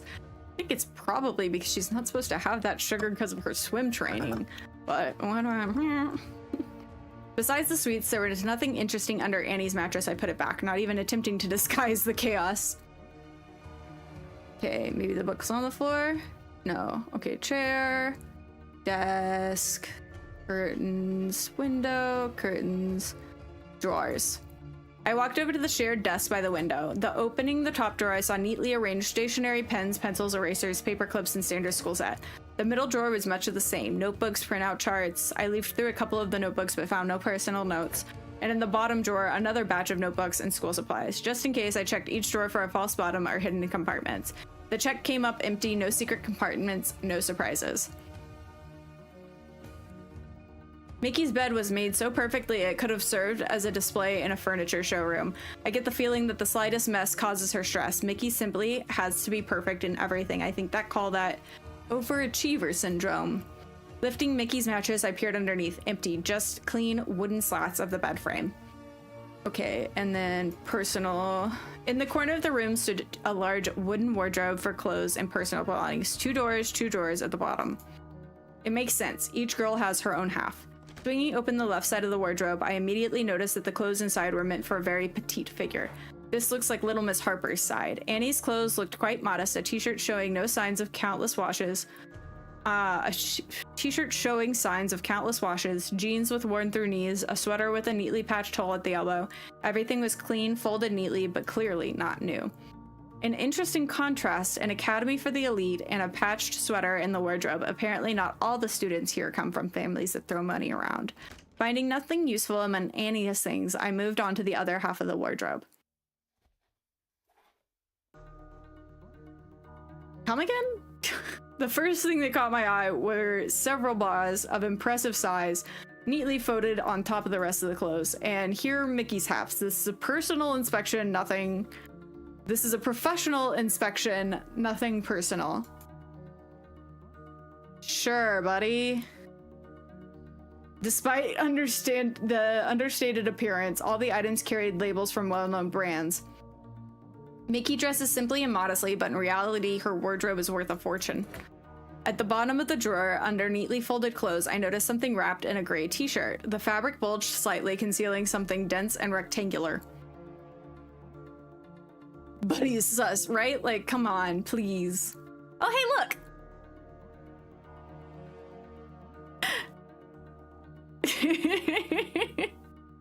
Tess on holiday. Art, 10. Sports, 9. Exact sciences, 9. Humanities, 10. Teacher's comments, sent on permanent vacation. You came back and see something you shouldn't be. Why did you pick that up? Right? That's my question too. Like, I don't think the prom is that important, buddy. But here we got the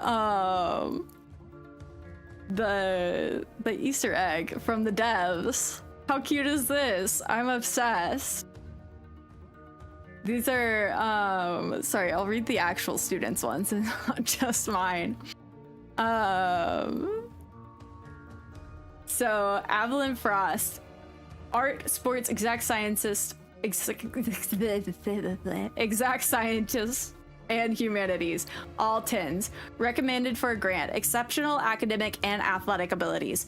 Mickey Elderwood, 10, 9, 10, 10, a potential grant candidate, but currently her physical fitness scores are insufficient, which is interesting. Permanent vacation, right? This is so cute. I'm so happy. This is so fun to see.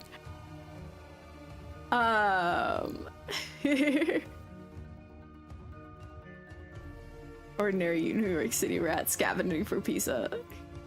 Doing the wild swing. This is so cute.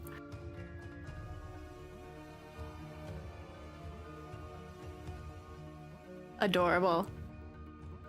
Average furry YouTuber that runs on fun and chaos. A sweet gamer who will show you everything.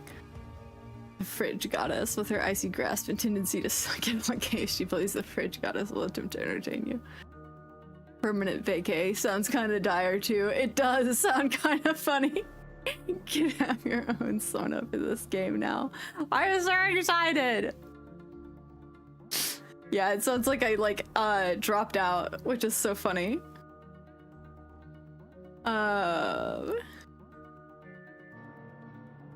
Cute. In wrapping the t-shirt, I found a folder on the cover written by hand. Grade reports, upper class. Wait, are these the documents Nico was talking about? The very ones that mysteriously vanished from the teacher's lounge? I opened the folder and saw detailed tables with grades, rankings, and teachers' comments. My eyes quickly caught familiar names. Evelyn Frost had flawless grades in every subject and maximum scores for athletic achievement. In the teacher's comments, it read, recommended for the grant. Exceptional abilities in both academic and athletic fields. Mickey Elderwood had high marks in the sciences, but slightly lower scores in athletic disciplines. At the bottom of the page, in neat, almost clerical handwriting, a final comment had been added. A potential grant candidate, however, her current physical fitness scores are insufficient. You stepped away for a second. How is that generated? Oh, I did the demo for the game, and so the devs put this Easter egg in for all the people who did the demo. And so I'm so excited that I also got the full game from them for like a key for Steam. Very fun. I'm very, very grateful. So that's so fun. Yeah, I was so excited. I got the email last weekend that the full game had been released and that I got a Steam key for it, and so I was like, oh my god, we have to. So that's why we do occasionally Sunday or Saturday pop-up streams for Atomic Games. Very excited. So you can get Rose Academy yourself on Steam right now. The full game has been released. According to preliminary results, the teachers were leaning towards awarding the grant to Evelyn, and Mickey resorted to theft to find that out. I'm so excited. Look at me. I'm so excited. I like that they also knew that I'm not very athletic, and so then I got a 6 in sports. However, I feel like my exact sciences score would probably be a little bit lower than a 9. I'm not very good at math and physics. You're literally on top, right? So cute. Very excited. Adorable, adorable.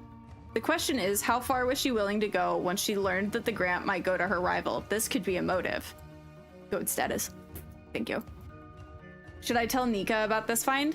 I think it's better to talk to Mickey herself first. Maybe she'll tell me everything in a friendly conversation, or worst case, I can put some pressure on her. Anyway, I'll figure it out as I go. Right? It's so fun.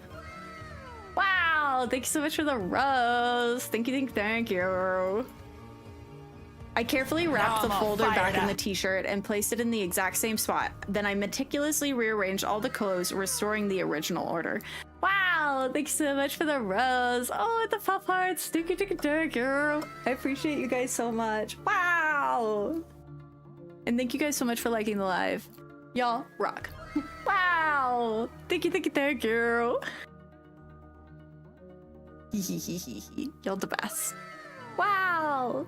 I love that sound. Wow. The anime WoW is like the best thing ever. And then of course we have Mao. I'm so excited for Apothecary Diaries to be back in the fall. Wow. Thank you. Thank you guys so much. Thank you, Zenith, for the hearts and the roses dagger. I appreciate all of you guys so much. Thank you. All right, on to the next room, right? Oh, wait, it's telling me I haven't searched all the areas yet. Oh, okay, I gotta search the top of this too. I shift my gaze to the bookshelf standing by Mickey's bed. The shelves were bursting with textbooks, reference books, and supplementary reading. The Mao is like a stim now, right? I love it. Wow! I methodically began going through each book, carefully pulling them out one by one and shaking them, checking for hidden notes or inserts between the pages. Willow, please don't jump into the window. There's a bird outside of our window and she's like gonna like put her head through it. Wow! Thank you so much for the gummy bear. So cute. Give us the Dinoroid.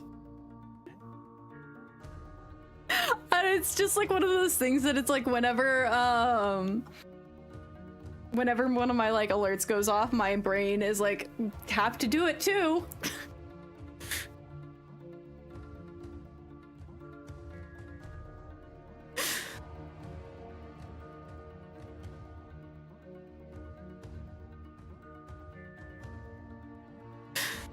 Wow. I don't know. It's just like a reaction.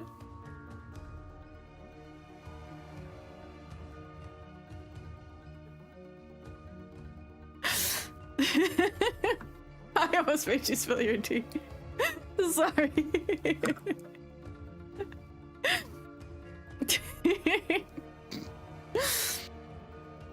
Most were academic classics, clinical toxicology, cell biology, biophysics. These are the kind of textbooks given to upperclassmen at university. Mickey is definitely serious about her studies, perhaps even excessively so. The shelves also held several novels, mostly scientific fiction, and a couple of old volumes by Stephen King and Lovecraft. From one of the books between the pages, several stickers slipped out featuring smiling boys in flashy outfits. K-pop idols, judging by the style. Interesting, not quite Annie's style, maybe they're not hers. What if Mickey secretly has a thing for pretty boy bands? Although, why am I surprised? Even most disciplined straight-A students or horror fans can have boys on their mind. About 10 minutes later, it became clear everything could be checked in the closet I had checked. Well, time wasted is also part of the job. Wow! That and the, I'm all fired up. And then whenever I get follows, kawaii!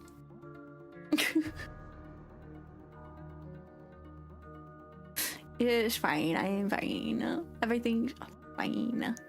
Quickly scanning the room, I checked against my memory. Wardrobe, books, bed, everything was in place. There should be no trace of interference. I glanced at my watch. 10 minutes until class ends, too little to search another room, but enough to calmly leave the dormitory.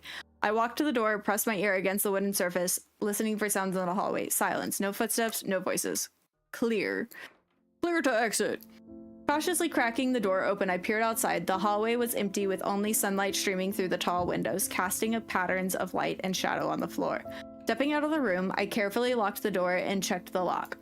The watch on my wrist silently vibrated, signaling that the academy students had just finished their 4th class. According to the schedule, the long break had begun. I need to go somewhere. The girls will be here soon, and I'd rather not explain my presence in the dormitory.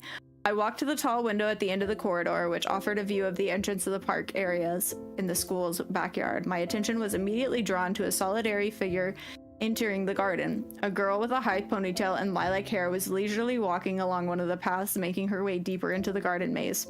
That's Sophie Williams. I think I know how I have to spend my time. I'll take a walk in the fresh air and have a chat with Miss Williams while I'm at it. Yesterday, she was too upset to open up. Maybe today I can get her talking and find out something. Sunday fun day. That's right, Zach. Hello. You didn't get the Red Bull, but if you get it now, you won't sleep. That's always the worst, like, decision you have to make. I hate that whenever I, like, think about having a Dr. Pepper later at night. Anyway, how are you, Zach? How's your weekend been? What are you up to? Oh. Once I reached the school's backyard, I involuntarily slowed my pace, captivated by the view. Now I'm all fired up. The garden was truly magnificent, as if transplanted from some royal palace. Just got off work. Nice. I hope you're able to get some rest and relaxation in now. We're playing an Otome game. We're on day 2. We're a detective currently trying to solve a murder that was staged as a suicide. I've been in my fan club for 1 month. That's so exciting. Yay. Thank you for being a fan for 1 month. Wow. Thank you so much for the heart, me. Thank you. So excited. Thank you. I really do appreciate that. That's super hype. Tall trees and well-groomed shrubs formed a natural labyrinth of alleys and secluded nooks. An entire army of gardeners must work here every day to maintain such beauty. Paved paths branched off in different directions, some disappearing around bends between garden walls of trimmed hedges. Following the winding trails, I finally came upon a small square with an elegant fountain at its center. Beautiful! A detective snooping through girls' closets, right? Pulling out a girl's bra. Being like, yeah, this is evidence. Jeez. But would it be an Otome game if we didn't have silly things like that? Nearby, in a white gazebo, I finally spotted Sophie. Sitting on the bench, holding a book in her hands, there was nobody else nearby. The place seemed completely secluded. Yes, the bras are very important. Perfect. Now Just what's needed for a candid conversation. Thank you guys so much for liking the live. This is professional behavior, says the detective, pulling out a girl's bra. Exactly. Sophie was sitting sideways to me and didn't notice my approach right away, absorbed in her reading. She looked peaceful. For the first time since we'd met, there was no trace of tears or tension on her face. When my footsteps became clearly audible, she raised her head and turned around. For a second, wariness flickered in her eyes, but upon recognizing me, she relaxed. Mr. Crofton, it's you. Hello, Sophie. Am I disturbing you? I see you're reading. Sophie carefully closed the book, not forgetting to mark a page with a small bookmark of a satin ribbon, and set it down on the bench beside her. No, of course not. Were you looking for me? I wanted to take a walk in the garden to get some fresh air. It's very beautiful here, though it's easy to get lost.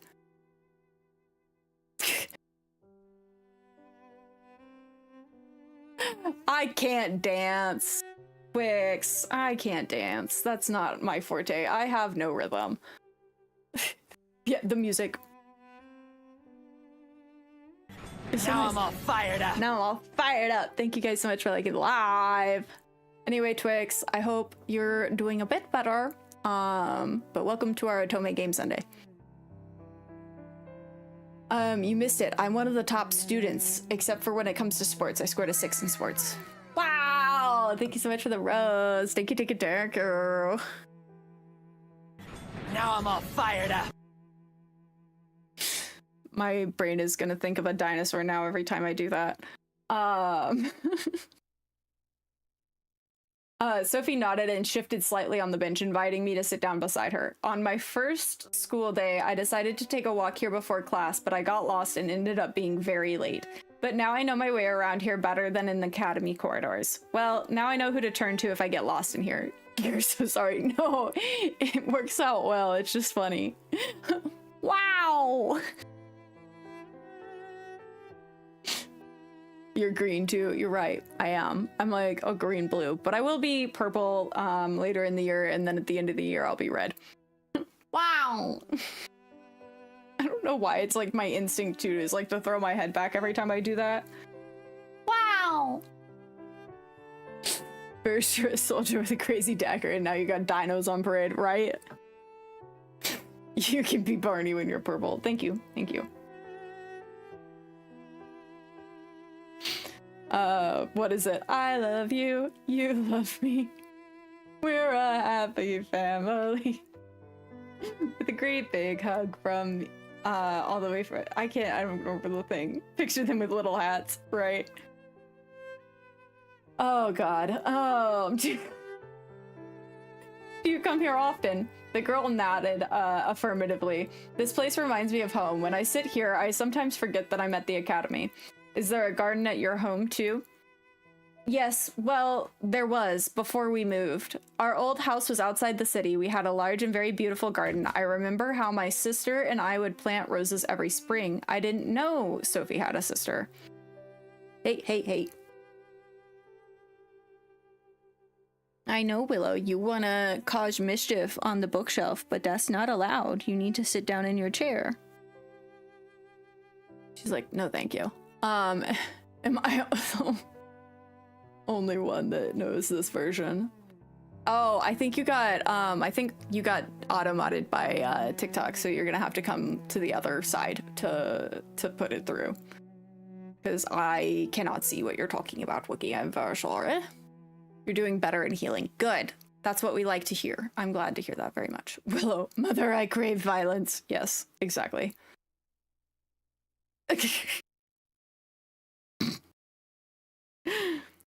Fair enough.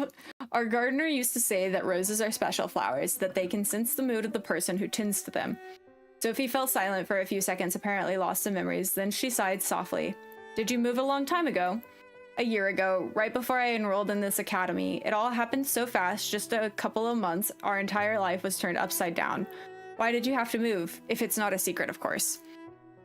Sophie looked away, shrugging vaguely. I noticed her fingers nervously fidgeting with the edge of her school shirt, crumpling the fabric. Family circumstances. Things happen in life. Sometimes you have to start over, even when you don't want to at all. Seems the move didn't make her happy. Financial problems, perhaps, or her parents' divorce. I was thinking parents' divorce.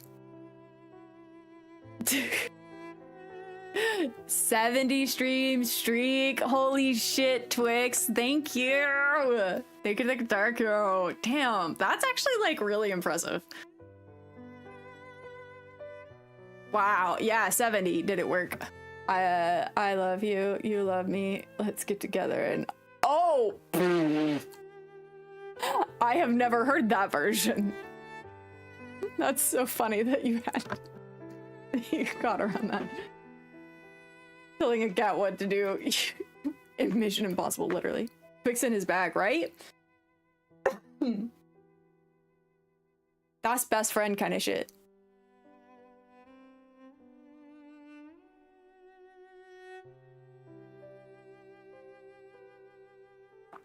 In primary school, that's so funny. Kids back in 3rd grade taught you that. I guess I wasn't cool enough in elementary school to know that version. What are you gonna do if your younger friends got you saying type shit?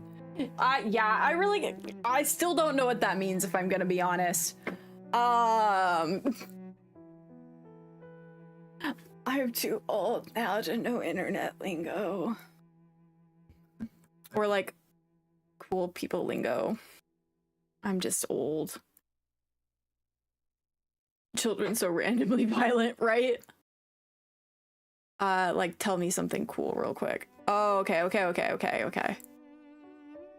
Type shit. Oh god, it's like when the 6-7 meme came out, I was like, I don't know.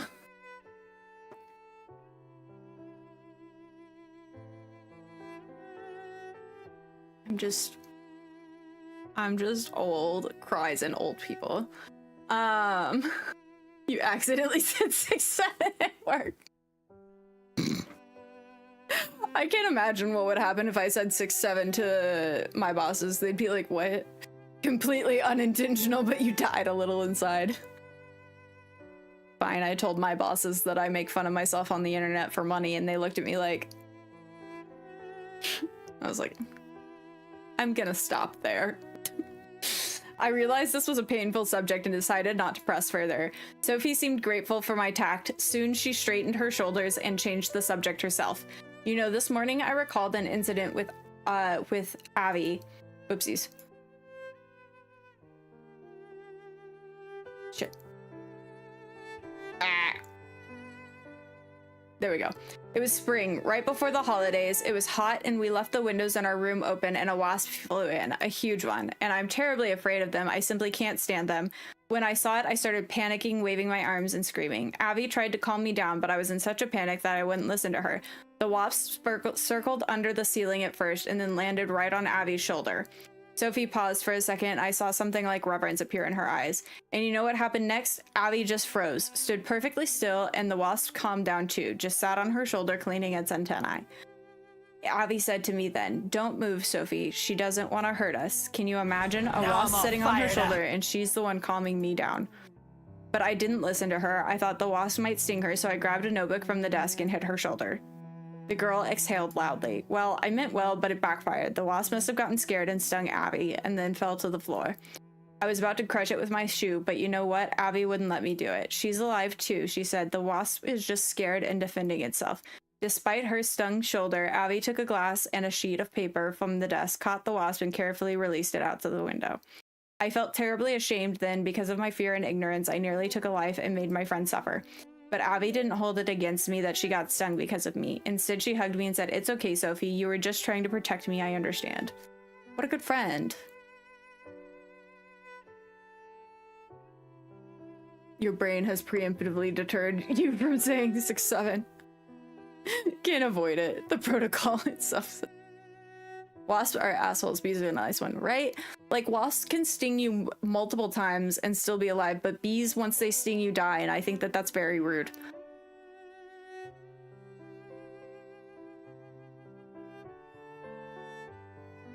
You know, that incident made me understand a lot about Evelyn, but about her views. She truly loved life, all life, even one as small and seemingly insignificant as the life of a wasp. Abby was one of those people who always seek a peaceful solution, who sees value in every living creature. She turned to me and looked me straight into my eyes. Her gaze conveyed firm resolve, though her eyes glistened with restrained tears. She loved life too much. Abby couldn't have just gone and hung herself. So I'm asking you, tell me the truth, Mr. Crofton. She didn't do it herself, did she? Evelyn didn't take her own life? Tell the truth or lie and say it was suicide. I need to think about what to tell her. I don't know why we have to be the one to, like, I think we should have a third option to be able to say it's not conclusive yet. Wasp over here is an important side character. Right. I don't know if we need to keep it a secret that it was murder as long as possible. So I feel like we need to lie, but I feel like I don't know if you guys feel like this, but sometimes the only way to the truth is with the truth. Now I'm all fired up. We already have been told that... I wonder what the wasp does in its free time. Yeah. Damn, this is nuts. It's so deep. I feel like we have to lie. Perhaps she's so confidently denying the suicide theory because she herself is somehow involved in Evelyn's death. In that case, it's better to let her think we still consider it a suicide. Wasping around. Although lying to her feels wrong, especially seeing how much she's suffering. Sophie, I understand how hard this is for you to accept, but all the evidence points to Evelyn having made this decision herself. Sophie watched me silently as I spoke. Her blue eyes narrowed, studying every feature of my face. Evelyn might have been hiding her feelings so as not to upset you. Sophie remained silent for several more seconds, not aversing her piercing gaze from me. I felt uncomfortable under the scrutinizing look. Forgive me, Mr. Crofton, but I don't believe you. Perhaps you think you're protecting me from the painful truth, or you have your own reasons for not telling me everything. But Abby couldn't have taken her own life, I know that for certain. She turned away, apparently unwilling to look me in the eyes any longer. In her profile, her face looks surprisingly mature and determined. I understand you're doing your job, but please don't think of me as a naive girl who can be soothed with pretty words. Wow! Thank you so much for the roses. Thank you. I couldn't find anything to say to Sophie. I didn't want to dig myself in deeper trying to convince her otherwise. Somewhere in the distance, a girl's laughter rang out, serving as a reminder that our private conversation could be interrupted at any moment. Wow! Thank you for the dinosaurs. Thank you. While no one has come yet, I have time to discuss another topic with Sophie away from prying eyes. Wow! The information Nika had shared with me yesterday surfaced in my mind. The security system data showed strange discrepancies in the records of Sophie's movements. Nika said that yesterday at 8 in the evening, Sophie entered the school grounds and then left at 10:30, but there's no data on her leaving anywhere during the day, nor any data on how she returned after her nighttime outing. And yesterday when I asked her when she was on the evening of the murder, Sophie clearly held something back. Ask about the security system data, postpone the conversation. We're clearly limited on time, so I want to ask about the security system data, but postponing the conversation because we heard those girls in the distance also makes sense. So I'm going back and forth. I'm waffling on a lot of the decisions that I need to make right now. I think we go ahead and ask. I mean, we already made one bad decision, so what's two? No, I'll ask after all this. Information could be critically important for the investigation. I'll try to phrase the question as delicately as possible so not to scare her. Waffling. Yeah, waffling. It's like the 6-7. 6-7. Gotta keep the streak going.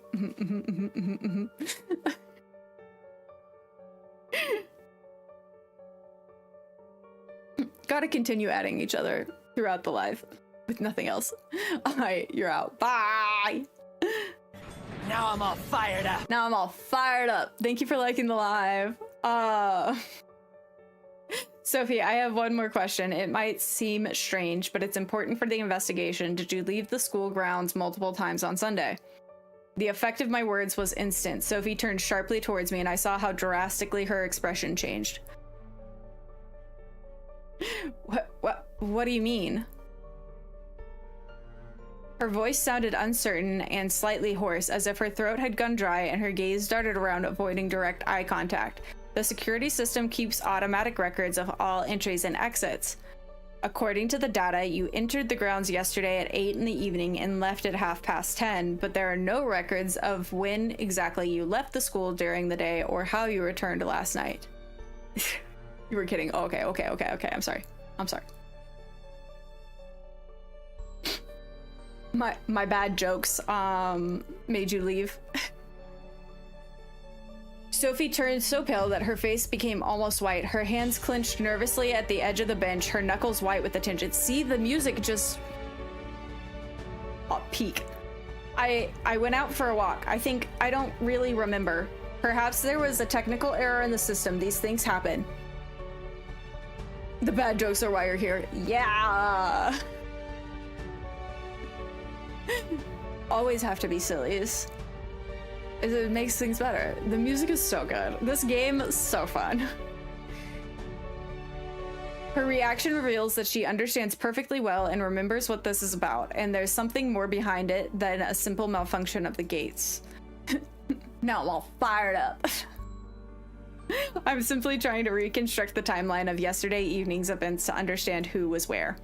Sophie quickly stood up from the bench, pressing the book to her chest. Her movements were abrupt and nervous. I need to get to class. As for the gate, it was probably some kind of glitch. I couldn't have left without coming back. Yes, that's probably the case. Well, I won't keep you any longer. Sophie nodded silently and hurried towards the gazebo exit, clearly eager to get away from the uncomfortable topic as quickly as possible. Kawaii! Great, now Sophie will avoid me and treat me with suspicion. Although her reaction itself speaks volumes, something definitely happened on Sunday evening that she doesn't want to talk about. Rising from the bench, I slowly walked around the gazebo, letting the information I'd gathered settle in my mind. This conversation was quite useful, but I'm not one who trusts words alone, and Sophie is clearly hiding something. Absent-mindedly slipping my hands into my trouser pockets, I felt the familiar weight of a set of keys. Sophie has gone to class. This is a perfect opportunity to search the room she shared with Avalyn. My intuition tells me I'll find something interesting there. Leaving the gazebo, I set off back along the winding path. It was time to return to the active part of the investigation. Time was ticking relentlessly, and the meeting with the Board of Trustees was drawing ever closer. Having left the picturesque garden and the gazebo with the fountain behind me, I leisurely headed back to the residential wing of the school.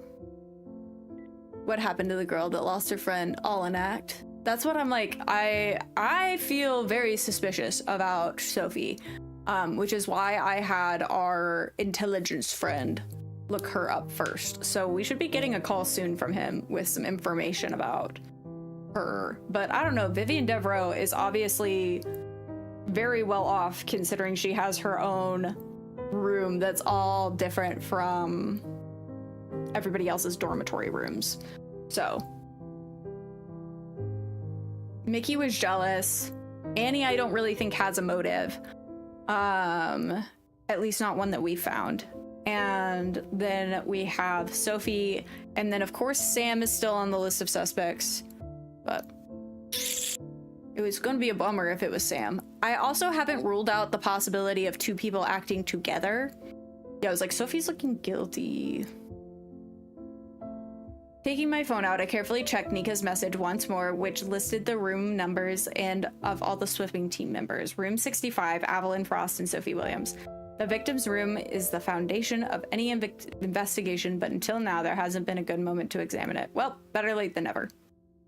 Period. Better late than never, indeed. Oh.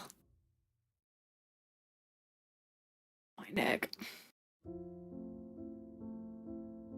Finding the right door, I noticed two small but eye-catching stickers on it. The left was a smiling yellow sun with little rays, and on the right, a blue snowflake with delicate lace-like patterns. Let me guess, the snowflake is the emotionless Avalyn, while the sun is the ever-smiling Sophie, which is funny because we haven't gotten to see that side of Sophie. I wonder how two such different girls became friends. Well, probably because they're roommates. And they were roommates. I listened for sounds in the hallway, complete silence. Taking out the keyring, I unlocked the door. It's quite cozy in here, and nothing suggests that one of the occupants of this room is dead. Well, of course not. It's been 2 days. Like Wednesday and the other girl. Yeah! Oh my god, I love that show. In history, we'll say they were roommates. Exactly.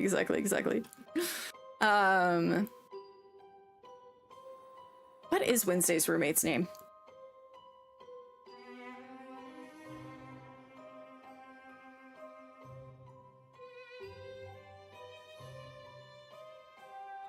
It starts with an I or an E. It makes the I sound. Or maybe it's an A. I guess it doesn't really matter, but anyway, I love that show and I love her. The rainbow colored one is quite amusing to me. 20 years later. Your sister did such a cute thing for your niece. Your niece was Wednesday and she was the girl. Pass, that's a mirror. A mirror or a minor? But anyway, she's cutie patootie. What? What? What?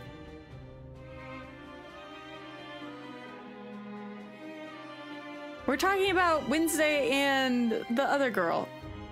You're a minor. They yearn for the mines, for diamonds. Yo. Really bothering me that I can't remember her name.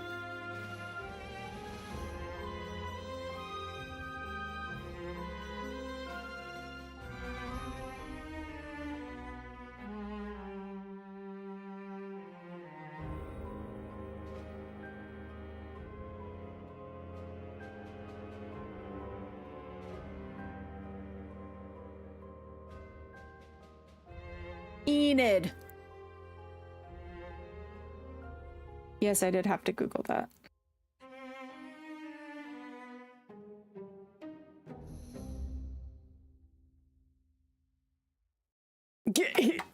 We got it at the same time. As a youngster, I yearned for the mines. I also Googled it. Wow! Thank you so much for the rose. Why does Sinclair sound familiar? There's a lot of fictional characters with the last name Sinclair. But Enid Sinclair. Quite cozy here. Nothing suggests that one of the occupants of this room is dead. With a practiced motion, I pulled out medical gloves from my pocket and put them on, and then I set a timer on my watch, 30 minutes, so I wouldn't overstay. Who is Claire and why did she sin? All right. Okay, we've got underneath the bed.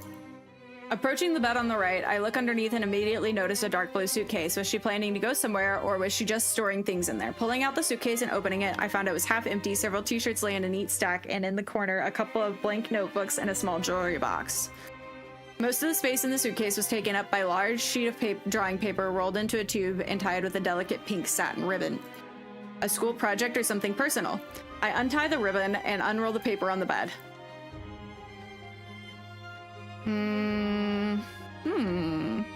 Me wonders if they were romantically involved and there was some sort of jealousy at hand.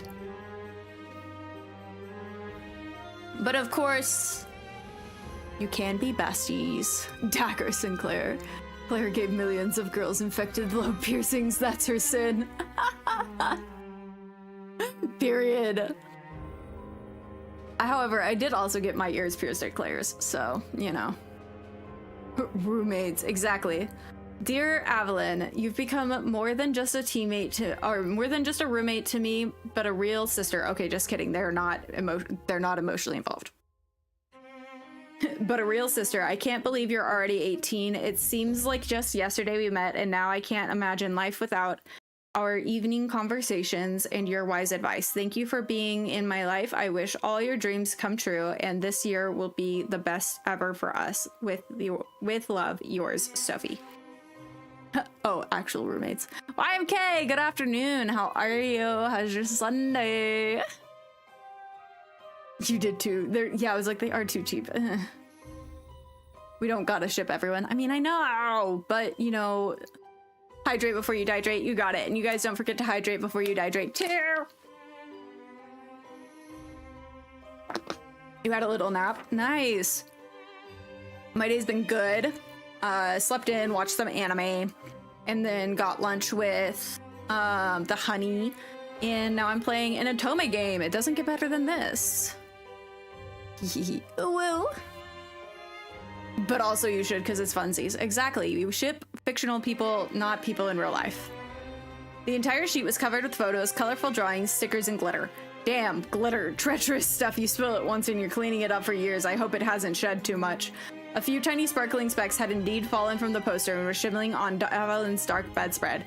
I gathered them up with my palm and tossed them back into the suitcase. Looking at the photo more closely, I noticed an interesting pattern.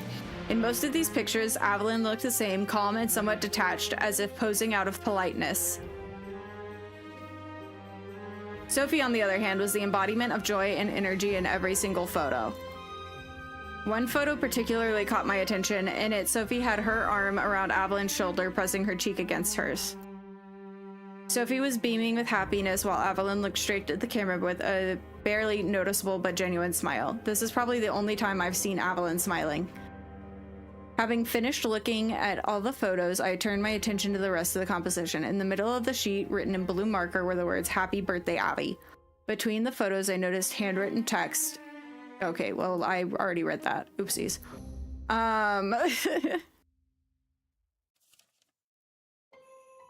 If only one could materialize right here. Oh, yes, tiramisu. Yeah.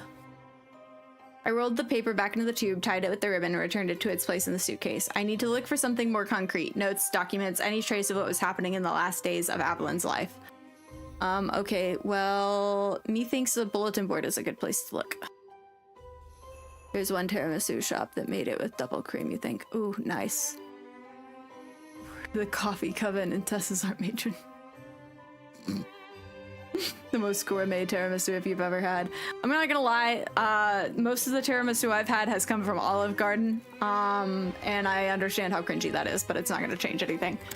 Look at my baby! Baby! Hi, baby. I need to check. Okay. She has been having, a bad habit of tracking poop around the house recently, so I need to check her bottom before she sits down anywhere. Whenever she comes back from somewhere. The breadsticks are delicious. Can we get crazy menacing robes? That would be so funny. All right. Sorry, I'm paying attention now. Okay. Above Avalyn's bed hung a small corkboard. On it was a planner calendar covered in blue ink entries. There weren't many notes, mostly marked dates for tests in various subjects and personal swimming training sessions. I scanned the entries. Chemistry test, personal training at 4, literature test, extra pull session. Avalyn was always planning her week, not suspecting she wouldn't live to see its end. Okay, oh, pencil thing. Over the desk, on the desk stood an open box of stationery. Among the pens and markers, I noticed several notes on a sticky pad. Buy shampoo, call mom on Wednesday, don't forget the chemistry essay, ordinary girls notes, nothing interesting. Okay, inside the desk. Then I moved the desk, opening each drawer one by one, but I found nothing new. Okay, interesting, nothing. Fuck this dude. Lock-in time. We gotta make sure we're in and out in 30 minutes. Sophie's bed. I look under the bed. There were house slippers and a couple of textbooks that had apparently fallen and stayed there. No longer expecting to find much, I decided to check the bed itself. I lifted the pillow and saw a small diary with a soft cover featuring a unicorn. Cute. Built into the thick cover of the diary was a flat metal clasp with a keyhole. I'm sure this is Sophie's personal diary. The lock, though, built into the cover looks flimsy. The mechanism is most likely made of soft metal like aluminum. If I press too hard, it'll simply crack or tear out along with part of the cover. I could try to pick it, but if I use too much force and break it, Sophie will immediately realize someone was going through her personal things. On the other hand, there could be entries about Avalyn's last days and what was happening before the school, happening at school before the murder. We're definitely leaving the diary alone. Yappy Chio reporting for duty. Hell yeah! Join the Yapper Club. Hell yeah! Welcome to Yap Century. I think we definitely leave the diary alone. We already fucked up with her once. I don't want to cause more problems. We'll leave the diary alone. No, better to not risk it. If I break the lock, Sophie will immediately realize someone was going through her personal things, and that would destroy any trust between us. Everything I need to find out, I'll learn through other means. Because we are honorable.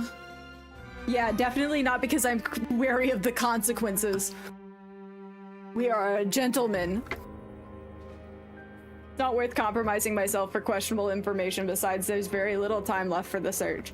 And if Sophie is truly involved in her friend's death, she'd hardly write about it in a pink unicorn diary and just leave it under her bed. I put the diary back in its place. Okay, check her shelves. No, okay, she doesn't have anything on her shelves. Okay, and it doesn't look like we can check the desk here, so Yapagon, Yapachia, Yapsouls, and Yaptes. Yep.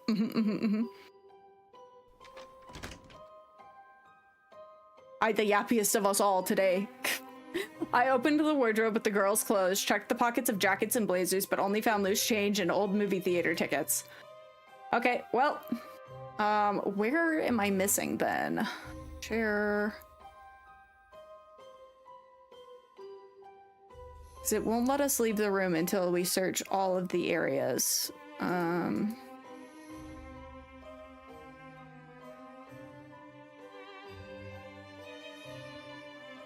If it was highlighted over here.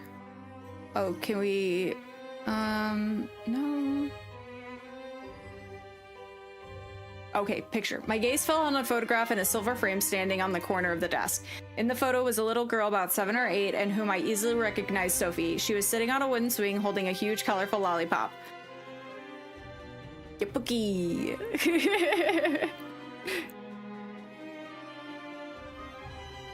Yapsouls does work best, I agree. But Yippookie is funny. The girl was wearing a yellow summer dress, her hair braided in pigtails. When she wasn't looking at the camera, she was gazing off to the side with lively curiosity in her eyes. A cute photo, but something's off. Looking more closely, I noticed something strange. The photograph was square, but the edge of the picture looked uneven, as if somebody had cut it. I began taking apart the frame to extract the photo. Oh, somebody had been cut out of the picture. Ooh, I wonder if it was her sister or somebody else. Maybe a parent? Probably rip a hole through. Yapuki. Oh, sorry, I'm cold. The extra E. Exactly.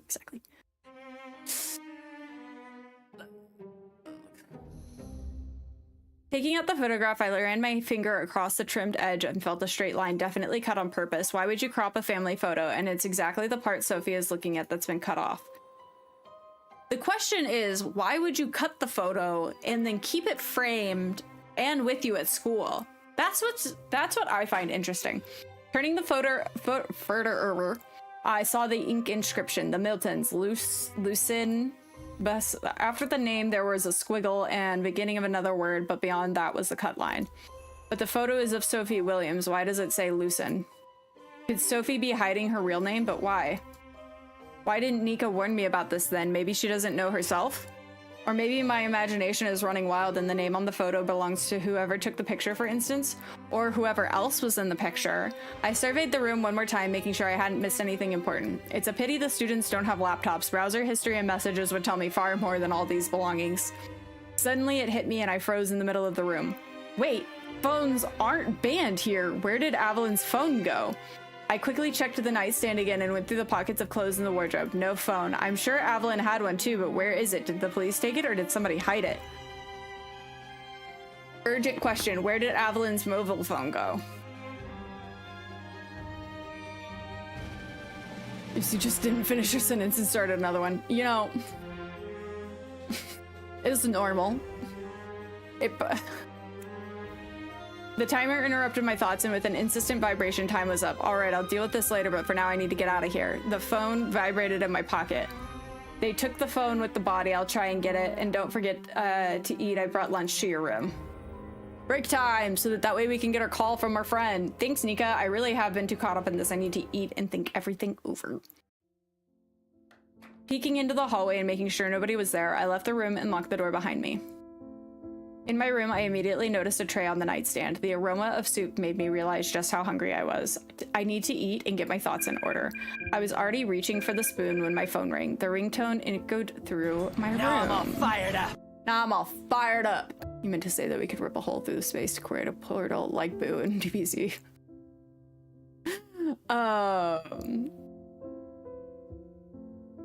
Fun fact about me, I actually don't really care for Dragon Ball Z. Who is it? I hope it's not an emergency from headquarters. I'm supposed to be on vacation. I thought we said that we don't answer unknown phone calls. I reluctantly put down my spoon and answered the call. Hello? Hey, buddy. Hope you're not too busy saving innocent students from a mysterious killer. Andy's voice carried its usual irony, but I caught a hint of excitement. He clearly couldn't wait to share the information he'd found. Hey, Andy. Hope you've got something worthwhile? Oh, trust me, I do. I've been digging through databases and found some interesting stuff. There's a curious story with your Sophie. Listen, can you send me a photo of the girl you asked me to look into yesterday? I need to check something. Yeah, sure, I'll send it right now. I pulled out the file with the students' photos and took a clear shot of Sophie's card, sending it to Andy right away. Something wrong? Did you find something on her? You're tearing our friendship apart. I know, I'm sorry. A lot of people don't like that I don't like Dragon Ball Z, my partner included. It's his favorite anime. So, dad's generation of anime. I don't know. I don't find it interesting. The pace is slow. I don't know. I just think it's lame. As far as like the story goes, the fights are really long. I know. I'm just. Could you say it's cool because your partner's likes it? I'm sorry. I know. It's just like I don't know. Which is ironic because I love One Piece, and so that pacing ass. Especially in the beginning. But I don't know, I felt like Dragon Ball Z's Honesty is important in relationships. Exactly. He doesn't like One Piece. I don't like Dragon Ball Z. We call it even. You can't watch One Piece. Including saying something is ass. Period. But yeah, no, I don't like Dragon Ball Z. The only part that I really cared for was the very end, whenever the son was all grown up and finally started having the romance with the horrible karate guy's daughter. So true, you concur. Something wrong? Did you find something on her? Give me a couple minutes. I could hear the sound of rapid typing through the phone. Damn it, I knew it! When I started looking up Sophie Williams yesterday, I found a ton of matches for the name, but not a single one matched the description. Wrong age, wrong details. And now that you've sent the photo, I'm absolutely certain. According to the official database, this girl doesn't exist. Wait. What do you mean doesn't exist? What does that even mean? Well, either she's in the country illegally, without papers, or this girl is using somebody else's identity. She might be living on forged or stolen documents. Are you sure? Did you check everything properly? You wound me. I spent half the day trying to find something.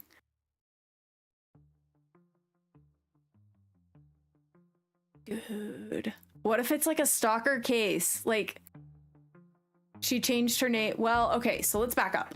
We know that she had to move unexpectedly last year, right before she came to the school, which maybe something happened then that made her need to have a fake name. Or she's a stalker. And also the murderer. Either way, things are fishy. I'm sorry, but I can't provide any information about a girl named Sophie Williams simply because officially the person doesn't exist. Your suspect is a ghost in the system. I fell back on the bed staring at the ceiling. Who are you really, Sophie Williams, and what are you hiding? I get it. So who's next in line? Who else do you need me to dig up info on? Sam Rivers. About Sam Rivers. Deal. Expect a call tomorrow. And by the way, having relations with minors is a criminal offense in case you forgot. At least they acknowledge it. Get lost already. That's why we have 2 Dateables. Good friend there, right? I picked up the cold soup, but my appetite was gone. You know, mine would be too after I realized that her best friend, roommate, and potentially stalker was the one who might have done it. Without much desire, I finished it and placing the spoon on the empty bowl, lay down and closed my eyes. Without realizing it, I had dozed off. I was awakened by a gentle vibration on my smartphone wristwatch. A reminder had come in that the last class of the day had begun at Rose Academy. I pulled out the schedule from my pocket and checked the class time. According to the schedule, Sam has a training session right now, which means her room should be empty. I stepped out into the hallway. There wasn't a soul in sight. If I recall correctly, Sam herself mentioned that she lived in room 91. Stopping at the door, I knocked just in case and froze, listening for sounds from inside. Several seconds of silence. Well, looks like the coast is clear. Maybe she did it in a way that's going to make it seem like someone did it, not her. It did it, not her, and was mad. They weren't going to pin it on the person they wanted. True. I took the right key from the keychain and turned it in lock. The mechanism gave way with a barely audible click. Methinks we're gonna get caught in this one. Stepping over the threshold and quietly closing the door behind me, I found myself in a room that looked similar to the one where I was staying. I put on medical gloves and looked around, forming a plan of action. Where might a swimming coach hide her secrets? Better start with the most obvious places. Of course, the bed. I approached the sloppily made bed, and the blanket lay in a heap. The pillows were bunched up against the headboard, and the edge of the sheets peeked out from the mattress. For somebody who invited us to her room, she simply does not keep it very clean. Not that I'm one to talk. It was self-unaliving, but it was to bring to light all the bad stuff other people have done. I feel like that is a dark plot. And hopefully not what happened here. I approached the sloppily made bed. The blanket lay in a heap and the pillows were bunched up against the headboard, and the edge of the sheet peeked out from underneath the mattress. First, I looked underneath the bed itself. Several pairs of sneakers and a sports water bottle were laying there. Carefully lifting the corners of the mattress, I peered into the gap. I immediately noticed a glossy corner, apparently some kind of magazine. Oh no.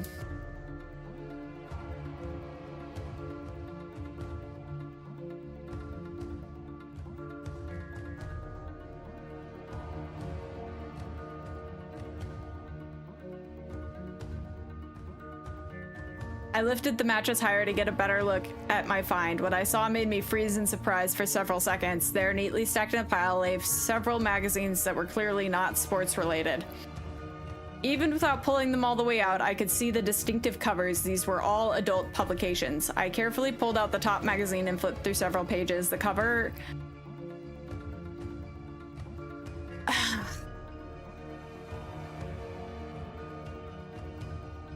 And my live was just restricted for suggestive content. Whoopsies. This is Sam's room, Wookie. Not a good look for our girl. The cover in every spread, I carefully pulled out of the top magazine and flipped through several pages. The cover in every spread features erotic photos of young women. Well, that's a twist. So Sam isn't only interested in men, and possibly she isn't interested in men at all. But she was flirting with me, and quite openly at that, although maybe that's just her way of interacting, a way to divert attention from her true preferences. I continue examining the contents. There were 5 magazines in total, and all of them featured the same type: slender, young women. All right, Sam's personal preference shouldn't concern me, but the question arises, how appropriate is it for such a person to work at a school for girls? Okay, that's homophobic. The real questionable part of this is the fact that it says girls and not women. Now I'm all fired up. Right? It was like the questionable part is not the fact that she likes women. The questionable fact is the fact that that says a girls magazine and not a women's magazine. Because you can be gay and still work at an all-girls school or an all-boys school. That's not the problem here.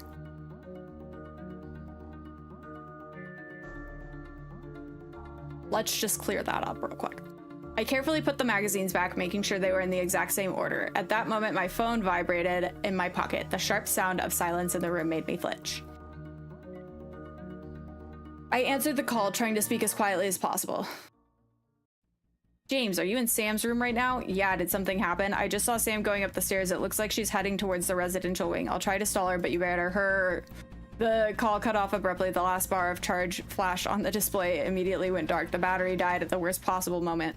Why is Sam coming back so early? The training session was supposed to last at least another hour. I quickly looked around the room, mentally assessing the work I had done. Of my planned search, I had only managed to examine a third. The remaining potential hiding spots remained untouched. Time was critically short, and the investigation demanded much more information. No, leave now. What are you... We're not getting caught. Your decision has affected the relationship. Without hesitating another second, I quickly scanned the room, making sure I hadn't left any traces of my presence. I removed the gloves and walked to the door and pressed my ear against it. The hallway was quiet, but that could change at any moment. Cracking the door open and making sure that the hallway was empty, I stepped out of the room and locked it. The key turned with the same quiet click.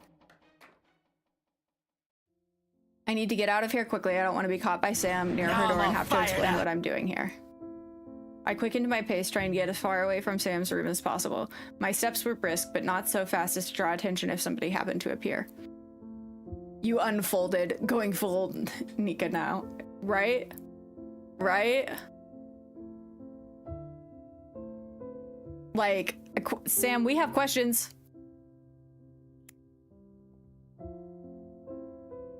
Important ones. Can you sit down, Willow, please? You can sit in my lap, but you need to find a way to sit.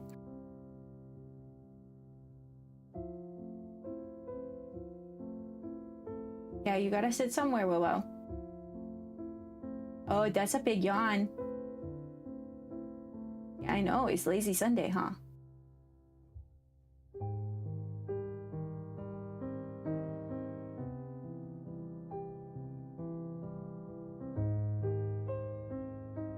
I'm just like... What? Why couldn't it have just been a women's magazine? Until we find sus magazines in her room too, right? The plot thickens, right? Right? Gross. I'm so sad. This was not something I saw coming. I had just reached the staircase when a familiar figure appeared on the flight below.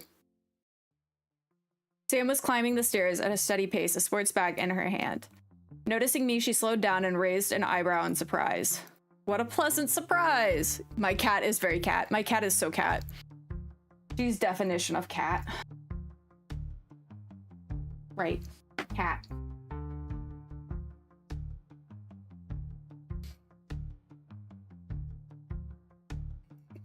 Her voice carried genuine surprise mixed with curiosity. I put on a calm smile, although I could feel my pulse hadn't returned to normal yet. Good afternoon, Sam. Coming back from training?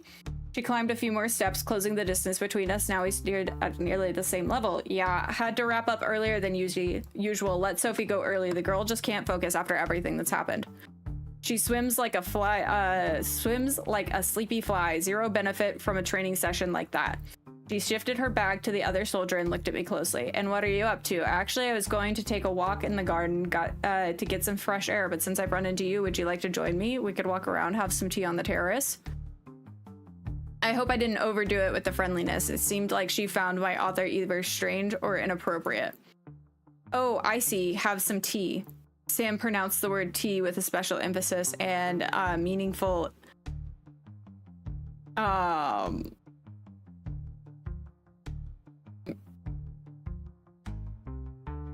as if something meaningful intonation, as if something entirely different was hidden beneath the innocent word. You know what? That's a great idea. I'd love to join you. I just happen to have some wonderful Scottish tea lying around, very high quality. Would you like to come to my place and try it? I understood that accepting her offer could lead to a rather ambiguous situation, but at the same time, it gave me an opportunity to gather information in an informal setting. Sounds tempting. I won't say no. Yeah, I was like, we have to say yes now. Excellent. Then let's head to my den. Oh, y'all, I'm stressed. Scotland. Scottish. The door opened and Sam gestured for me to come in. I stepped over the threshold and she followed behind me, like we weren't here just like 3 seconds. Yeah, you'll raise suspicion. Yeah. But what the hell is the insinuation, right? I mean, don't get me wrong. I also swing both ways, but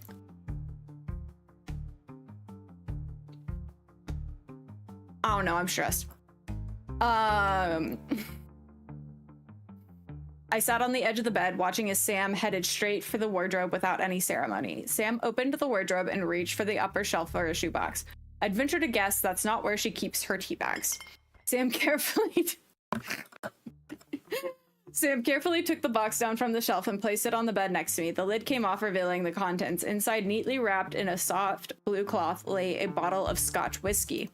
Next to the bottle sat a small glass tumbler and battered military-style flask.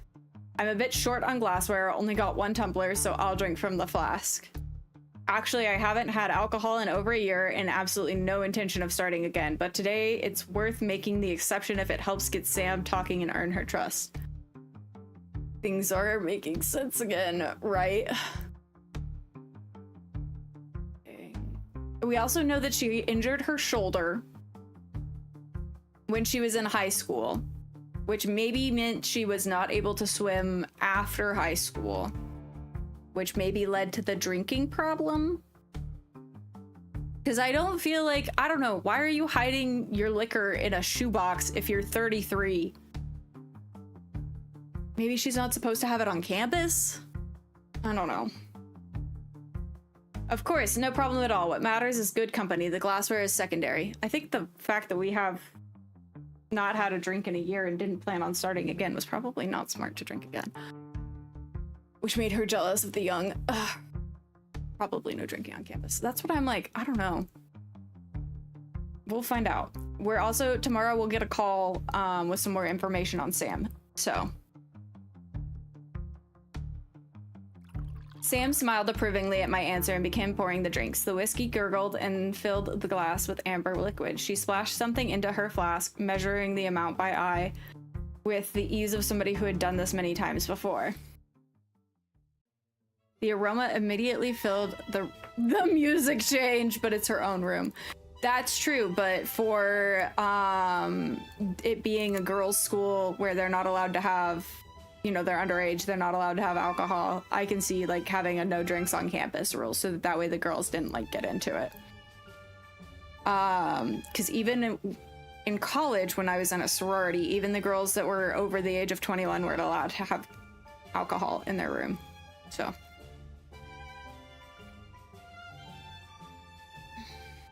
The aroma immediately filled the room, rich with notes of smoke and oak. After that, Sam pulled up a wooden chair right across from me. The distance between us became minimal. When we had both sat down, our knees practically touched. I proposed a toast to good company and new acquaintances. To good company, and to making this evening one we'll both remember. We clinked the glass, tapping softly against the metal flask. Bringing the drink to my lips, I took a first sip. The whiskey was indeed high quality, but devilishly strong. The liquid spread like fire down my throat, making my insides burn pleasantly. Excellent tea, Miss Rivers. Sam laughed loudly and took a big, confident swig from her flask, clearly feeling no discomfort from the strong drink. Listen, how about we drop the formalities? It feels kind of stiff otherwise. I don't mind, James is fine. Tell me, James, why did you choose this profession? You know, it's pretty standard story. I followed in my parents' footsteps. I got my first experience at 14. Of course, there were moments, especially during my student years, when I doubted my choice. I wanted to drop everything, take off, and run where my eyes would take me. Never come back to this work or this life. Find something of my own, not imposed by family. And what stopped you? Cowardice or common sense? Probably a bit of both, but mostly with each passing year, it became harder to make any drastic changes. Well, I think it's really your thing. You're tough as nails. Sorry, having to find my mouse again. Well, that's nice to hear. Although being cold and suspicious isn't always a plus. That's probably why I don't have a serious relationship or a family. You're constantly thinking about the case, analyzing, building theories. Sam gave me a pointed look. Are you analyzing right now too? Right now I'm simply enjoying pleasant company and a quality drink, although it's truly hard to completely switch off from work mode. Sam smiled contently and poured me more whiskey without asking permission. Oh god. Oh god, we're gonna be drunk whenever we go to our dinner date. Oh no. Or miss our dinner date entirely. Oh god. The music makes it sound like the whiskey is spiked. I deliberately created the impression that I was keeping up with her, frequently bringing the glass to my lips but only taking sips. Meanwhile, Sam was emptying her flask quite actively. Excellent. She's drinking faster than me, which means she'll soon become more talkative. It's time to steer the conversation towards her. Bro, what? You didn't know you could say that? Ah!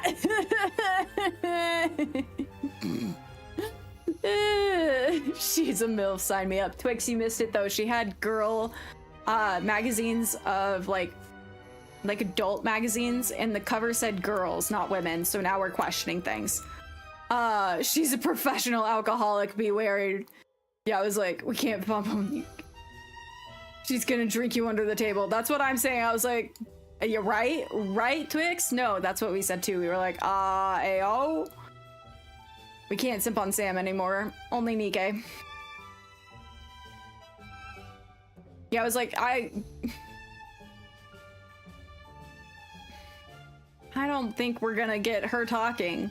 Enough about me, it's your turn now. Tell me, how did you get into coaching? Most coaches have the same story, a promising sports career cut short by an injury. I'm a genius! At 16 at competition in Tokyo, I was considered a rising star of the junior national swim team. Those were my best years. I competed, traveled across countries, and was even noticed by a coach who trained Olympic champions. And then everything just went to hell at one stupid competition. Nothing special, just a regular regional meet. But I went out there with a fever and an already injured shoulder. I'm not the type to back down. Too proud, too stupid. On the final push, my shoulder just tore apart. The pain was savage, but I swam to the finish on pure stubbornness, even took the gold. The image of the photograph from the coach's office that Annie accidentally broke this morning came to mind. A young Sam on the podium with her shoulder carefully bandaged.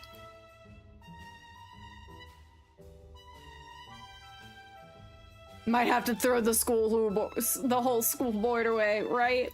Complete ligament tear plus complications. For months, the doctors couldn't say for sure whether I'd be able to return to the sport or not, but I was stubborn as hell, kept training through the pain against the doctor's orders.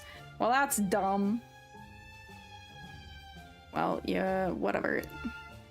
But the body wasn't the same anymore. The technique was off, the speed was off, and the shoulder could give out again at any moment. Can you imagine what it's like when your own body betrays you? Yes, very well, actually. She sharply tipped the flask back, finishing the last of the whiskey. In the end, I had to give up. My sports career was over before it really started, and what to do next? Hell, if I knew, swimming was all I could do.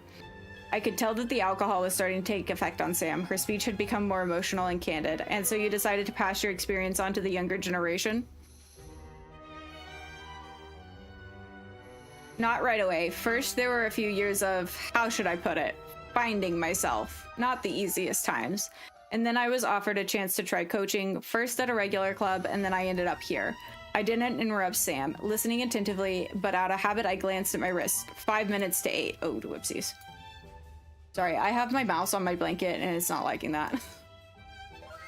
Wow! Thank you so much for the rose. Darker. Damn, I was planning to meet Nika at 8. But on the other hand, Sam was just starting to open up. A chance like this to have a heart-to-heart with Sam may not come again. Tomorrow she'll sober up and become guarded once more. On the other hand, Nika and I agreed to meet this evening. It would be very rude to let her down at the last moment without even letting her know. Stay with Sam, apologize, and leave. Do we have to apologize and leave? As much as I would love to continue trying to get Sam drunk, I am not risking our relationship with Nika.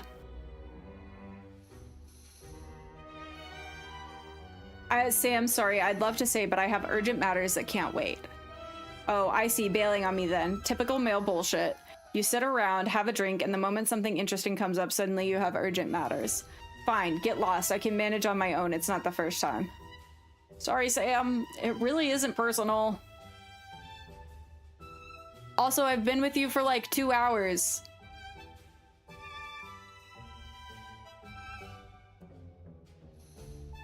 It's personal, right? But I really enjoyed spending time with you, truly. She snorted and turned away towards the window, pointedly ignoring my attempts to smooth things over. Yeah, sure, go on. Go run to your urgent matters. See you tomorrow, Sam. Good night. The only response was a contemptuous sniff. I headed for the door, feeling her displeased gaze on my back. Wow! Thank you so much for the roses and the puff heart. Wow! Stepping into the hallway and carefully closing the door behind me, I felt a mix of relief and guilt. Damn, that wasn't pretty, but what could I do? I had an arrangement with Nika. And Nika also is the only romantic interest at this point. I hurried down the corridor towards the principal's office. On the way, I glanced at my watch. Running late, but not critically. Stepping through the doorway, I saw Nika at her desk. James, I was starting to think you wouldn't come. You weren't answering your phone and I was getting worried. She rose from the desk and walked over to me. There was a certain nervousness in her movements. Is everything all right? You didn't get caught? Everything's fine. I managed to get away thanks to your warning. Thank you for covering for me. I took a set of keys from my pocket and held them out to Nika. And my phone died at the worst possible moment. I see. The important thing is that everything turned out fine. Wow! Thank you, Jay. Thank you. Hello. How are you? Happy Sunday. What have you been up to today? Welcome in. We are playing the Otome game, case number 1, Rose Academy, and it is so good. You haven't seen me in a while. I'm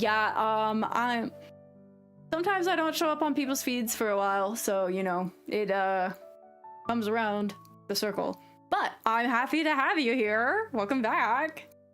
We're playing some fun games today and making some decisions to romance either the coach or the principal of this high school where we're solving a murder case at. Made pot roast and mashed potatoes and garlic bread. Yum! Delicious. Very jealous. Shall we go to that cafe you mentioned? Nika paused and looked at me with a guilty expression. I just called them to book a table, but as it turns out, the cafe is closed today. They're having some technical issues. It's the only decent place around here. No worries, we can just take a walk. You know what? I have an interesting little idea. Follow me. The intrigue in her voice made me curiously follow her towards the office door. Ooh.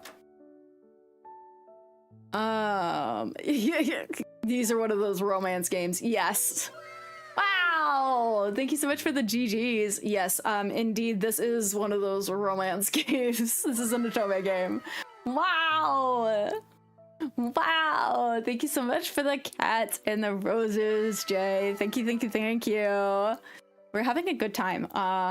We're about halfway through the game at this point, I think. TBD. But we found some interesting stuff, some mysterious things. Yeah, romance game, nothing else. We're definitely not solving a murder. A few minutes later, we found ourselves in the school kitchen. We didn't make it to the cafe today, but I won't leave you without dinner. Oh, cute, she's gonna make dinner for us! Everyone get excited. She walked over to the cabinets and took out a white apron. I don't cook often, so don't expect any culinary masterpieces, but I think I can handle pasta. Tying the apron, Nika looked very focused. You know what? That look suits you. If you ever get tired of running the academy, you could always become a chef. Gotta support fellow streamers. Yes! How has your streaming been going? What are you playing lately? If we can't sort out the Avalon case, the future might become very likely. Nika pulled her phone from her pocket and quickly scrolled through something on the screen, clearly checking the recipe. Then she began gathering ingredients, a pack of spaghetti from the pantry, bacon, and cream from the fridge. Ah, her movements were a bit flustered, betraying her nervousness. I inspected 3 rooms today, and Nika turned sharply towards me, raising her hand with a stopping gesture. James, wait, I promised myself that during tonight's dinner, I wouldn't think about the investigation. I fall asleep and wake up with these thoughts during the day. There's probably not a single minute where I can forget about it. She placed the pot on the stove and turned to face me. I really need this right now, just a couple of hours of being myself, not the principal of an academy where a murder took place. Sorry, I understand. We'll discuss it later. She said, sorry, we're not allowed to talk work during our date. This is very intentionally a date. Wow, I'm glad that you're enjoying Resident Evil 9 so much. That's not a game for me, but I've heard really good things about it. And I also, the best thing I've heard about that game though is that the spider mod turns them into Thomas the Train engines, and I think that's hilarious. I walked over to the hook next to where Nika's apron was hanging and took another one down, exactly the same. Oh, we're both in aprons now, cute. Nika raised an eyebrow in surprise, watching me put on the apron. What are you doing? You didn't think I'd just stand around watching you cook alone, did you? Tell me how I can help. Then take care of the bacon. Cut it into small pieces. The cutting board and knives are over there. She pointed to the counter next to the stove. I took a knife and began carefully slicing the bacon, glancing at Nika from time to time. If someone had told me 10 years ago that we'd be standing in a school kitchen making pasta with Nika, I would have never believed it. Yeah, you've seen the Thomas mods. I think there's hilarious. There's spiders and RE9. There's spiders in every game now. It's always bugs. I hate it. You know, I've always envied people who can cook. It's such a peaceful activity. Yeah, I know what you mean. I don't think I've had a home-cooked meal in over a year. At best, I managed to heat up some frozen food in the microwave. Felt, James. Felt. Work eats up all your time and energy. I carefully cut the bacon into small pieces, trying to make them all the same size. Do you ever regret your career choice? Have you ever thought about just dropping everything? There were moments, especially during my college years, when I wanted to drop everything, take off and run wherever my eyes would take me, never come back to this job, to this life, find something of my own, not imposed by family. And what stopped you? I don't know, I suppose at some point it just became habit. With each passing year, it became harder and harder to make drastic changes. At first, I was just studying and didn't really think about the future, living the student life, taking exams, dating girls, then gradually I built up colleagues, professional connections, friends at work.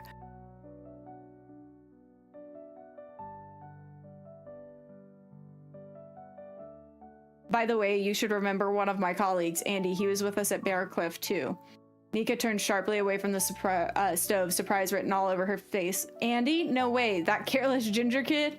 The very same. We even went to the same university later, and now we work in related fields. He helps me out a lot.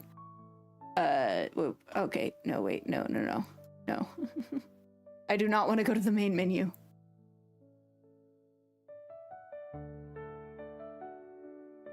See, Wookie, you just have to install the Thomas the Train mod, and then you don't have to see spoilers. Wow! Thank you so much for the rose. Thank you, Tick-a-Tacker. Oh, man. My neck. I'm gonna have such a bad time after this. By the way, he sends his regards. Say hello back. I never would have thought that he'd end up doing something serious with his life. Yeah, he's changed, but overall those connections shaped the rest of my life. I found my own social circle, shared interests, work became a bit more enjoyable and entertaining. Nika listened attentively, occasionally stirring the spaghetti in the pot. Her eyes were focused on my face, but even now I occasionally think about leaving the profession, especially after difficult cases. When you've seen too much human cruelty, wickedness, in moments like those, there's a burning desire to drop everything and do something more uplifting. What keeps you going besides working with an old friend? Where would I go? There's no longer a question of, do I want to leave, but where would I go? It's too late to go back to university. I'm not the right age for that. Starting a new career from scratch, it's emotionally draining and a financial risk. I finished the bacon and slid the cutting board over to Nika, watching her add the sliced pieces to the pan. And besides, at this age, you don't want to feel like a complete beginner all over again. When you've earned a certain status, gained the respect of your colleagues, giving all of that up for the elusive chance to find yourself, that's a big risk. I'm in a similar position, both with work and with my personal life, to be honest. Surely the principal of a prestigious academy isn't lacking in admirers. Nika gave a bitter smile. You know, working at this academy has its obvious downsides. The only men around here are the elderly gardener and Johnson, our tech specialist. And what's wrong with Johnson? You know, I think Johnson is the type of man who prefers two-dimensional women. Damn, what a jab. What a jab. They said, I'm looking at you, audience. Johnson's an otaku, I guess, right? Didn't have to do him like that. Didn't have to do us like that. What are we doing? Dating two-dimensional women. Yeah, right? We didn't need to be attacked here. I see. Not your type. To put it mildly, yes. And I don't even know if I'm ready to change anything. This job is important to me. Isn't personal happiness important too?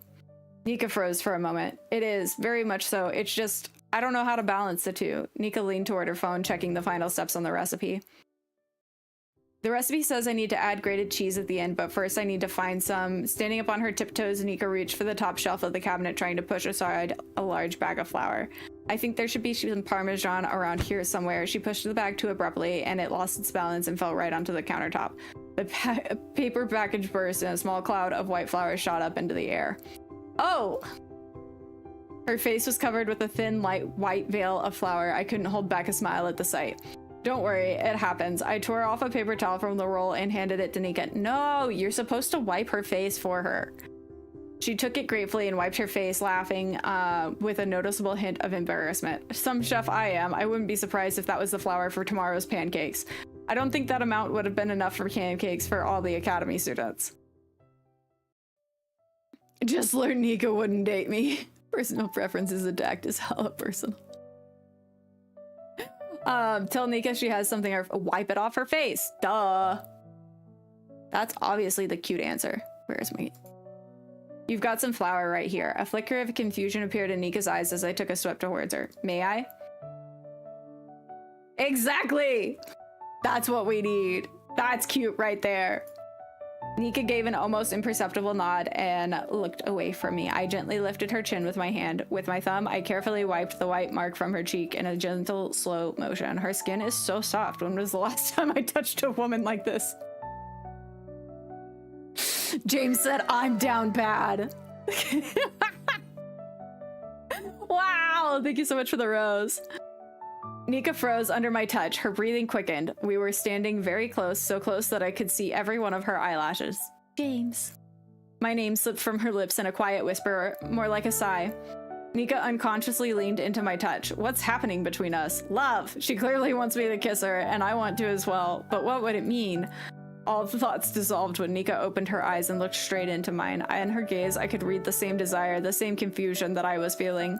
Nika leaned towards me almost imperceptibly, her free hand gently touching my chest, her fingers lightly gripping the fabric on my shirt. Our lips were millimeters apart. I leaned in, not giving myself a chance to reconsider. No! Not the timer! We have to fix the food! The piercing sound of the stove alarm shattered everything in an instant. We abruptly pulled away from each other as if snapping out of a trance. Such terrible timing, and then we woke up. Yeah, it's bow bow bow. Womp womp. Damn. My heart was still pounding wildly, and the sensations lingered in my memory. The warmth of her skin, the scent of her hair, the way she looked at me. Nika hastily turned back to the stove, her movements flustered, even nervous.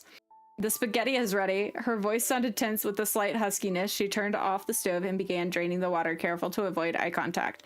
Then she transferred the pasta to the bacon and mixed it thoroughly, as if it required her full concentration. I never did find the cheese. It's no big deal. I'm so hungry I wouldn't even notice if it's there or not. Nika served the pasta onto plates and, to my surprise, simply sat down on the edge of the marble countertop. I followed her lead, settling down next to her in a comfortable distance. I was the first to try the pasta and immediately realized the spaghetti was clearly oversalted. I had to use all of my acting skills from not wincing. Well, how is it? Not bad at all for our first time. Nika glanced at me and I thought I noticed her cheeks turn slightly pink. Following my lead, Nika twirled the spaghetti under her fork and put it in her mouth. Her face immediately contorted into a grimace. Oh my god, this is inaudible. I think I went overboard with the salt. She looked at her plate with disappointment. You don't have to eat this. I'll check what's in the fridge, or I can reheat whatever we serve for dinner tonight. Don't worry about it. I made a show of eating another large bite of pasta. See? Perfectly edible. You don't have to eat it just to be polite. I'm not being polite. I just haven't had a home-cooked meal in a long time, even if it is a bit oversalted.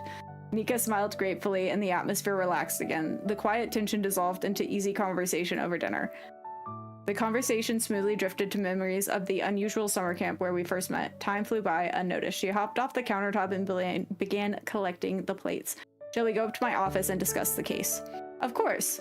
I nodded, realizing that our little escape from reality had come to an end. It was time to get back to the investigation of Evelyn Frost's murder. Teehee. Cute. Back to the office. No, now it's work time. We just finished up cutesy time. We have to focus. Yapagon! Exactly. 500 comments. Whoop whoop. Danko for coming out and hanging with us. And yapping. It's always a fun time when we're hanging out and playing a good Otome game. I wanted more cute times, right? No, this is the one thing like about this kind of Otome game is where it's like really more like story based. Whereas like the other one we're playing right now, you're out of control, as you should be. The other one that we're playing right now, Bewitching Sinners, is definitely more like flirty relationship based. But there's two types and they're both fun to play. We went up to Nika's office. The sight of work folders and papers instantly brought my thoughts back to the unresolved questions. Nika walked to her desk and turned on the desk lamp. So, how was your day? Did you manage to find out anything new? I learned lots of interesting things about your students and the teacher. Care to share? To keep you in the crime investigation, right? Don't take it personally, Nika, but I can't. I think for now it would be better to keep all the facts and evidence I've gathered to myself. First and foremost, I don't want to put you at risk. If during the trial it comes out that you knew about this in advance, certain questions will inevitably be raised about you. Why didn't you report it to the police immediately? Why didn't you take appropriate measures? She was silent for a few seconds, clearly considering my words. You know, you're probably right. Sometimes ignorance really can be a form of protection, though I must admit I'm dying to know the truth about what's going on at the academy. Believe me, as soon as all of this is over, I'll tell you everything. Nika nodded and leaned back in her chair. What about your news? I hope your day was calmer than mine.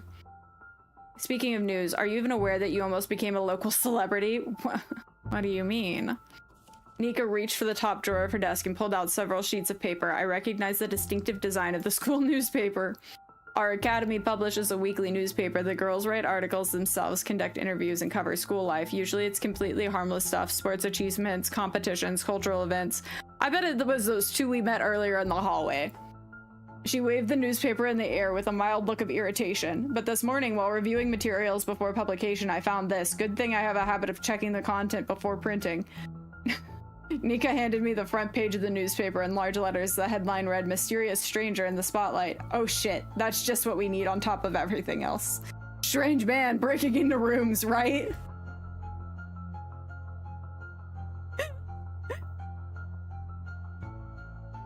Nika unfolded the newspaper and began reading aloud. A man in a suit was spotted on the academy grounds, attracting the attention of many students. The mysterious stranger introduced himself as I was so right!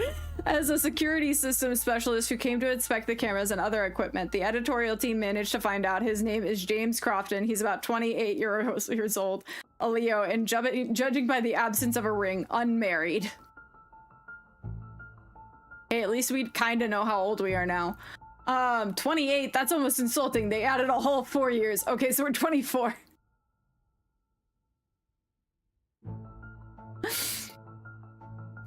It was very wise of you to not reveal the real reason for your visit. That cover story sounds plausible and doesn't raise any unnecessary questions, although I still didn't give permission to publish this article.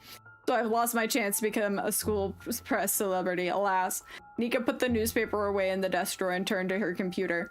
And for now, the really important news. Remember yesterday we requested the restoration of footage from one of the cameras? Here are the results. Her fingers quickly typed the password on the keyboard, and for a moment, the email window was already open. They sent me the file a couple hours ago. I've already watched it. Nika turned the monitor so that both the image was clear for us. The screen showed a long corridor on the 3rd floor where the classrooms and server rooms were located. I watched the entire recording from morning to evening, and look what I found. Nika quickly scrolled through the recording, stopping the playback at the 10:28 mark. You thought 28 for some reason too. Getting mistaken at 28 as 28 at 24 is some extra level of emotional damage. You guessed the wrong age though. I know, so close to 25. You're like, I don't know. I can't say shit though. I was the executive director of a museum at 25, so you know, I'm gonna keep my mouth shut. For several reasons, for several seconds, the corridor remained empty. Then from the right side of the screen, a figure in a dark hoodie entered the frame. The unknown person moved cautiously, occasionally glancing back as if to check with whether anyone was following them. What if he's the killer? Executive director, fancy. Yeah, it was the only position besides secretary. So it's not too terribly impressive. The figure approached one of the doors at the end of the corridor, the one behind which the server room was located. The unknown person grabbed the handle and began to turn it, clearly hoping the door would be unlocked, but the handle wouldn't budge. After a couple of more unsuccessful attempts, the hooded figure abruptly stepped back and quickly disappeared from view. I'm certain the fire in the server room was no accident. Someone wanted to destroy the surveillance footage as early as Sunday evening, but couldn't get into the room. I leaned closer to the monitor, straining my eyes, trying to figure out any identifying features for the person under the hood. I can't see the face at all. The hood covers everything. Nika shook her head in frustration. I also spent a great deal of time trying to make something out, but to no avail. The only thing we can say for certain is that it was somebody who was on academy grounds on Sunday evening, meaning either one of the students or someone from the teaching staff.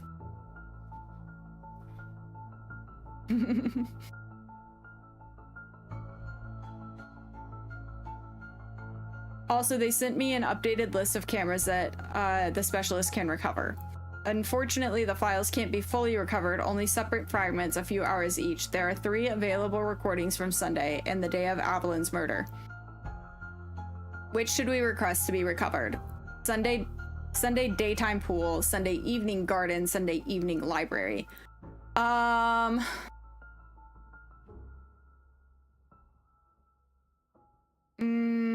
I feel like Sunday evening library because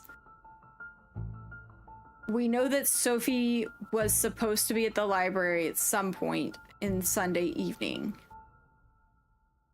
Even though I feel like Sunday evening garden would probably give us Sophie.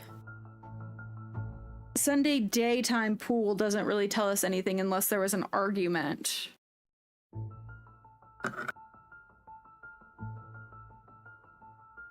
What do you guys think?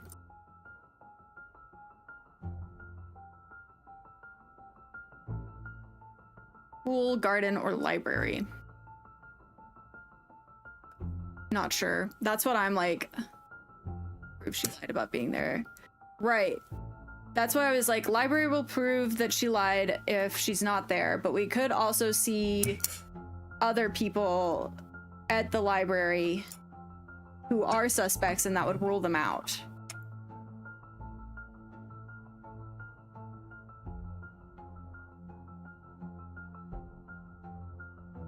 And the only reason I would do garden was if I thought we could find Sophie at the garden. But that's why I think that maybe garden is also a good idea. Hold on. We can save, I think, here. Okay, not that one. Sorry, again, I can't see my mouse unless I'm looking at the recording screen. Okay, that's just the text log. Okay, wait, it's over here, I think.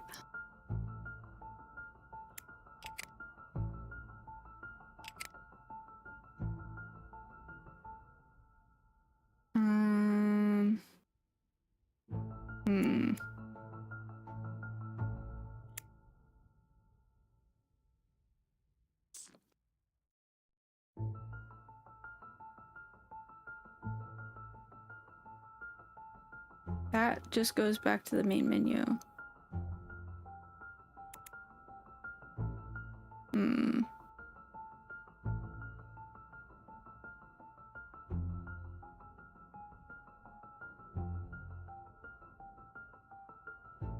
Willow should make the final decision. I really would prefer to save, if that's an option. Are you sure you want to go to the main menu? This will lose unsaved progress. Then I am sure that I don't want to do that. Okay, well, I guess we can't save. Womp womp. I say we go library. If that's the wrong answer, that'd be the wrong answer. All right, I'll send the request now. The results will be ready tomorrow. For now, all we can do is wait and hope there's something useful on it. All right, I think that's enough for today. We both need some rest and there's still a lot of work for us tomorrow. You're right, it's time to call it a night. I'll sort through a couple of papers and then go to bed. Thank you, James. Your help is invaluable. You can thank me when we find who's behind all of this. Nico nodded in response. Good night, James. See you tomorrow. Good night, Nika. I head for the door, feeling her gaze on me. At the threshold, I turn around. Nika has already bent over her documents again, completely absorbed in her work. To Willow, if we refuse. Upon entering the room and turning on the light, my attention was drawn to a white envelope lying on the floor by the entrance. It appeared to have been slipped under the door while I was away. Somebody's telling us secret evidence. I picked up the envelope and examined it closely. If the upper left corner was an embossed coat of arms. Oh, okay. Vivian Devereaux sent us a letter. I carefully opened the envelope. Inside was an elegant card on thick cardstock with gold embossing along the edges. The text was written in the same graceful handwriting. Mr. Crofton, I have the honor of inviting you to the celebration of my 18th birthday, which will take place tomorrow, Wednesday at 6 p.m. in the Academy Garden. Dress code, cocktail attire. I would be delighted to see you among my guests. Respectfully yours, Vivian Devereaux. Well, that was not what I was expecting. But that's a twist. Vivian is inviting me to her birthday party. I wonder what is behind this gesture. In any case, I only have 2 days left to find out who killed Evelyn Frost. I hope tomorrow will bring me closer to the answer, or at least help me understand who is definitely not involved. We drift off to sleep.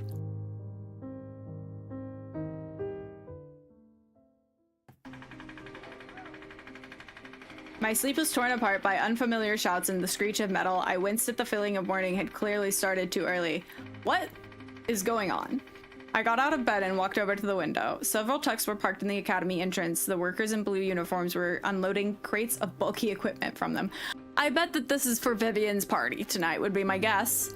Amidst all this chaos, I spotted a familiar figure. Nico was standing next to one of the workers, arguing about something with him and gesturing vigorously. Methinks Vivian probably didn't inform the academy about what she was about to do.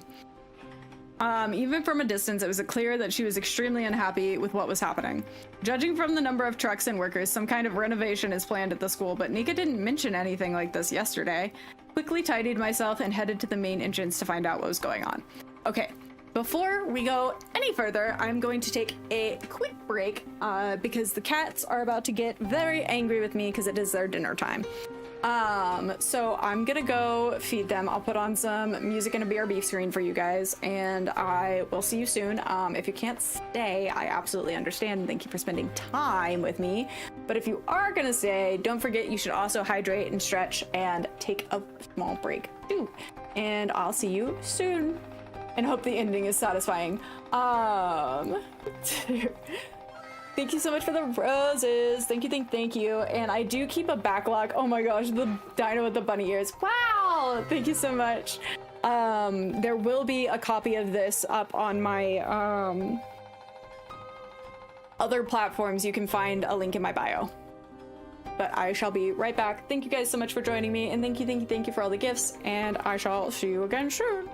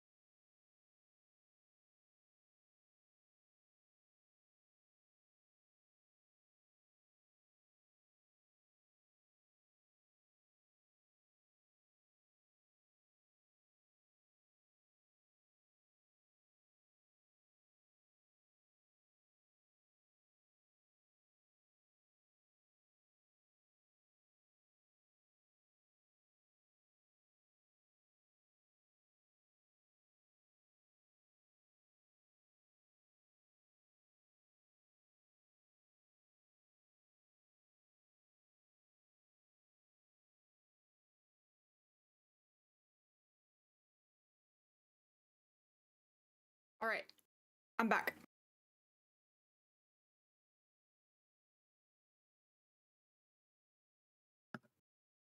I really just want to finish this today, for satisfaction, but we are almost 5 hours into stream, which I really did not think about. But hopefully we can at least finish the rest of this day. But I don't know if we're gonna make it to the end. Since it was so light outside, I was confused, at least a little bit. I knew, but also I'm not streaming tomorrow, so I do want to give a little bit of a long stream today. As soon as I stepped outside, I found myself in the epicenter of organized chaos. Workers were scurrying about everywhere with tools and materials. Two of them, carrying long aluminum ladders, nearly knocked me off my feet as I tried to make my way to the gate. Nika was bustling around the truck, waving her arms and trying to organize the chaotic crowd of men. Can you see there are flowers growing here? What's stopping you from using the pathway? One of the workers dismissed her with a wave of his hand, continuing to drag a crate right through the flower bed. Nika turned to a man in a hard hat who appeared to be the foreman. I'm telling you again, I need the documents of all the workers, not just yours. Names, positions, pass numbers. I need to have everything on hand. It's a security requirement. The foreman said something about the order and the client brushing off her demands. I approached Nika, who looked exhausted and irritated. Nika, what is going on here? When she saw me, her expression softened a little. She stepped aside with me, giving the foreman one last cold look. The dating sim is going good. We're also solving the murder mystery, but the green-haired girl, we had a date with her last night, and it's going well. She's also our childhood friend, so, you know, can't complain. She was our first love. I was awoken by a call from Vivian's parents at 5:30 in the morning. Can you imagine? 5:30. But how's your Sunday? What have you been up to today? The Devereaux family is apparently used to the whole world adjusting to their schedules. And what did they want so early? It's Vivian's birthday today, and her family decided at the last moment the academy grounds would be the perfect venue for the celebration. Nika pointed at the workers who had begun unloading some decorations.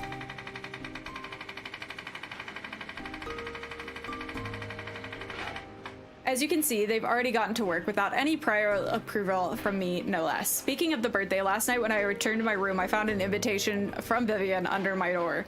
So everyone knew about the party being planned on Academy grounds, but me. Wonderful. Of course I'm against holding such a large-scale event, especially at such an inappropriate time.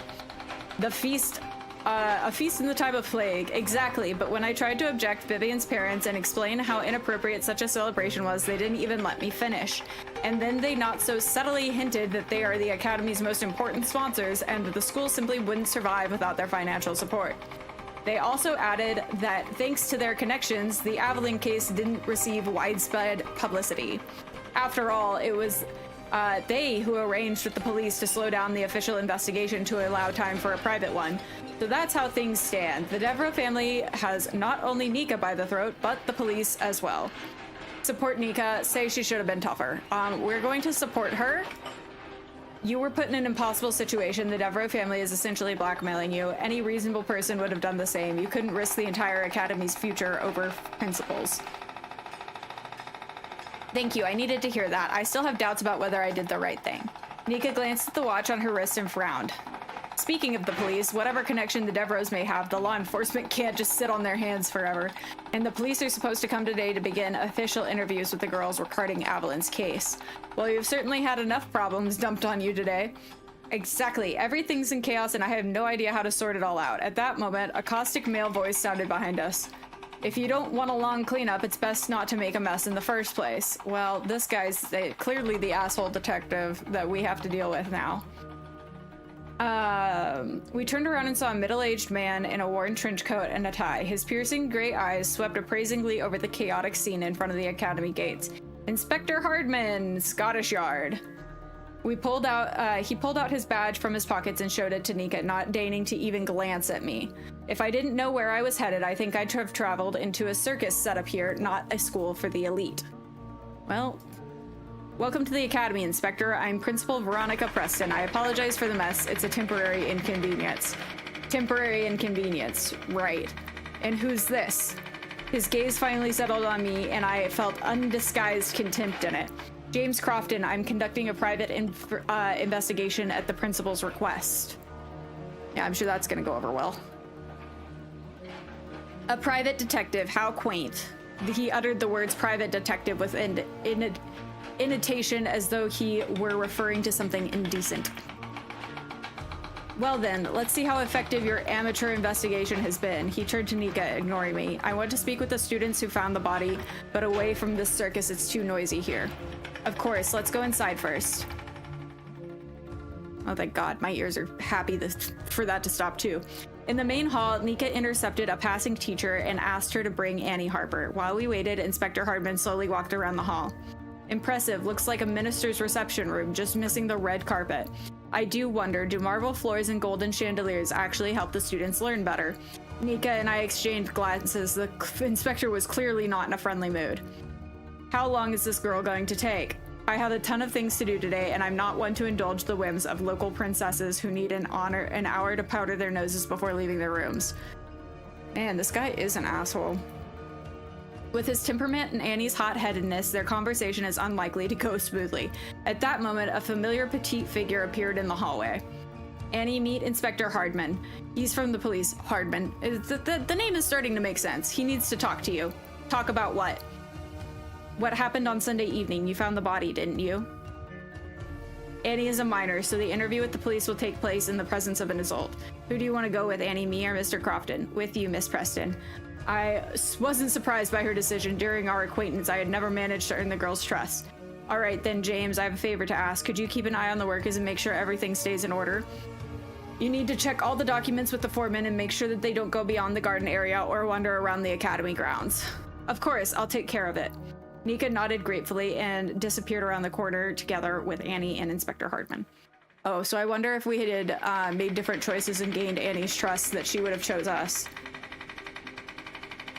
Left alone with the workers, I quickly realized that the next few hours would turn into a real endurance test. The foreman turned out to be a typical representative of his trade, a rough bloke who was used to working on the principle of whatever happens, happens.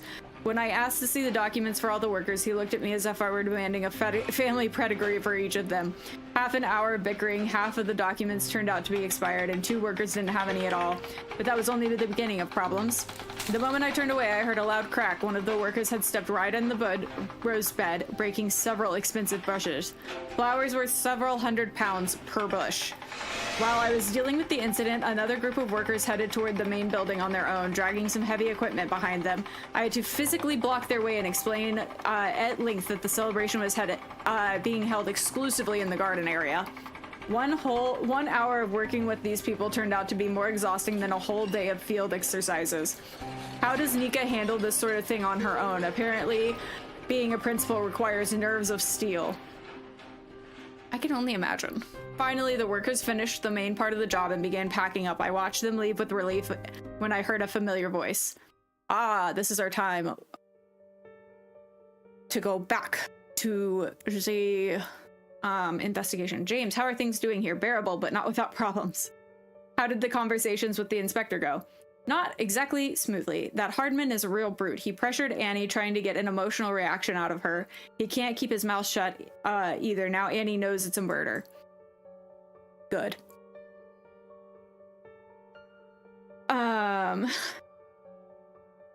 Nika sighed heavily, her face expressing a mix of exhaustion and anger. And how did Annie react to the news? Oopsies. That is our notebook. She was in shock, of course, but she held herself together well, though she asked to be left alone for today. It's a shame I couldn't see her reaction myself. I already regretted not having gotten close enough to Annie. By the way, I forgot to mention they sent over the restored camera footage. I forwarded the file straight to your email. Unfortunately, I don't have time today to go through the entire recording myself. No worries, that's part of my job too. Well, don't waste any time. I'll see you this evening. After a quick goodbye to Nika, I headed to my room. So we're gonna watch the footage, probably get a call from our friend, and then directions unclear. Are we gonna go to the party tonight, or are we gonna take that time to do some snooping maybe in Vivian's room? But we don't have the keys anymore. Back in my room, I grabbed my notebook and settled at the desk in front of my laptop. In my email, I found a message from Nika with an attached video file and an accompanying note. Image quality is satisfactory, no audio. In my email, I found, wait, oopsies. Recovered footage from the library camera for Sunday, time range 6 o'clock to 11 o'clock. Image quality is satisfactory, no audio. Okay. Next. I started the video and leaned back into my chair. I needed to watch the entire recording, careful as not to miss a single detail. 5 hours of footage, even sped up, it'll take at least 3 hours, so I'll have to be patient. First 2 hours of the recording turned out to be quite lively. From 6 to 8 in the evening, the library was full of students. Some were bent over textbooks and notebooks, diligently copying notes while others were reading books. But there were also those who came to chat with friends. A group of girls had settled in the back desk, clearly not studying. By 8 in the evening, the library had noticeably emptied. Most visitors had left the reading hall. Every half hour, somebody would come in, grab a book from the shelves, and leave right away, barely lingering for a few minutes. Where's Mickey? She claimed she was here all Sunday evening. The minutes dragged on slowly. Unfamiliar faces kept flashing across the screen, students I hadn't encountered during the investigation. I rewound the recording several times whenever I noticed a girl with glasses, but each time I was convinced it wasn't Mickey. 9:30, the last 2 students gathered their things and left the library. The reading hall was completely empty. So from 9:30 to 11, the library was completely empty. If someone had really been there during that time, they would have had an airtight alibi, but since no one was here, oopsies. I picked up my notebook and made a note on the page with Mickey Elderwood's information. Why would Mickey lie about where she was on Sunday evening? And most importantly, where was she during Avalyn's murder? I closed the laptop, rubbing my tired eyes. Several hours of intense viewing had yielded important notes for the investigation, so I've gathered enough material on some of the suspects. I have something to connect with them. I'm all fired up. I am indeed locked in high key. How goes the Halo? We have not narrowed down the suspects, really. I've made choices that have not led to success yet. I've gathered enough materials on some of the suspects. I have something to confront them with. All that's left is to choose a strategy, a tough interrogation or attempt at gaining their trust. The phone ringing abruptly cut off my train of thought. I picked up the phone without even glancing at the screen. No, the number was hidden. Guess who? That voice on the other end was hoarse and deliberately mysterious. A clown who escaped from the circus? A familiar laugh came through the phone. Wrong. The greatest informant of all time and the most charming man, according to your mom. I still think you're a clown. All right, spill it. What have you got? The Rose Academy of yours is a real breeding ground for shady characters. The more I dig, the more it seems like getting into this academy requires not money, but a skeleton in the closet, preferably a couple of them. Honestly, I have the same feeling. Anyway, per your request, I dug up some interesting stuff. I heard Andy take a deep breath. So, ready to learn the truth about your swimming coach? I don't know. I don't know if I'm ready for this or not. And if you're standing right now, you better sit down, because what I dug up on Sam Rivers is an absolute bombshell. Oh shit. Shit, indeed. I don't think we're gonna like where this is about to go. Spill it. Finding information on this Sam Rivers turns out to be way harder than I expected. I had to dig really deep. Even reach out to some guys in the States for help. Her entire biography has been carefully scrubbed and edited. What do you mean by scrubbed? I mean that your sexy coach is ex-military. What? And not just any soldier, she was a special forces operative. This was not what I was expecting. What about her shoulder?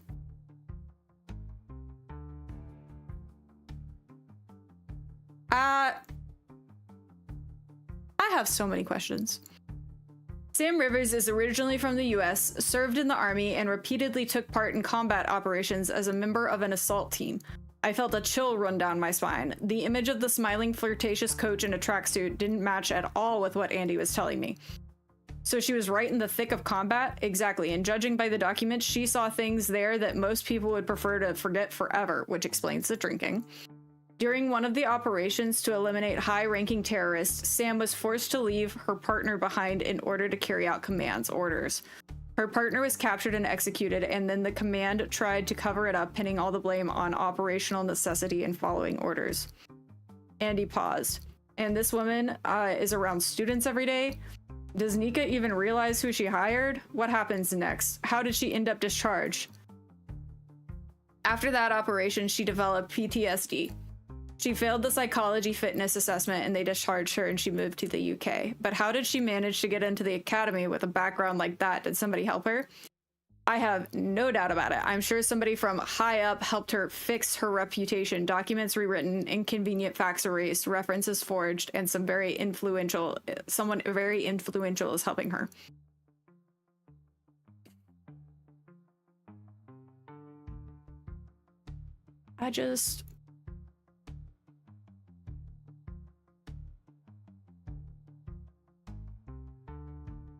I really was not prepared for this.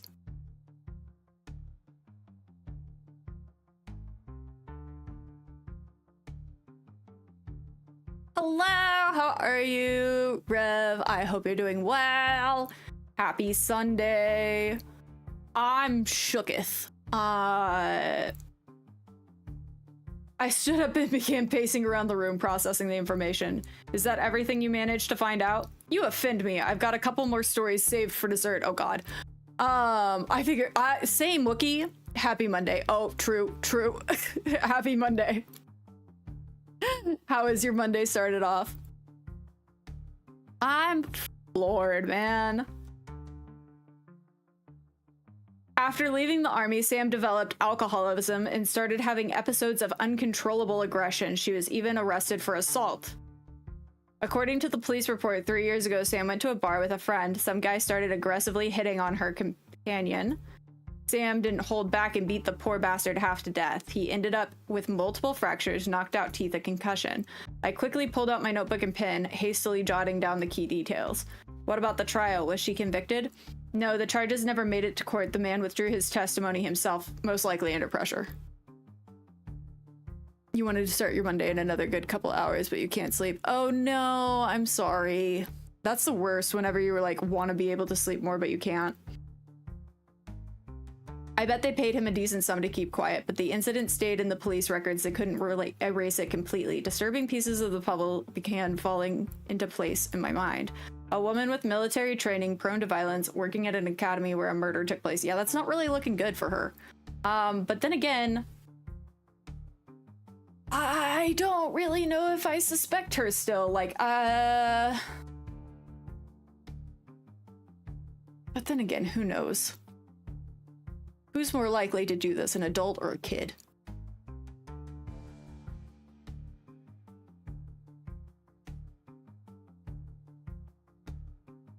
This just keeps getting more and more juicy.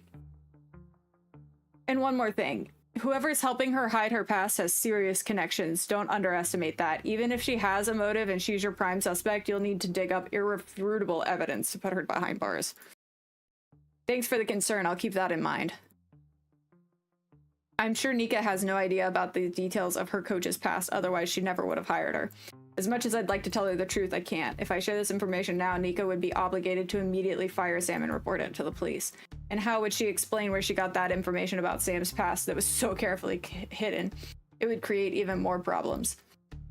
Well, and that's also just funny because you know that, like, obviously the police don't have information to this don't have access to this info either. It would have to go up really high the chain of command to even get close to that. Like, I'm fairly certain that our main man, James here, works for M16, but obviously that's not confirmed. I really don't think that it's just, thank you for the lurk. I don't really think it's just like a private detective business. But, I mean, I could be wrong.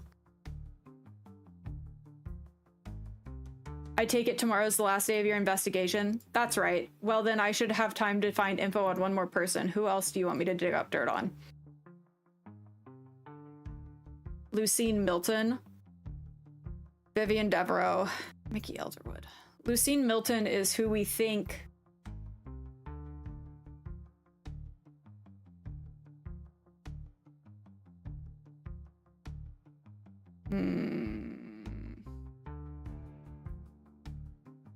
Is who we think Sophie is.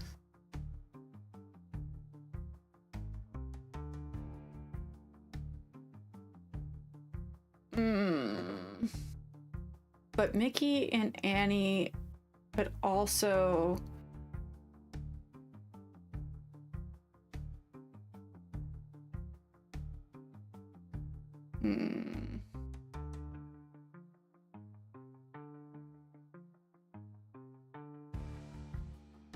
I'm not confident in who I want to pick.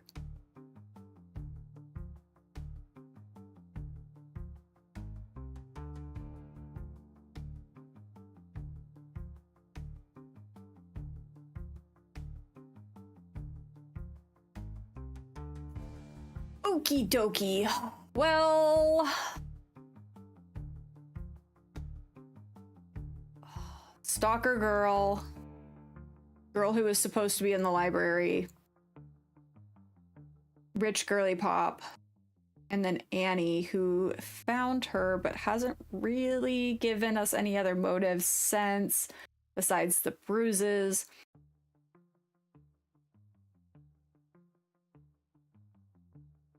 But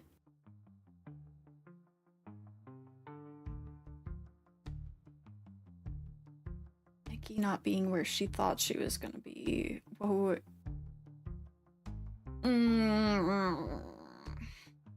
We know the least about Annie.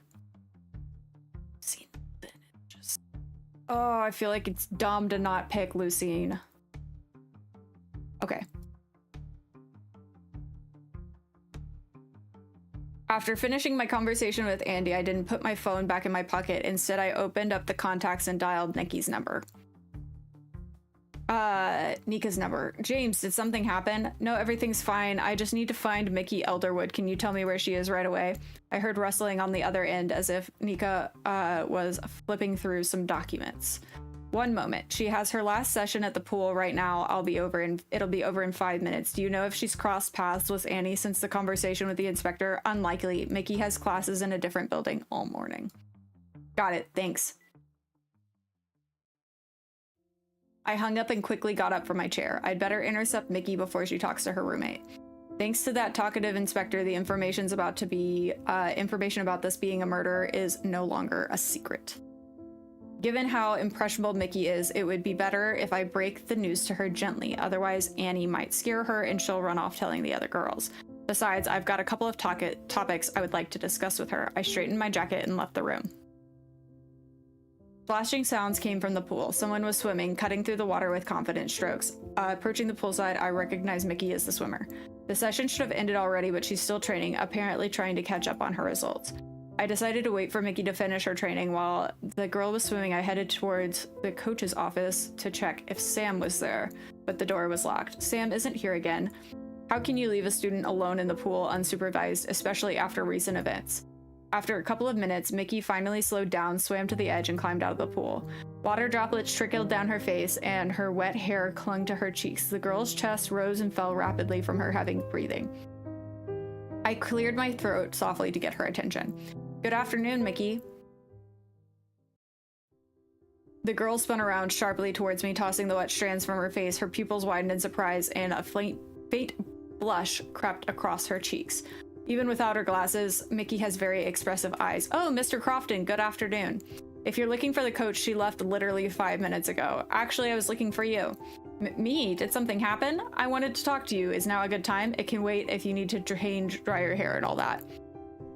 Mickey hurriedly shook her head, spraying water droplets around. No, you don't have to wait. We can talk now. I'm sure you have plenty of other important things to do. I left my glasses around here. Without them, I can barely see anything. I scanned the pool edges and the nearby benches. The familiar black frames were visible on a wooden bench by the wall, neatly folded, next to a neatly folded towel. Right, I knew they were somewhere nearby. Want me to hand them to you? No, thank you. I'll get them myself. Mickey took a step, but the moment her bare foot touched the wet tile near the pool, she slipped and lost her balance, crashing right into me. What is it with this girl? Like, why do we keep ending up in weird situations with specifically this one? I I instinctively wrapped my arms around her, and for a moment we froze in that position. Mickey ended up pressed against my chest. The girl's face was so close I could see every drop of water on her eyelashes. I'm sorry. Her voice sounded quieter than usual, almost a whisper. Mickey seemed to have forgotten her usual shyness, staring at me with wide open eyes. Phoebe,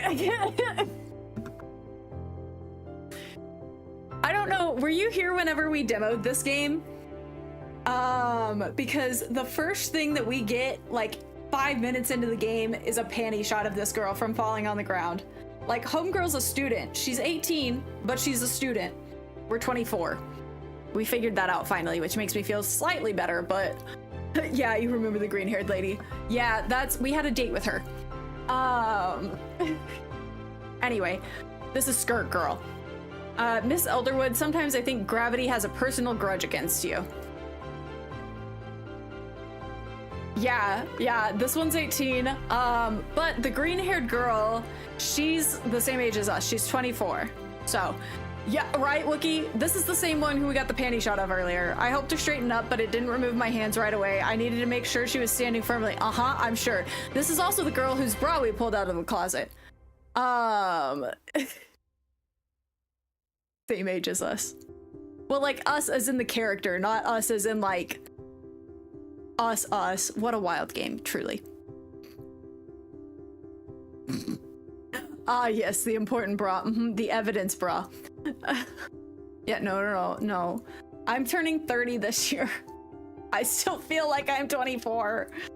I'm turning 30 this year. I helped her straighten up, but didn't remove my hands right away. I needed to make sure she was standing firm. My palms on her waist could feel a slight trembling. Well, no duh. She has an adult male who she lives at a girls' school. Anyway. Oh no, your shirt.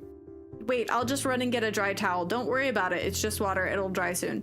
And running on the wet floor isn't exactly the best idea. Otherwise, we might end up continuing the conversation in the emergency room. I'd feel much better if we just sat down on the bench. Mickey nodded in response. Before sitting down, she leaned over and put her glasses on, with trembling hands carefully adjusting the temples behind her ears. You said you wanted to talk about me. Talk to me about something. Those proportions are certainly something, right? Inaccurate would be the first thing that comes to mind. Unrealistic. Anime girls only. Yes, actually, I need to have a serious conversation with you.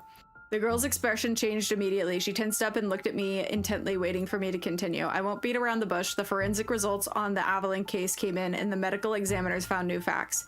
I paused, choosing the right words. I needed to deliver the news as carefully as possible. She needs some food, right? She needs some carbs, like as a swimmer. Girly pop, there's a reason that you aren't getting the results you want. It is because you need more energy to burn. There are strong reasons to believe that Avalon didn't take her own life. So, what does that mean? I don't understand. It means somebody helped her. The words didn't reach the girl right away. You mean murder? No, that can't be. Why would anyone do that? I understand this is hard to accept, but right now, the most important thing is to prevent panic among the students. For now, only you and Annie know about this. It's very important that this information doesn't spread among the other students. But if that's true, does that mean the killer is still here? At the academy? Quite possibly. What if they find out you're investigating the case? What if you're in danger? Interesting. She's more worried about my safety than her own. Don't worry about that. I can take care of myself. All right, I won't tell anyone, I promise, but who could have done this? That's what I'm here to find out. I carefully studied her reaction. She looks genuinely shocked and frightened. If she's hiding something, she's doing a very good job of it, which she wasn't doing a very good job of, that she was hiding something when we talked to her the first time. So clearly whatever she was hiding wasn't this. Mickey, I wanted to ask you about something else. Recently, a grade report for the senior students went missing from the teacher's room. Do you know anything about that? The girl flinched, drawing in a breath, and her eyes darted around in confusion. The grade report? I think one of the teachers has it. Probably. I don't know exactly. In the teacher's room, maybe? Or with the supervisors? Or no, I'm not sure. The girl was mumbling something incoherent. Her reaction spoke louder than any words. She definitely knows where the grade report is, but couldn't bring herself to confess to the theft right away. Yeah, girly pop, we know it's in your closet already. We looked in your room. Promise not to turn her in. Change the subject. Threaten with consequences. Promise not to turn her in. Mickey, I know you have the grade report, but I'm not gonna tell the principal or the police about it. Mickey sharply raised her head, her eyes full of bewilderment, water from her wet strands dripping onto her knees. Why? Because I believe you had your reasons for stealing it. I'm a bad person. Lately, I've done a lot of things I'm ashamed of. I feel sick with myself. I lied to you. She looked up and I saw tears in her eyes, mixing with the water's droplets on her face. Remember on the first day you asked where I was on Sunday evening? I said I was studying for exams, but that was a lie. I wasn't in the library that evening. Yeah, well, we definitely know that too. I waited until the teacher's room was empty and stole the grade report. It was important for me to find out which subjects I needed to improve so I'd have a better chance at getting the university scholarship grant. The grant is my only chance. If I don't get it, I wanted to return the report the next day, but when you arrived, the commotion started, the investigation. There was no way to return it quietly anymore.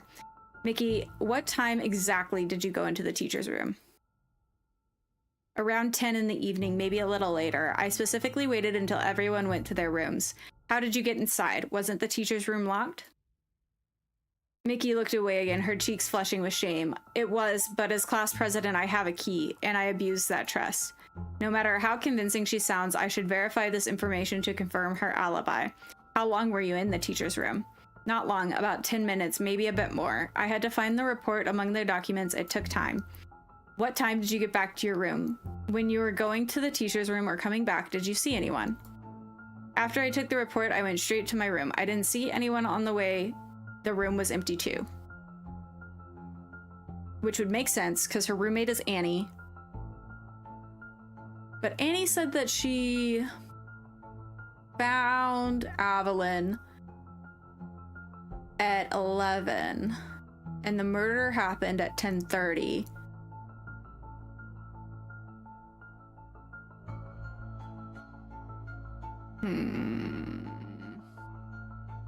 I had just managed to hide the report when a frightened Annie burst in, and you already know the rest. Mickey let out a heavy sigh, her shoulders slumping. What the f- Oh, I guess it's almost time for the party. The sound of the door opening interrupted our conversation. Sam walked into the pool area and I could barely contain my surprise. We had the same reaction. Is everything all right? Hello, right? Yes, everything's fine. Then why are you still sitting here all wet? Vivian's party is in an hour. Now hurry up and take a shower and get changed. Yes, of course. Mickey immediately jumped to her feet. She hurried toward the changing room, leaving a trail of wet footprints on the floor. I stood up from the bench as well. The changing room had closed behind her with a soft thud, and silence settled over the pool. The atmosphere was slightly tense. Yesterday's drunken and candid conversation still hung in the air between us, but neither of us dared bring it up first. Stunning dress. Are you going to the party too? Well, I didn't come dressed like this for a training session. I am their supervisor and coach after all. I need to keep an eye on the girls. Who knows? They might try to spike the punch again. You almost forgot you couldn't simp for her anymore. Yeah, can't fold. Well, then I'll see you at the party. I need to grab some food and take a shower too. If you need someone to scrub your back, feel free to call on me. I appreciate your willingness to lend a hand at any moment. I winked and Sam gave a satisfied smirk. Our game of double meaning had become quite familiar. See you at the party. Absolutely. Damn, that's a high slit.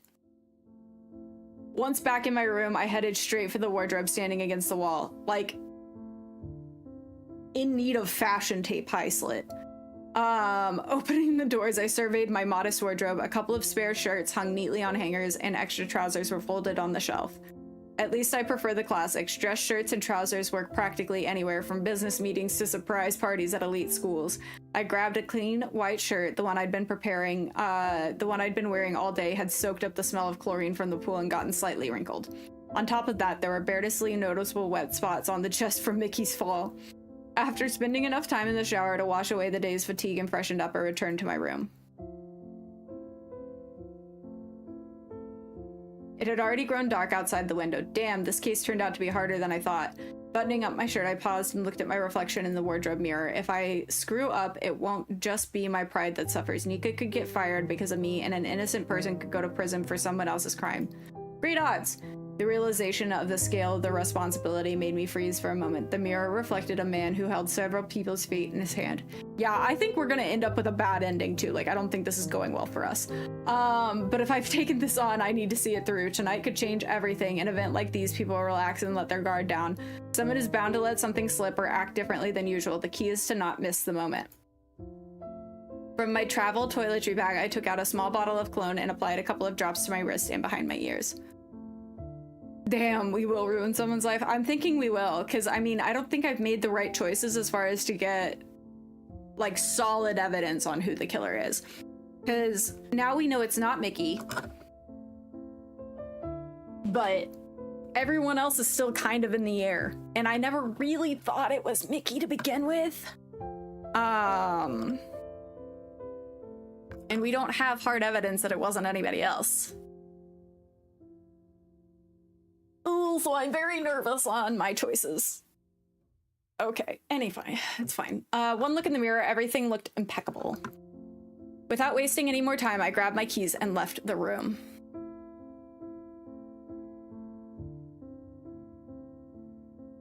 The hallway was unusually lively.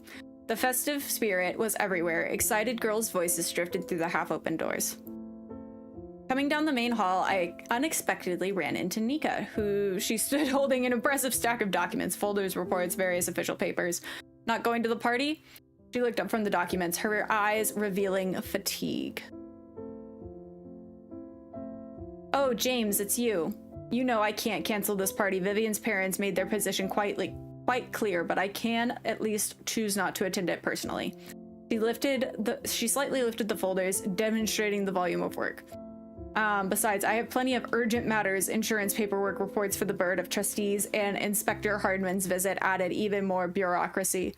But you should go to the party. All the swimmers will be there, and Coach Rivers too. The party is by the lake in the far end of one of the garden areas. You need to go through the main alley, then turn right at the big fountain with the cherubs. Don't worry, I won't get lost. I was escorting workers in that direction all day. I've memorized every path of the garden at the party. The path of the garden.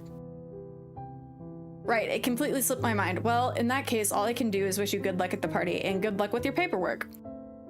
We said a brief goodbye. Nika headed toward her office, her heels clicking steadily on the marble floor, gradually fading into the depths of the corridor. I turned toward the exit and headed for the garden. The path led me to a spacious clearing by the lake. In just a few hours, it had been transformed into an elegant party venue. Students in bright cocktail dresses strolled everywhere, chatting carelessly in small groups. Every now and then, one of them would steal a glance in my direction. The appearance of the only man at the celebration clearly hadn't gone unnoticed. After a quick scan of the crowd, I couldn't spot any familiar faces among the guests. Deciding to look around more carefully, I headed towards the buffet tables. Approaching the drink table, I noticed a clear division. On one side, lemonades and juices. On the others, expensive buckets of champagne. Oh wow. Next to the alcohol stood a sign, adults only. Sure, many of the students are already 18, but we're on school grounds. Though, why am I surprised? The Devereaux family has already shown their attitude towards the Academy's rules more than once. Taking a glass of lemonade, I turned around and spotted Annie Harper. She stood at the very edge of the lit area, nearly hidden in the shadows. Annie. The white dress looked cute on her, but it was clearly not her size, too big, probably borrowed. Annie adjusted the slipping straps of her dress, then nervously tugged at her gloves. She was shifting from foot to foot, clearly feeling uncomfortable. For a moment, our eyes met. Noticing that I was looking at her, Annie hastily turned away and walked off, disappearing into the crowd. Great, the only familiar face at this party, and she's trying to get away from me as fast as she can. Taking a sip of lemonade, I began to stroll leisurely among the groups of students, hoping to spot someone else I knew. But my plans were interrupted by a distinct ringing. Somebody was methodically tapping a knife against a crystal glass, drawing the students' attention. Vivian appeared on a small makeshift stage, glass in hand. Oh goodness. Today is not just my birthday, it's a symbolic date, 18 years old, the age of new possibilities. While the birthday girl continued her speech, I secretly observed the audience's reactions. The face in the crowd expressed a wide range of emotions. Some girls looked at Vivian with genuine admiration, others with poorly concealed irritation. I'm grateful to everyone who is sharing this special moment with me. It's nice to see that people appreciate such important events. Behind me, I caught a barely audible whisper. Two girls standing a bit further away clearly assumed that they wouldn't be heard over the general noise. Did you see that? She put a crown on herself. Does she think she's the queen or something? Yeah, the queen of the circus. She's one of the swimmers. They're all weird over there. By the way, did you see their coach today? Her dress, so tacky. They probably picked them on purpose. Oh god, four-eyed nerds and show-offs. You know, I'm not surprised that one of them put a noose around her neck with company like that. The second girl burst out laughing, but the amusement didn't last long. The deliberate, sharp cough came from behind them. Girls, jokes should have limits. The gossips were standing literally a couple meters away from Sam, who had obviously heard their conversation. We didn't mean to. Sorry. We're sorry. The shamed students hurriedly stepped aside, blending in with the other party guests. Sam, meanwhile, remained standing in the same spot, her face absolutely stone cold. On stage, Vivian was approaching the final part of her speech.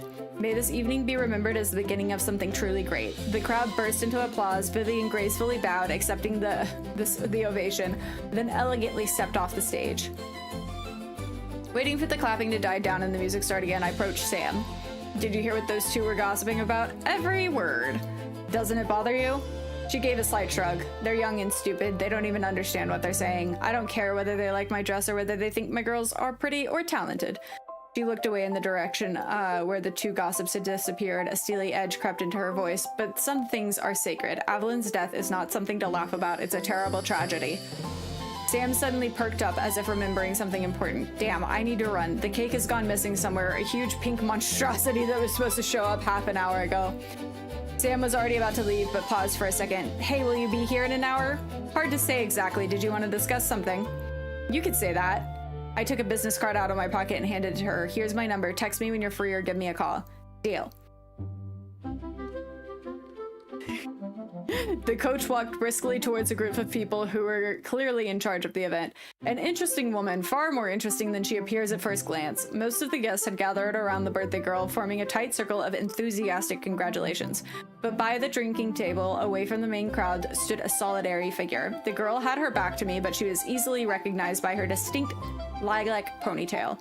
I headed towards her, watching her actions. Sophie picked up a glass of champagne from the table and then practically downed it in one gulp.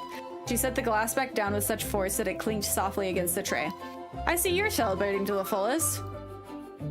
Sophie turned around. For a second, the startled look of a caught child flashed in her eyes, but then she composed herself.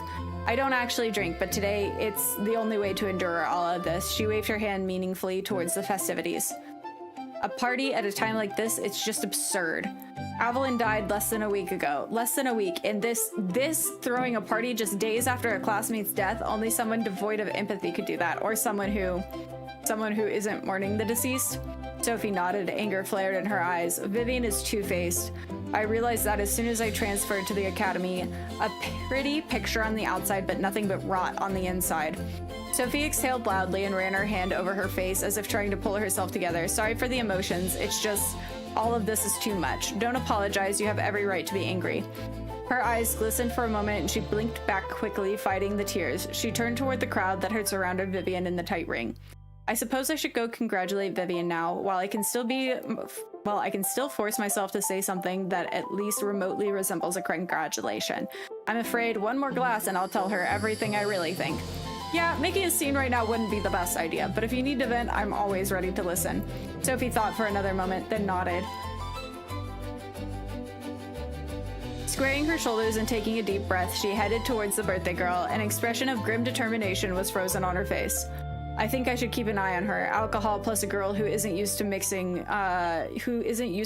a ton of unspoken anger is alcohol plus a girl who isn't used to drinking plus a ton of unspoken anger, an explosive mix. I watched Sophie go, observing her make her way through the crowd towards Vivian. At the right time, another figure I recognized emerged from the tight ring of guests surrounding the birthday girl. Mickey lingered by the car. This is Auntie. I don't know if you were here or not, but this was the girl that CB was making the comment about. Mickey lingered by the garland-decorated path leading to the lake and began looking around, clearly searching for someone. When she finally spotted me, a shy smile touched her lips, and then she raised her hand in a greeting. Was she looking for me? I raised my hand in return, and Mickey, after a brief hesitation, headed in my direction. I'm so glad you're here, too. We have found the Tess Easter egg, high key. I was in the grade assessment book that Mickey had stolen and put in her closet. The only area that I don't excel at is athletics, where I got a 6, which is pretty on point, except for the fact that in exact sciences I had a 9, which is very off base considering I can't do math or physics. Yeah. Anyway, I'm gonna clip it later and I'll show you. I'm glad you're here too. How are you enjoying the party? Amazing. An hour ago she looked so worried and now it's as nothing happened. Some people switch gears remarkably fast. Impressive. Are you enjoying it? Oh, it's just incredible. I can't even imagine how Vivian managed to put together such a lavish party so quickly. Every detail has been thought through. Well, that's more the credit than the event planner and the dozen workers who spent all morning setting up the venue. This party is almost as grand as last year's prom. I remember everyone in such beautiful dresses. Everything was so festive, and today is just as good. Look how many girls came. Everyone is so dressed up and everyone looks so amazing. And Vivian herself is simply a model of elegance. It's like she was born for events like these. She talks to people so effortlessly, always knowing what to say. On those last words, Mickey sighed softly and her voice grew a little quieter, almost sad. Not everyone is born a public speaker, Mickey. Everyone has their own strengths. You, for example, are smart, kind, and attentive to people, and there's a warmth in you that many people here lack. Mickey blushed, as usual. She lowered her gaze, smiling shyly. Thank you. We were silent for a few seconds. Mickey nervously touched the frame of her glasses, adjusting them needlessly, and finally said quietly, Mr. Crofton, Mickey began nervously fidgeting with the fabric of her dress, unable to bring herself to continue. I wanted to say that you're... But Mickey never got to finish her sentence. Suddenly, Sam's loud voice rang out across the area. Everyone make way! Clear the path! Cake coming through! I turned around and saw Sam wheeling in a huge pink cake on a cart decorated with numerous candles and elaborate frosting designs. The guests began to part, forming a corridor to the center of the area where Vivian stood. Well then, Devereaux, make a wish.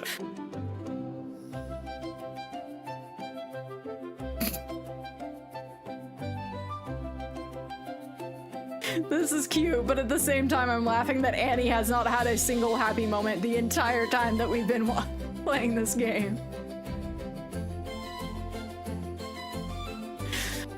Vivian stepped to the center of the circle that had formed. A light from the many candles on the cake reflected in her green eyes. She straightened up, folding her hands in front of her, and squeezed her eyes shut for a few seconds, making a wish. A deep breath in and out, the flickering flames, flickered from... Annie looks pissed, right?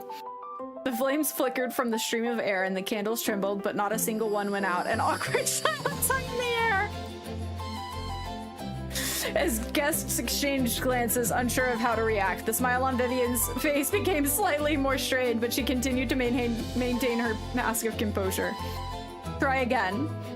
Vivian nodded, leaning towards the cake again, this time taking an even deeper breath and blew with twice the force. The candles swayed more vigorously, but the result was the same. Every last one continued to burn a bright, mocking flame. Someone whispered loudly enough for those around her to hear. Maybe it's a sign. Nervous giggling followed. I could see Vivian's face go pale, even though she was desperately trying to maintain her composure. A woman in a black suit pushed through the crowd, the event organizer. She looked alarmed and hurriedly whispered something in Sam's ear. In response, Sam cursed slightly. Something definitely didn't go according to plan. The tension in the air was becoming increasingly palpable. Guests were whispering, stealing glances at both Vivian and the cake. The festive atmosphere was evaporating rapidly, giving way to awkwardness and malicious curiosity. Speak up and defuse the situation. Don't intervene. Speak up and defuse the situation. We need points with Vivian. I just couldn't stand there and watch the situation spiral out of control. Stepping forward, I raised my hand to get everyone's attention.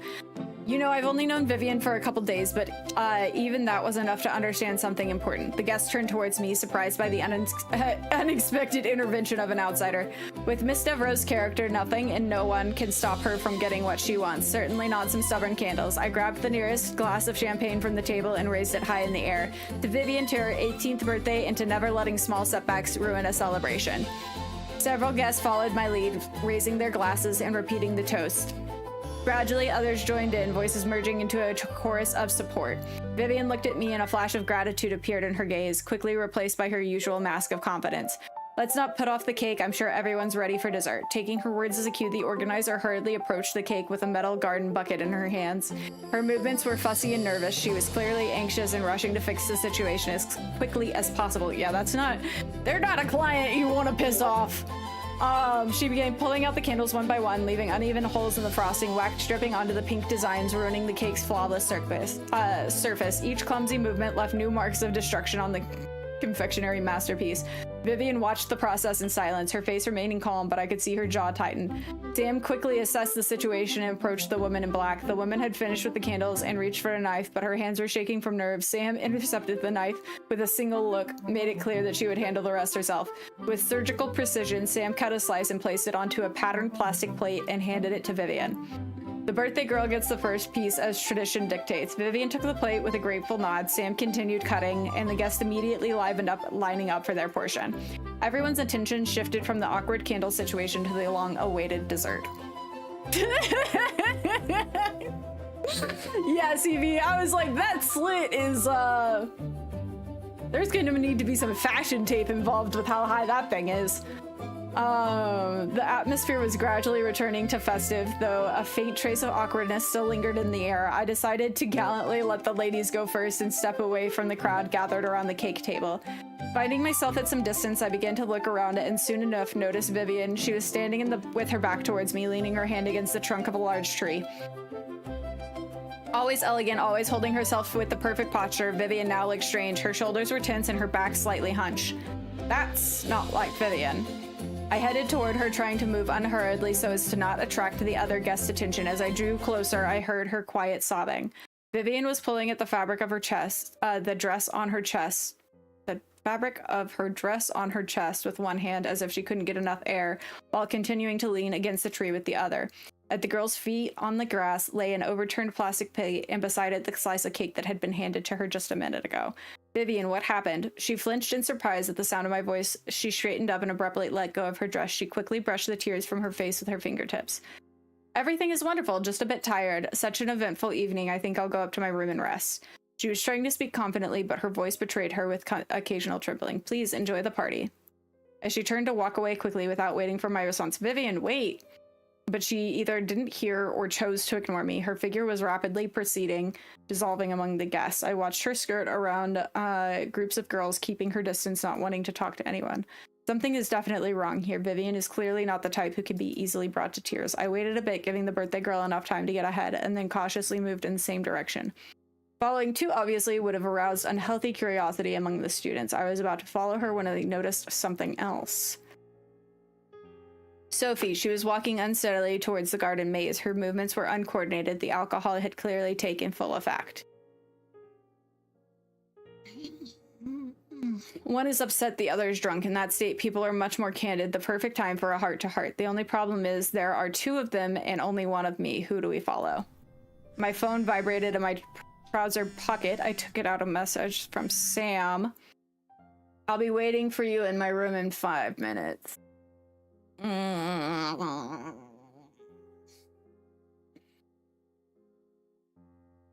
was like, she might have exploded on her.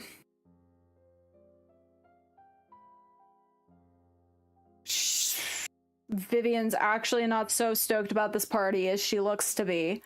And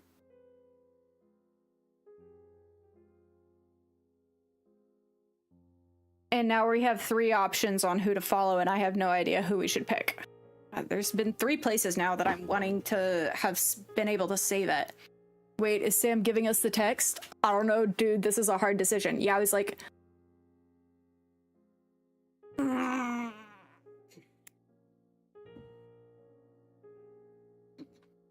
Like, Sam is still clearly interested in us. But I'm not confident that we can get any more information about the case from her. We haven't talked to Vivian at all outside of that one conversation in her room, so I'm feeling like we should probably pick Vivian.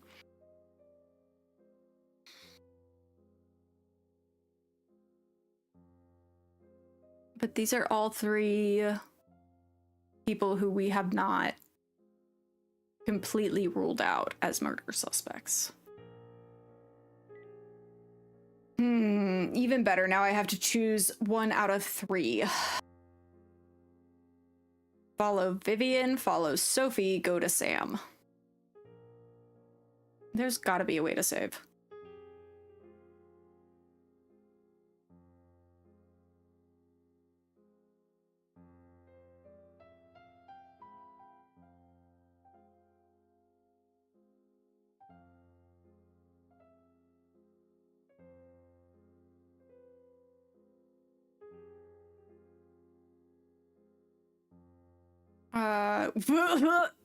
-2 with Annie, 2 with Mickey, 1 with Viv, -1 with Sophie.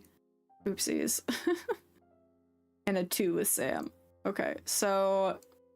But that 2 with Sam is gonna go down, definitely, if we choose not to go with her.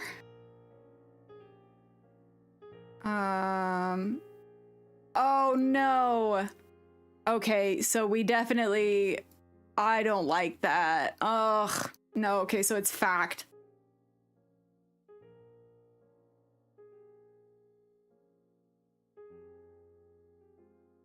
Gross.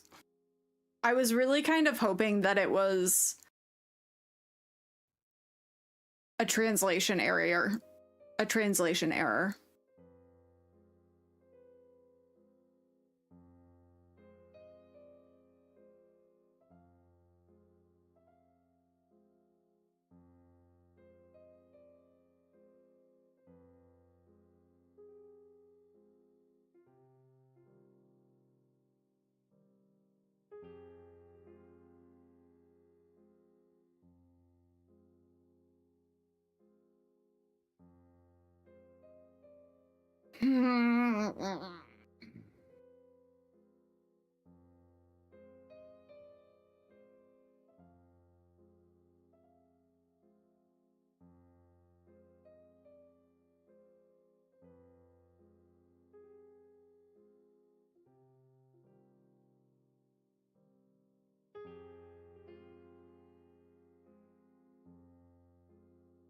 Literally, why is the bra part of evidence? This is a professional examination. Yes, sure it is, buddy.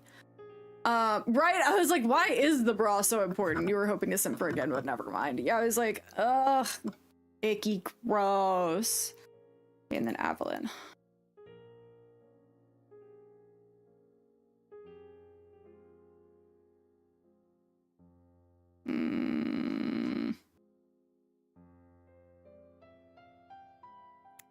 Okay, now more than ever, I would really like to be able to save.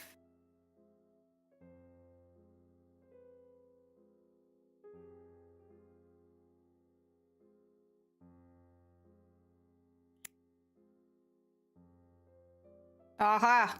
I found it. I found it. So now we can do all three options. Yeah, now we're able to save scum. Okay, well, I want to follow Vivian, first of all. I quickly typed a reply to Sam. I'm sorry I can't today, we'll talk tomorrow. After sending the message, I headed towards the dorm building. Vivian had already disappeared inside. I hope she went to her room and not some secluded corner. The academy grounds are enormous. If she decided to hide, the search could last until morning.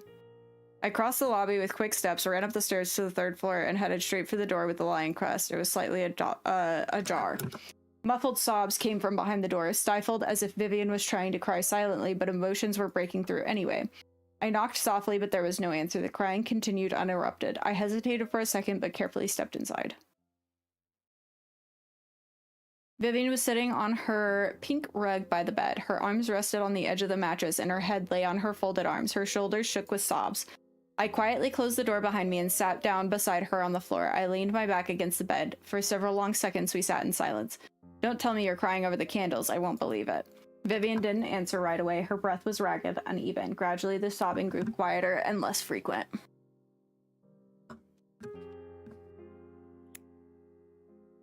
A terrible day, just terrible. Everything that could go wrong went wrong. Absolutely everything. Every little thing, every detail. And besides, I wasn't supposed to be here on my birthday. I was supposed to... It doesn't matter. Let it be a lesson to me. My expectations are my problem alone, right? Nobody cares what I wanted. Nobody cares how I feel. Do you know how I celebrated my 18th birthday? Vivian slightly turned her head towards me, surprised by the unexpected change of subject. A couple of friends and I went to the woods. We grabbed the cheapest beer we could find, took some old tents. Basically, we decided to have a little camping trip. We hiked with heavy backpacks for about an hour until we found a small clearing by a lake. With a smirk, I tilted my head back and started staring at the ceiling. By evening, we were pretty wasted, and at some point, I just passed out wherever I happened to be. I remember my head touching something soft. Turns out, it was an anthill. Oh no! When I woke up, ants were everywhere. Absolutely everywhere. How disgusting. But a story in the style of, I had it worse, doesn't usually help someone feel better. I'm not telling you to show you this that I had it worse. Quite the opposite. It was one of the best birthdays I've ever had. Seriously? Yeah, because what matters isn't how things went, but how you perceived them. You can remember the ants and be angry, or you can remember the friends, the lake, and that feeling of freedom. I understand you probably had completely different plans for this evening, but you can look at it differently. You are, as far as I know, the only student who is allowed to throw a party of this scale within academy walls. Many students dreamed of getting into this party even more than prom. I took a clean handkerchief from the inner pocket of my jacket and offered to her. Maybe it's worth giving the party one more chance? Vivian took the handkerchief but didn't use it. She simply held it in her hands, studying the white fabric. I don't want to go back there, but perhaps this evening can still be saved. She said the last phrase slowly, meaningfully. Vivian didn't take her eyes off me, studying my face with undisguised interest. Lingering for another moment, she finally stood up and walked towards the vanity table. God, I look awful. Glancing in the mirror, Vivian winced. She wiped the handkerchief under her eyes, removing the smudged mascara. I hope you have poor eyesight, Mr. Crofton, or at least a bad memory. I wouldn't want you to remember me like this. Stop it. You look beautiful. Vivian slowly turned to face me, something probing and predatory about her gaze. Oh, yikes. Mr. Crofton, do you find me attractive? I have eyes. It would be only foolish to deny it. Even now, even with tears, she took a step closer, then another. It even adds to your charm, for once I see a real person in front of me without the mask. And yes, just James is fine. Yeah, I was like, I don't think I like where things are going. James. She said my name James, as if she were tasting it. A long pause hung in the air, filled with a strange tension. This dress is suffocating me. The corset is too tight. Could you help me loosen it? She slowly turned her back to me, tossing her long hair over her shoulder with a practiced motion. Her back was revealed before me, adorned with intricate lacing of the corset that hugged her waist tightly. Oh God, indeed. Please. A slippery situation. I could loosen the corset enough for the dress to fall, and then this evening would take an entirely different turn. That's exactly what Vivian is hinting at with her request. Or I could loosen it just slightly, just enough for her to breathe easier and have a real conversation with her. Just a little. That's not even a question. I carefully loosened the upper notch, just enough to relieve the pressure, but not enough for the dress to lose its shape. She's vulnerable, emotionally unstable. This isn't desire, it's a defense mechanism, and taking advantage of it would be wrong. Not to mention she just turned 18.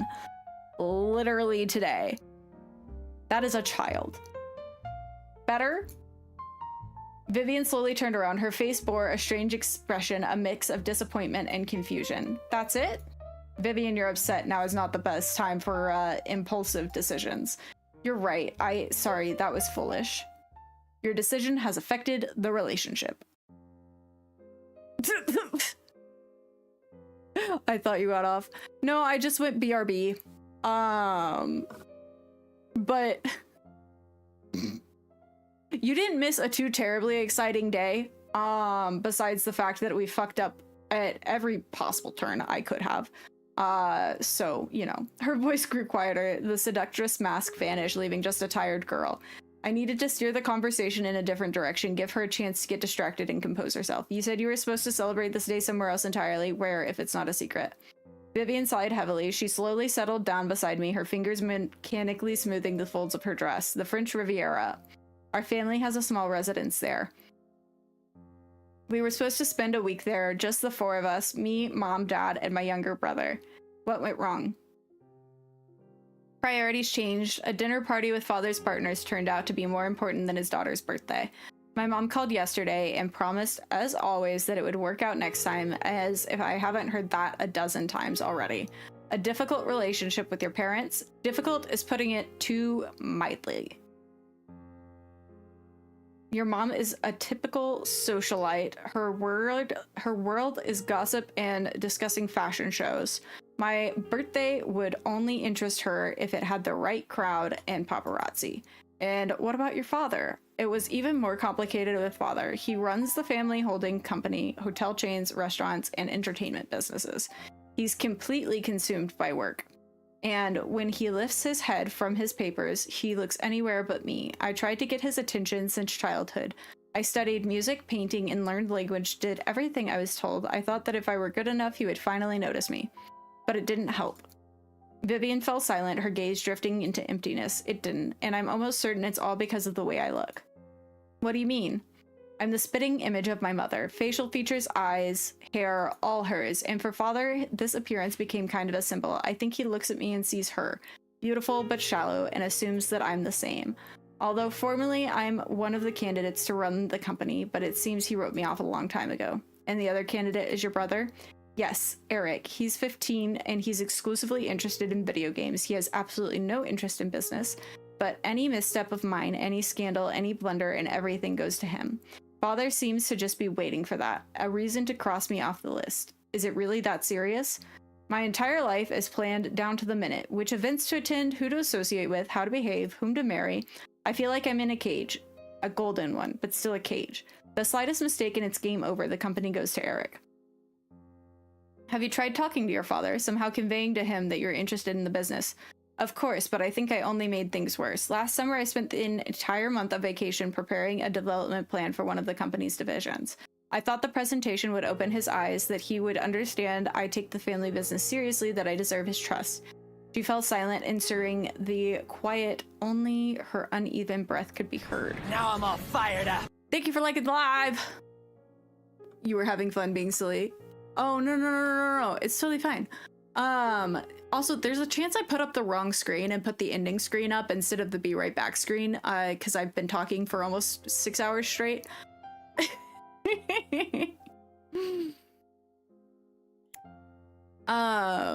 So that could have been my bad.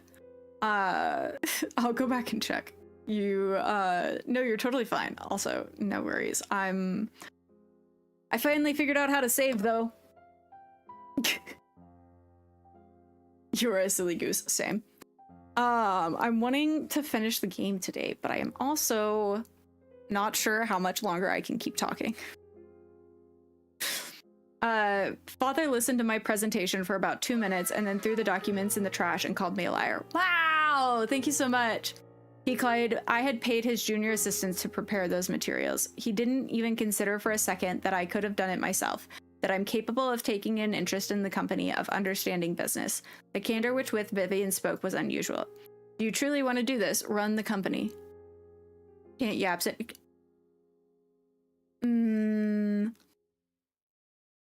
Anyway, what are you doing?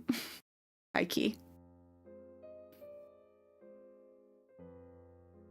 Oh. Vivian seemed to come alive, such bright spark of ignition ignited in her eyes that I finally grasped the true meaning of the expression eyes burning with passion. More than anything in the world, I see so many opportunities. I have dozens of ideas, but father looks right past me. Well, I was sure she was just a spoiled rich girl used to snapping her fingers. If your father can't see your drive, your abilities, then he's simply a fool, and that's his loss, not your shortcoming.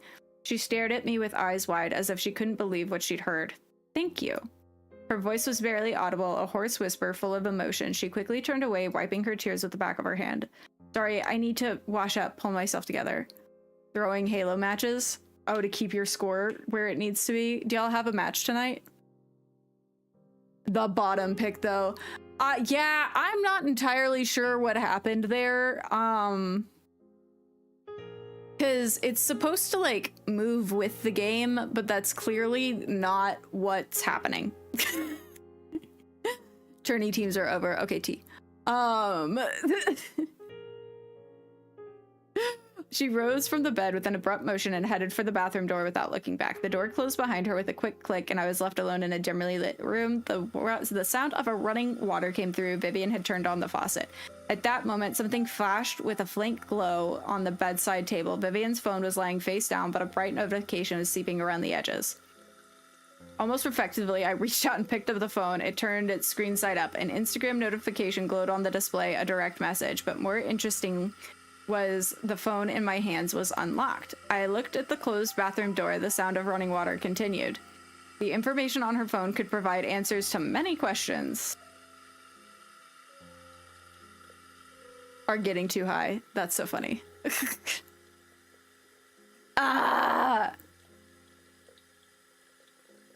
We don't know how long she's going to be in the bathroom, but Detective Me tells me that we need to check the phone's contents because of the fact that we have literally no clues.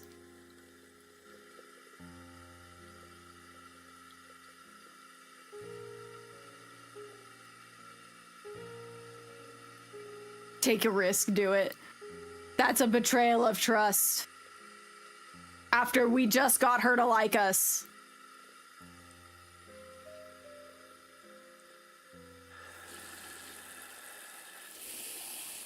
Sorry, Vivian, but the investigation comes first, and I'm willing to take the risk. The home screen was already open before me, standard app icons and a seascape wallpaper. I opened the messaging app, the list of recent chats unfolded on the screen.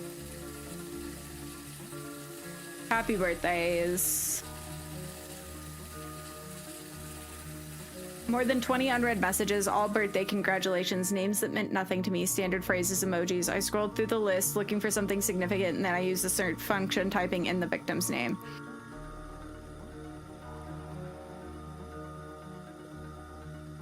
Vivian, training has been moved from 4 to 5. The only message would date a year to go, short and formal. Vivian hadn't even replied. Nothing. They barely communicated. I looked at the chat list and kept scrolling, not knowing exactly what I was looking for. Names flashed before my eyes, and then I stumbled upon a familiar name. Miss Rivers. From Monday. I can't get through. I opened the conversation, and what I saw made me freeze. Oh no. Where's Chaos? Probably out, since, you know, I don't usually, I know, gonna get busted. Since I don't usually stream on Sundays.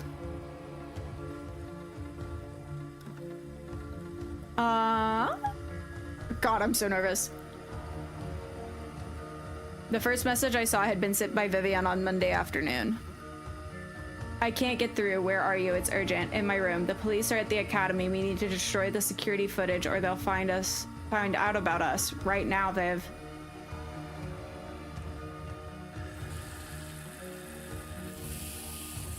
Wookie.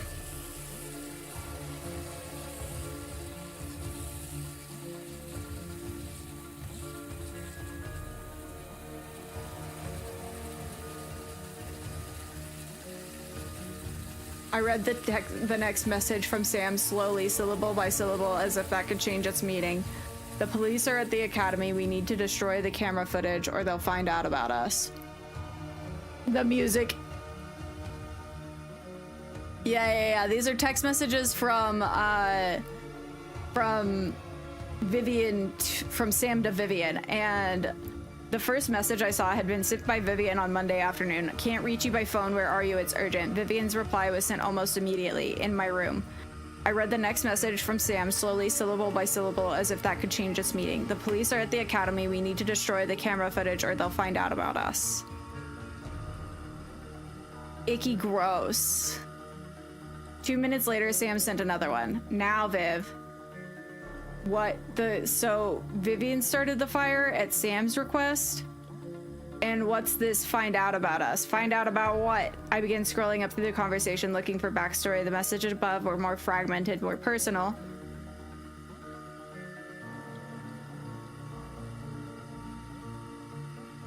Saturday evening, a message from Vivian. I miss you. When can we see each other? Babe, can't promise anything yet. Veronica buried me in paperwork. Right, of course. Good Lord, they're having an affair. Vivian and Sam are having an affair. I know. I scrolled further. The messages became increasingly intimate. Plans to meet, indie windows, emojis. If they were having secret meetings at the academy, they must have been caught on camera. Is that why Sam asked Vivian to destroy the footage? I returned to the last message. The last one was sent on 1 p.m. on Monday. The fire alarm went off literally 5 minutes after that. My thoughts were cut short by a sudden sound, or rather the absence of one. The water in the bathroom had gone silent. Damn. I hastily closed the conversation, exited the messaging app, and placed the phone back on the nightstand, face down in the exact same position. The screen managed to go dark just a second before the bathroom door handle turned. It took me a few seconds to wipe any emotion from my face. I turned to Vivian, my voice calm and steady. How are you? Vivian walked over to the vanity table without looking at me. She picked up a brush and began slowly untangling her slightly damp strands. Fine. Her voice was even, detached. The mask of the impeccable heiress was back in place. I should go. It's getting late. Vivian nodded without looking away from the mirror. Her movements were mechanical, too focused on simple act of brushing her hair. I headed for the door, but paused at the threshold and turned back. I'll find you tomorrow.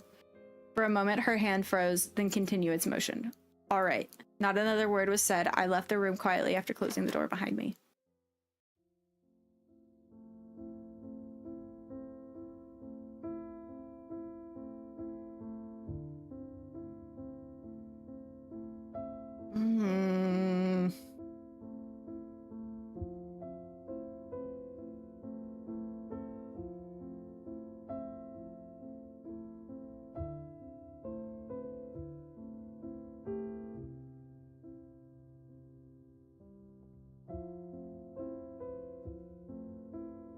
Put that on the list of things I really was not expecting. Well, anyway, we definitely need to get her fired.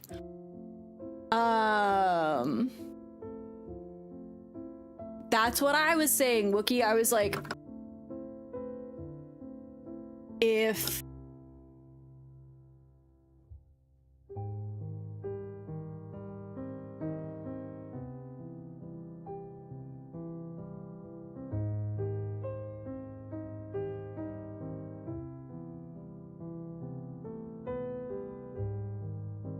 Evelyn finds out about them, that is a good motive. The music is placed so well. I walked slowly down the corridor. The events of the previous evening were still spinning in my head. Approaching the door, I saw a familiar silhouette. Nika was standing by my room, leaning her shoulders against the wall. She was holding 2 glasses and a bottle of wine. Thank God. Yeah, I was like, good thing that we all saw that red flag and went, oh, never mind. Looking for me. How is Sam a romance option? Well, did you also see that we had the option to romance Vivian? And what else has been going on with this game? Questionable choices are part of it.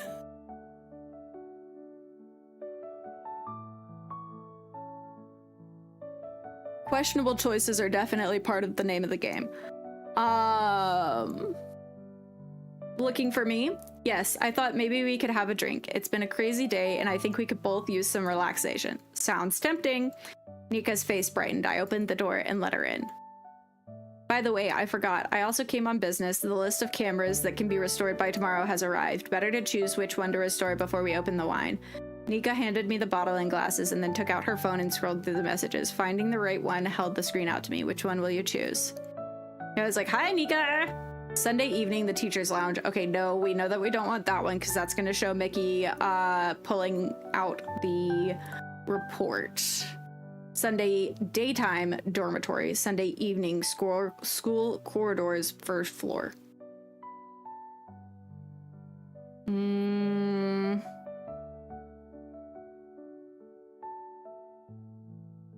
Sunday daytime could show us who left first, who left the room first, Sophie or Evelyn.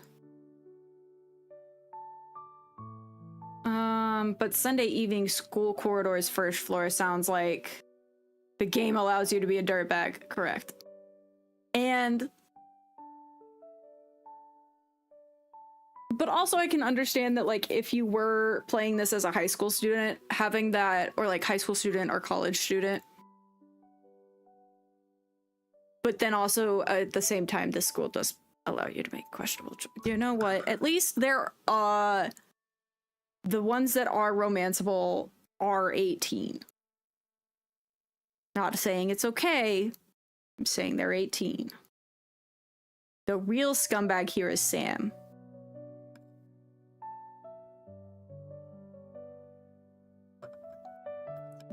I was like, the barely silver line. I was like, not saying you should do it, but at least it's legal.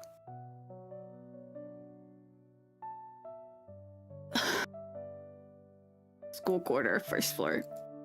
This one. Nika quickly typed a reply and sent it. Great, now we can have a drink. Got a corkscrew? Of course. Nika pulled a small corkscrew from her pocket and handed it to me. Time flies so fast. Good wine, a corkscrew, not long.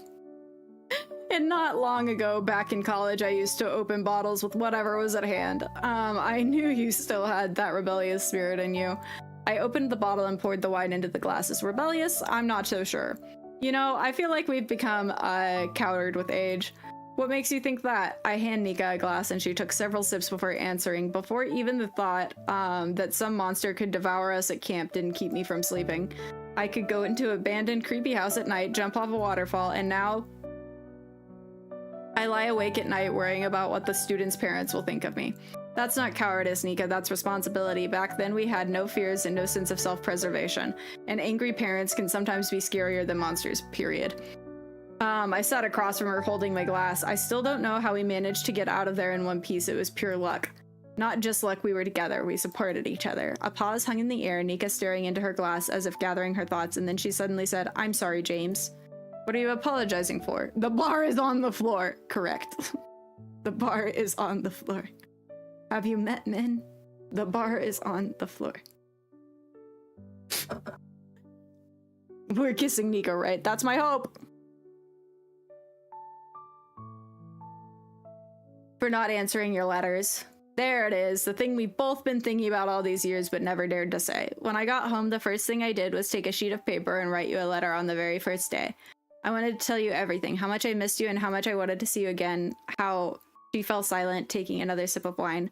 But before I could take it to the post office, my father found the letter, and he snatched it from me and started reading right in front of me. It was terribly embarrassing, and when he finished reading, he was furious. He said that if I tried to contact you again, he'd send me to my grandmother's farm. Not to the farm! The One Piece is real! The Nika we find along the way. Y'all are funny. Every time I've said that, though, I keep thinking about One Piece. He said that if I tried to contact you again, he'd send me to my grandmother's farm to feed the pigs and milk cows for the rest of my school years. What on earth did you write in that letter? Wow! Thank you so much for the rose. In that letter, I confessed that I didn't dare confess at camp in person. The air between us seemed to go thicker. I understood what she meant, but I still couldn't make myself believe I was hearing this now. After so many years. The words that I've longed for. You wanted to confess your love to me? Nika nodded without raising her eyes. My father said back then that love is a weakness, that if I wanted to achieve something in my life, follow in his footsteps, works as a special agent, I shouldn't give in to feelings. I watched him sort through the mail every Saturday, how his expression when he found a letter, I couldn't see the address, but I knew those letters were from you. And what did he do with those letters? He burned them in the fireplace right away. So that's why she never wrote back. All these years I thought you'd simply decided to forget everything like a bad dream, erase it from memory. She is shy. Now Kith. It may sound strange, but I remember my time at camp as one of the happiest in my life. Your life must not have turned out so great if that is one of the happiest for you. I tried to give the words a joking tone, but Nika didn't smile. She looked at me very seriously. But you were there. Well, since we're laying our cards out on the table tonight, I should confess that I was always drawn to you as well. Nika raised her eyebrows and a playful gleam appeared in her eyes. Always? And right now, too. And right now, too. Boo-boo? Always. And right now, too.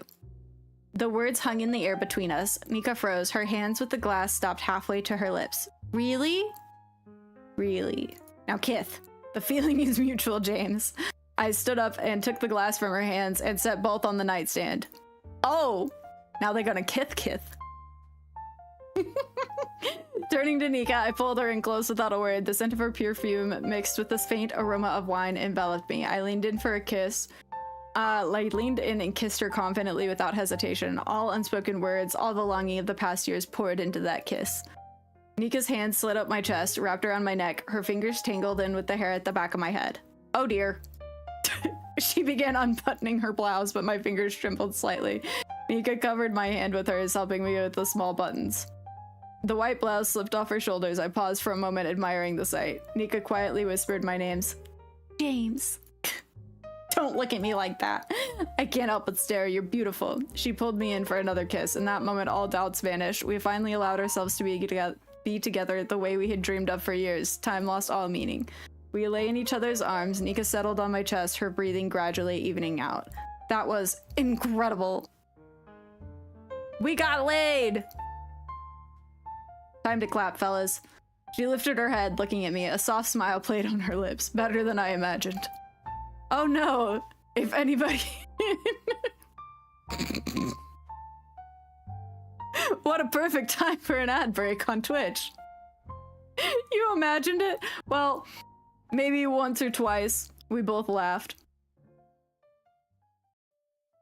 You know what I'm thinking about? If you had received my letters and I yours, how would our lives have turned out? I kissed the top of her head, breathing in the scent of her hair. I don't know, but I know for certain that we wouldn't have lost 10 years. But better late than never, right? Wait, so did we get busted? We did not get busted, and we did get laid, by the adult woman. James, my man. We did, but in a different way.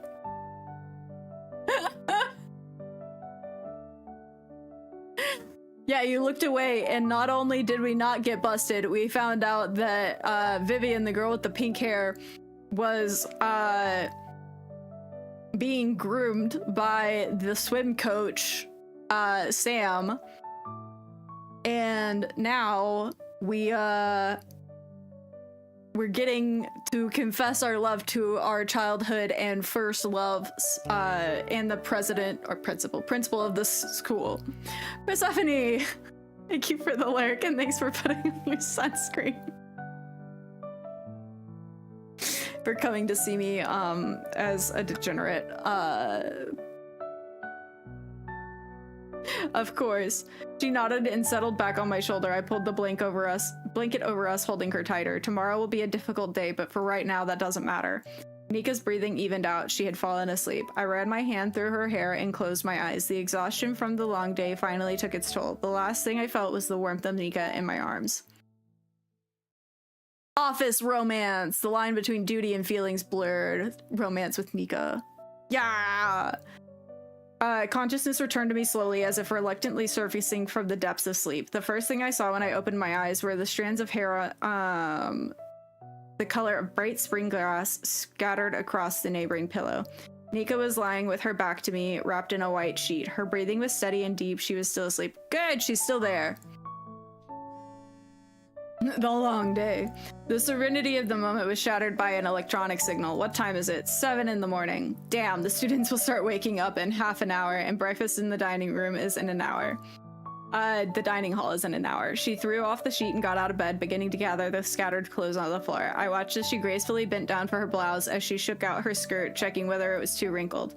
I'd better go right now. If I stay another 20 minutes, the chance of someone seeing me leave your room increases dangerously, and I really don't want to become the main topic of school class.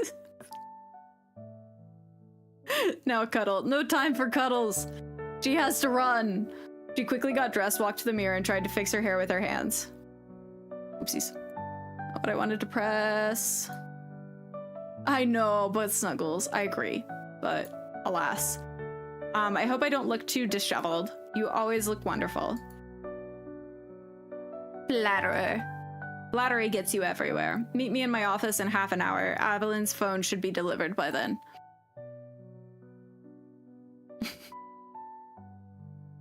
Round 2, then she can go.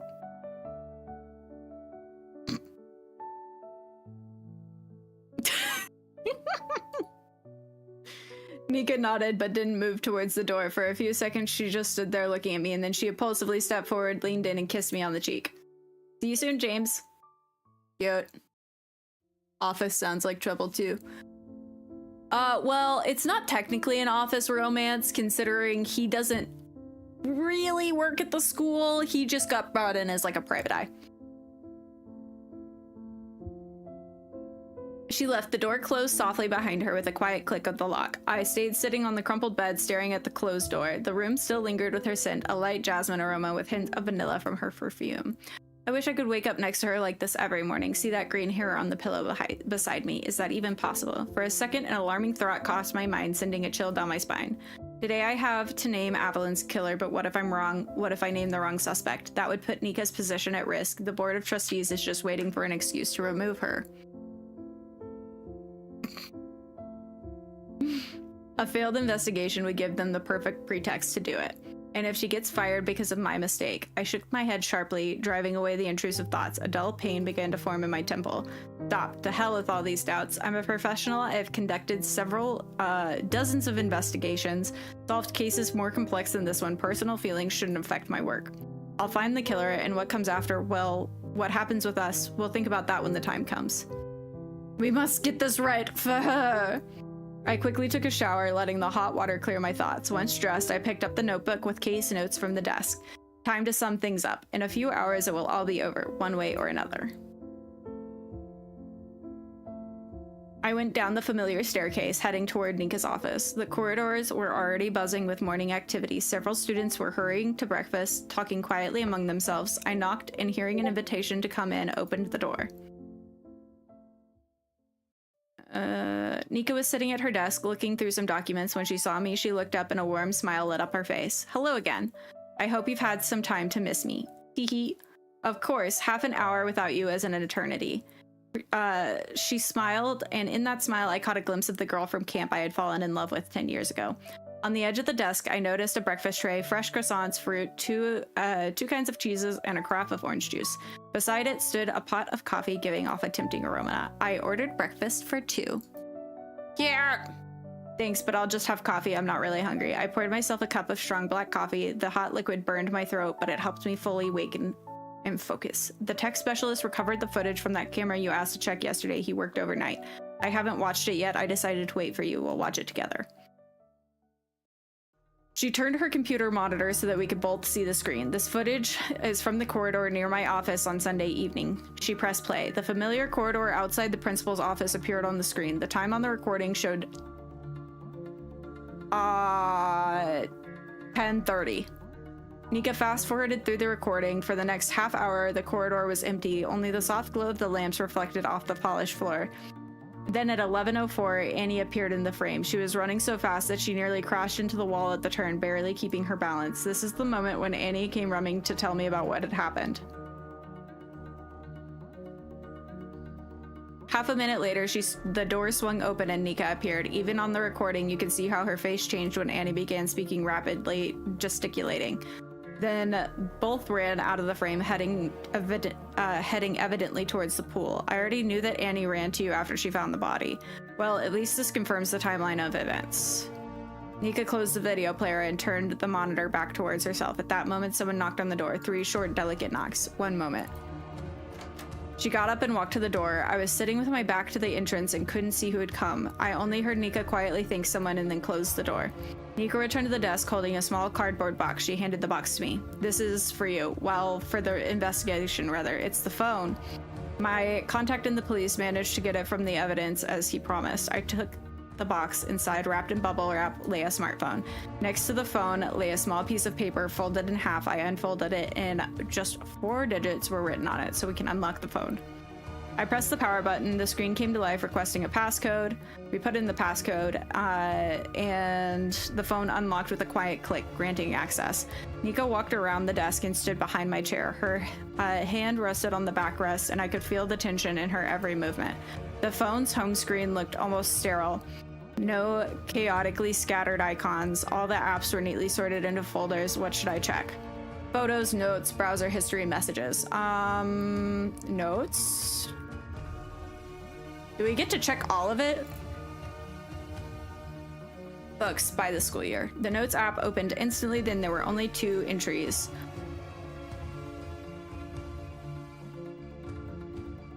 Interesting book choices, because those are all murder mysteries.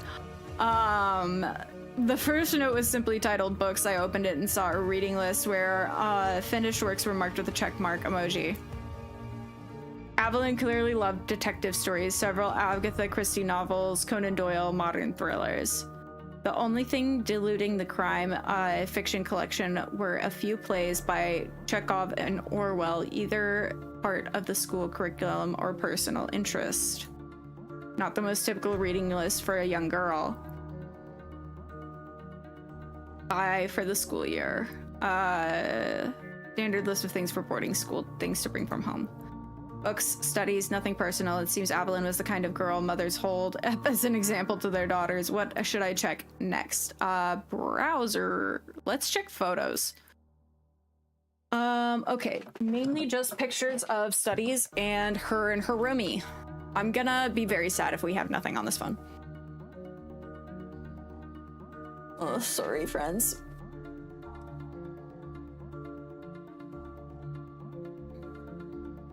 I tapped the gallery icon. The phone held about 100 photos, most of them shots of lecture notes, textbook pages, and flowers from the school garden.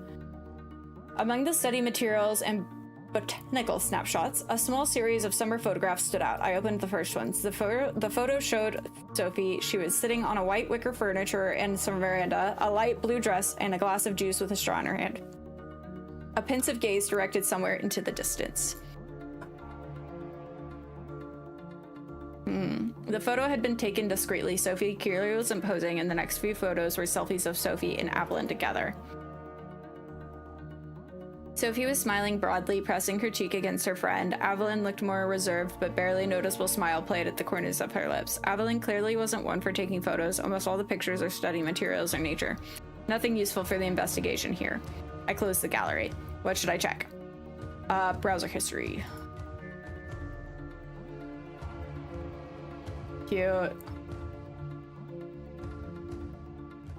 The browser loaded, showing the recently visited pages. I opened the full history and began scrolling through it. More people who demoed the game. Look at all those people.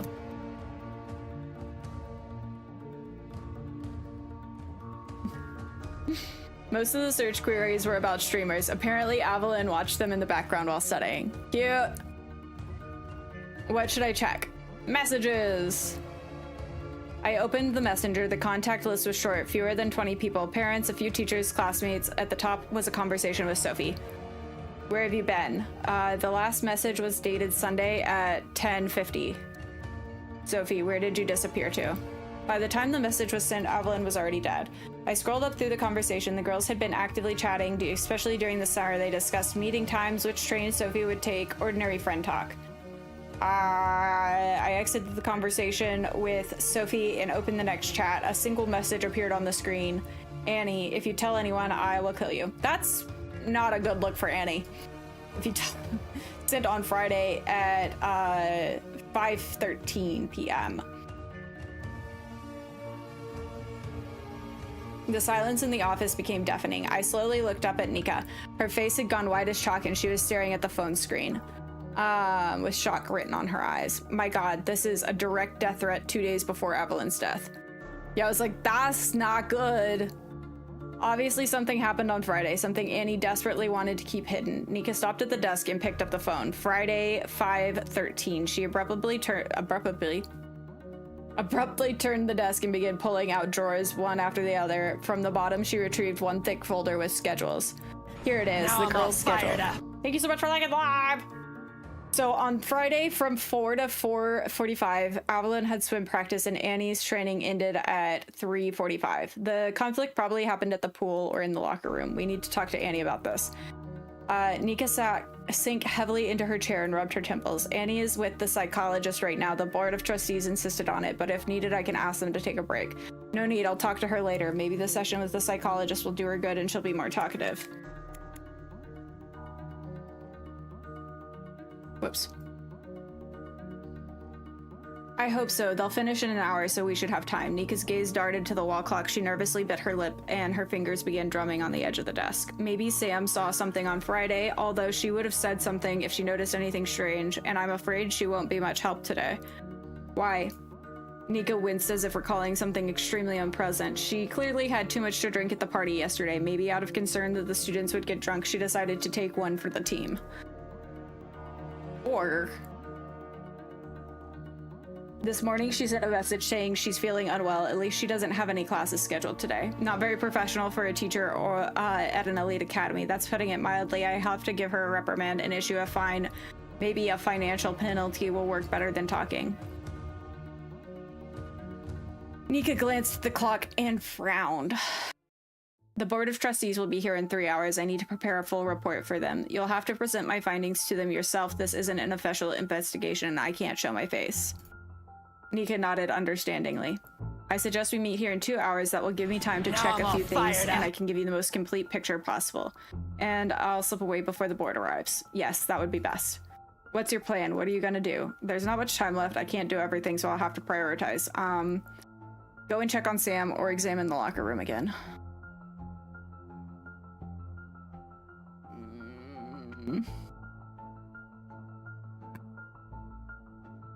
I don't know.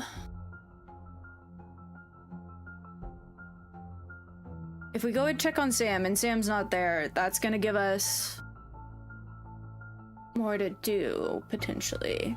But we already know. But if we examine the locker room again, will we be able to find anything different, you think? Sam might be in the middle of more flockery. That's what I'm like. But if it...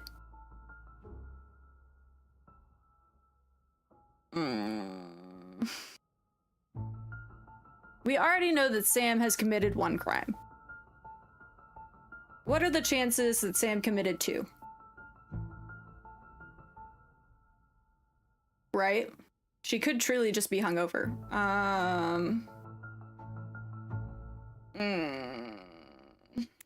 Hold on. Saving. I wish I would have been figured out how to do that earlier, but I'm dumb. Go check on Sam. I'll examine the crime scene once more. Buddha said if you reach a dead end, go back to the beginning. The dead end? Don't scare me, James. Well, it's metaphorically speaking. I already have a theory, but I want to fill in all the details.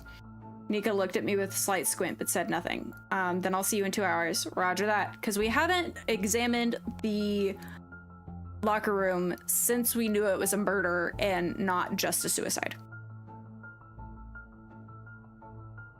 I got up from the chair and headed for the door. Already grasping the handle, I looked back. Nika sat at the desk, staring at Evelyn's phone, which still lay in front of her. Everything will be fine. I lie. I hope so. I left the office, pulling the door firmly shut behind me. Passing through the hall, I headed toward the pool. I really gotta remember to drink more water when I'm doing long stints like this. I was greeted by the already familiar enormous room with a high ceiling. I slowly walked around the perimeter of the pool. The smell of chlorine seemed especially sharp today. I looked into the equipment containers, kickboards, pull, buoys, fins. Everything was neatly arranged in its place. I checked the benches along the wall, empty, examined the floor near the pool's edge, no forgotten belongings. My gaze lingered at the Academy record boards on the wall. Evelyn's Frost name appeared in 3 categories. Next to it, Annie Harper's, trailing by a few seconds. There was nothing more to see in the pool itself. I turned away from the board and approached the coach's office door. Pulled the handle. Locked. Only the locker room remained. Methinks we probably could have picked the lock, but maybe we don't want to do that. Who knows? I pushed the door open and stepped inside. The locker room looked the exact same as on the first day. Search all areas. Okay, so...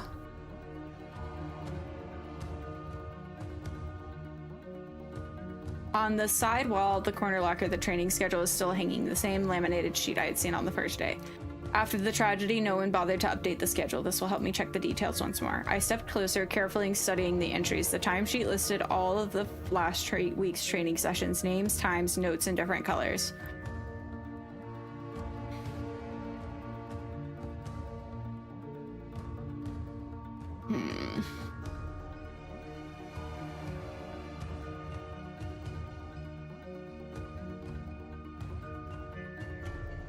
It's interesting that they only have group training twice a week. The same schedule I've already seen. I'm really hoping that this isn't gonna be a waste of my time. I tilted my head back, examining the pipe beneath the ceiling. On part of the metal, barely visible scuff marks were noticeable. Traces of rope friction, the surface in the spot that had been polished to a shine. Surface in that spot had been polished to a shine. I need to take a closer look. I pulled a bench over and stood on it. Even from this height, I had to stretch my arm up to reach the pipe. Wait, this is important. Even standing on the bench, I, a grown man, have to reach and throw a rope over, then lift and secure the body. Oh my god, it was Sam. I got off the bench and stepped back a few paces. Simple physics. To throw a rope over the pipe, then lift a body and secure the knot, you need not only strength but height.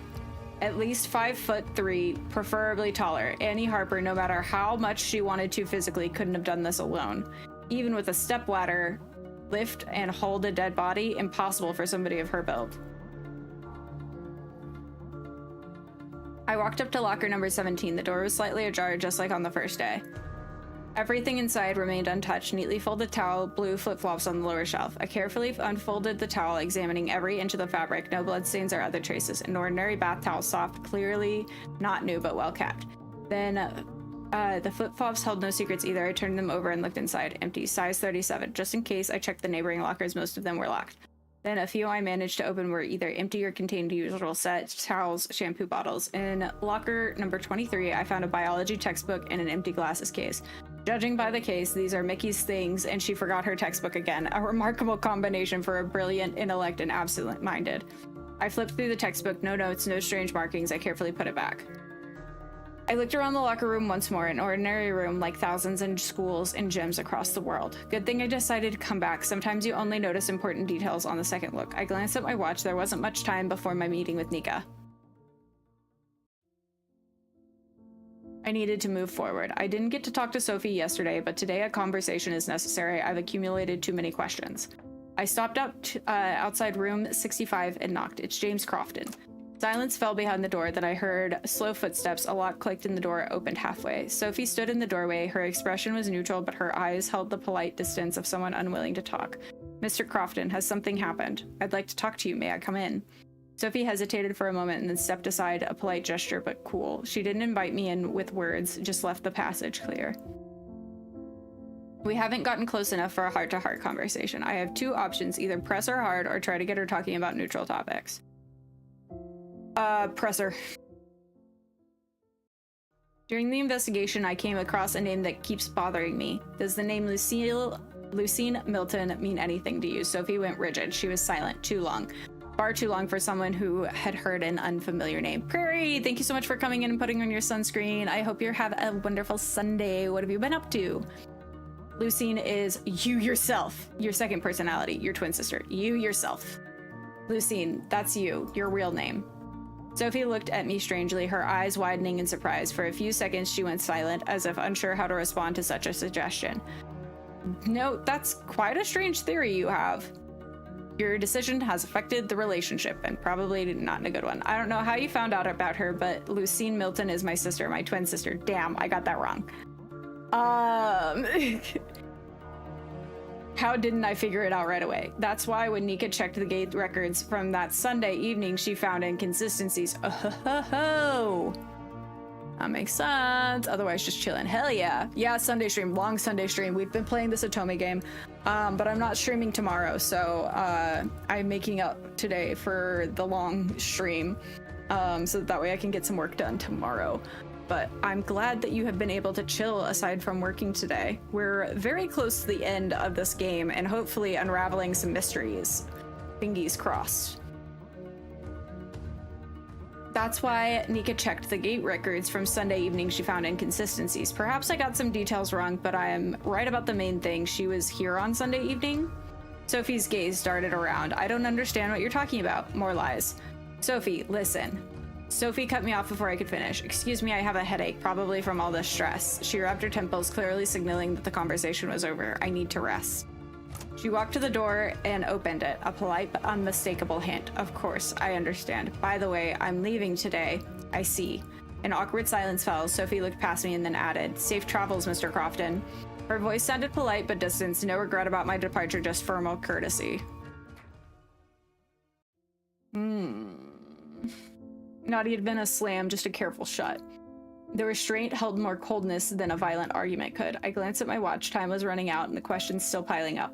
I decided to check on Annie Harper. That threatening text message had been nagging at me. Perhaps her session with the psychologist was already over and I could talk to her. I headed to room 63, knocked. Silence. I waited for a few seconds and then knocked again, a little louder. No answer. I pulled the handle. Locked. Apparently Annie hasn't come back yet. Well, I'll have to pay a visit to her classmate. I walked down the corridor to the room with the lion and crown crest on the door. I had just raised my hand to knock when the door suddenly swung open. Vivian appeared in the doorway. The girl looked tired, nothing like she had at yesterday's reception. Faint shadows had settled under her eyes. Good morning, Vivian. Off somewhere in a hurry? Mr. Crofton, what an unexpected encounter. Actually, you're right. I'm in a hurry. I need to sign some documents. The workers are taking away the decorations from yesterday's reception, and the foreman is waiting for my signature on the waybills. Perfect. Let's walk down together. The signatures won't take long, and afterwards we can take a little walk. Well, I suppose I can spare a few minutes. Let's go. We stepped outside in the courtyard and I saw a genuine anthill of activity. Workers were dismantling yesterday's decorations, rolling up garlands, folding tables, taking apart temporary stage. The foreman, a stocky man with a clipboard, spotted Vivian and hurried over to us. The man explained something quickly, showing her the documents, and Vivian carefully reviewed the papers, occasionally asking brief questions. Finally, Vivian took the pen and placed several signatures where needed. Well, that's done. You wanted to take a walk, Mr. Crofton. How about we go to the garden? It's quieter there. We can talk without prying ears. Fresh air wouldn't hurt. After last night, my head is still a bit heavy. Vivian stopped before the garden gates. Several students were still strolling through the garden, enjoying the break between classes. Sneaking a glance at my watch, I saw there were about 5 minutes left before the break ended. Better to wait until everyone heads to class. The conversation ahead is a serious one. How are you feeling today? It was hard to organize a proper reception on such a short notice, but I'm glad everyone enjoyed it. By the way, Mr. Crofton, I haven't asked your opinion yet. How did you find last night? I was impressed. You did a great job. I would have preferred something more modest. I'm impressed you did a great job. You know, I've attended social events before, but I've never seen such attention to detail. I still can't imagine how you managed to organize all of this in just a few hours. A flicker of satisfaction crossed Vivian's eyes. She straightened her shoulders slightly. Compliments were clearly the currency she valued. Magic, yeah, I want to get through the game. That's why I'm still alive. I honestly normally wouldn't be.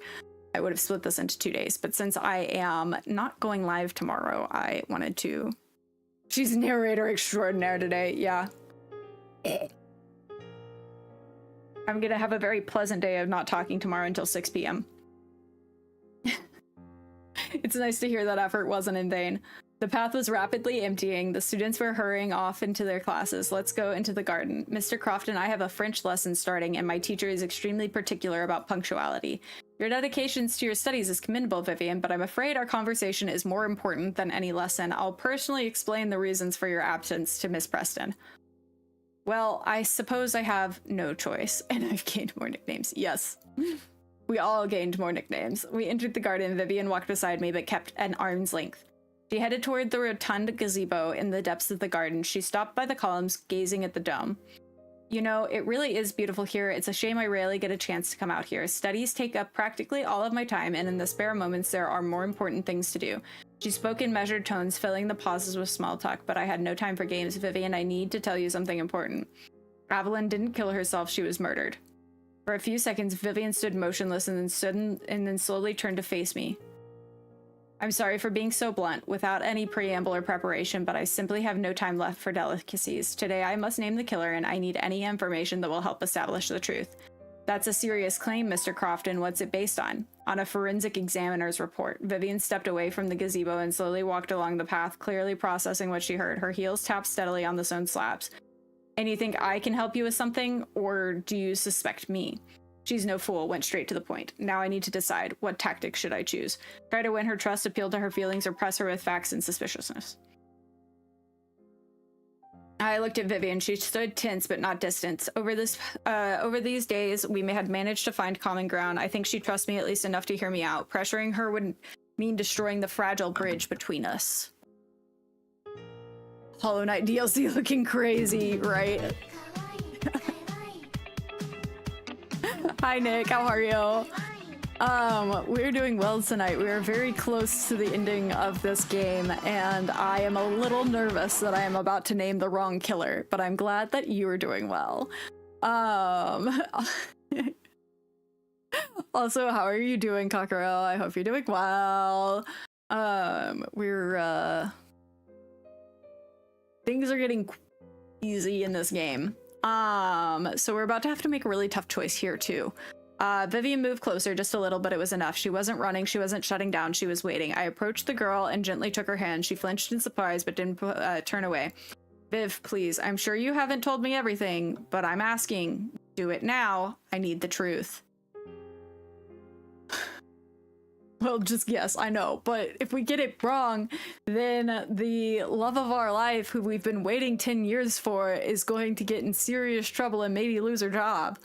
So, you know, we got things riding on us being right.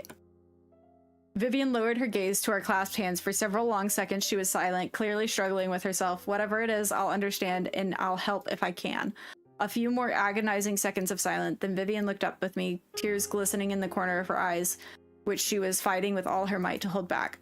Have we not grown close enough over these days, or is the secret so serious that she can't bring herself to tell me? But then Vivian spoke. Her voice was quiet, almost a whisper. Promise me you'll be on my side when you learn the truth. I promise. That's bold. Don't make the wrong decision, then good luck. GG's, thank you. Oh my god, is that the lizard working? Oh my god, that's hilarious. She took a deep breath like a diver before a plunge. Do you remember the fire in the server room on Monday? The one that destroyed the camera recordings? Of course I remember. It's only caused all the problems that we have with this mystery. It was me. I started the fire. But why? What wasn't I supposed to see on those recordings? Meetings of a romantic nature? Meetings? Vivian stepped back a few paces, wrapping her arms around herself. When she spoke again, her voice sounded hollow, detached. There's a person at the academy whom I had a close relationship with. I already know who she's talking about, Sam Rivers, her swim coach. But I won't mention that I read their messages. Vivian continued as if justifying herself before an invisible judge. She understood me. She's the only person I truly felt comfortable with within the walls of this damn academy. That is because she was grooming you. But if the principal or the police found out, and the worst part, my parents, my reputation, my life, everything will be destroyed, and she would definitely be fired. Maybe even she bit her lip sharply, realizing she had said too much. And I understand correctly, you set the fire in the server room so that way no one would accidentally see your dates with Sam Rivers on the recording. That's what I'm like. They must have broken up last night. And they were both hitting on us pretty hard, so they clearly were under a lot of stress. Vivian nodded, unable to say it aloud.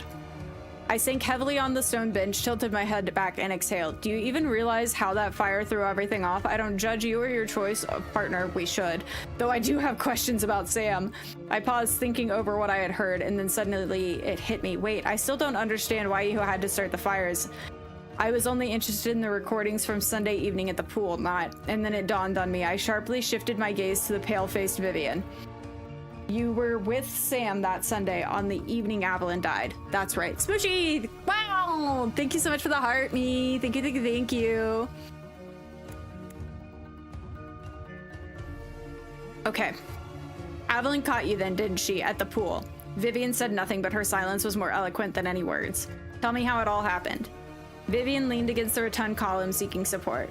We usually met in Sam's coaching room. No one is ever at the pool in the evenings, especially on weekends. What time did you meet Sam on Sunday? Around 9 in the evening. Avalon walked in suddenly and caught us in a rather compromising state. What happened next? She just stood there in silence staring at us, and I, out of shock, started yelling at her, asking what the hell she was doing there. Why didn't she knock? Stupid, I know. But Sam calmed me down. She said that we should talk to Evelyn herself and asked me to leave. And you left? Yes, I was in shock and a panic. I ran out of there as fast as I could. And then I had this crazy theory. What if Sam was also having an affair with Evelyn, and she, seeing us together out of jealousy, decided to... But the examination showed that Evelyn didn't do it herself, and the last person who was with her, according to your words, was Sam. Dun dun dun. Anyway, Swishy, how's your Sunday? We're in the peak of our murder investigation. No, I know Sam. On the outside, she seems rough and cynical, but deep down, she's very vulnerable. She would never hurt anyone.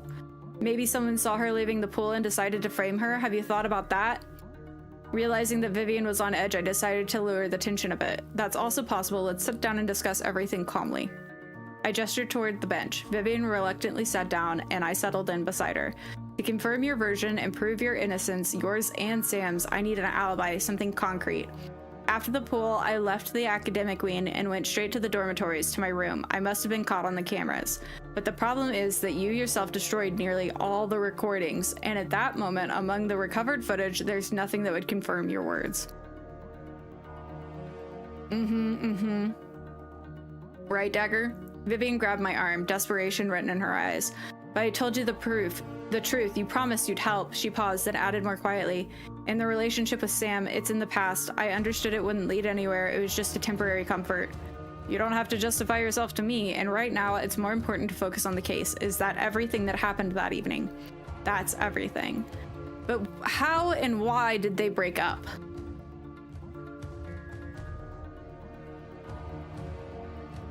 I was completely honest, and I hope I won't regret it. Don't worry, and know this, I truly appreciate it. I have to go. Is this the last time we'll see each other? Within the academy walls? Yes. And beyond them? It would be hard to hide from you, Miss Devereaux. True, but geez.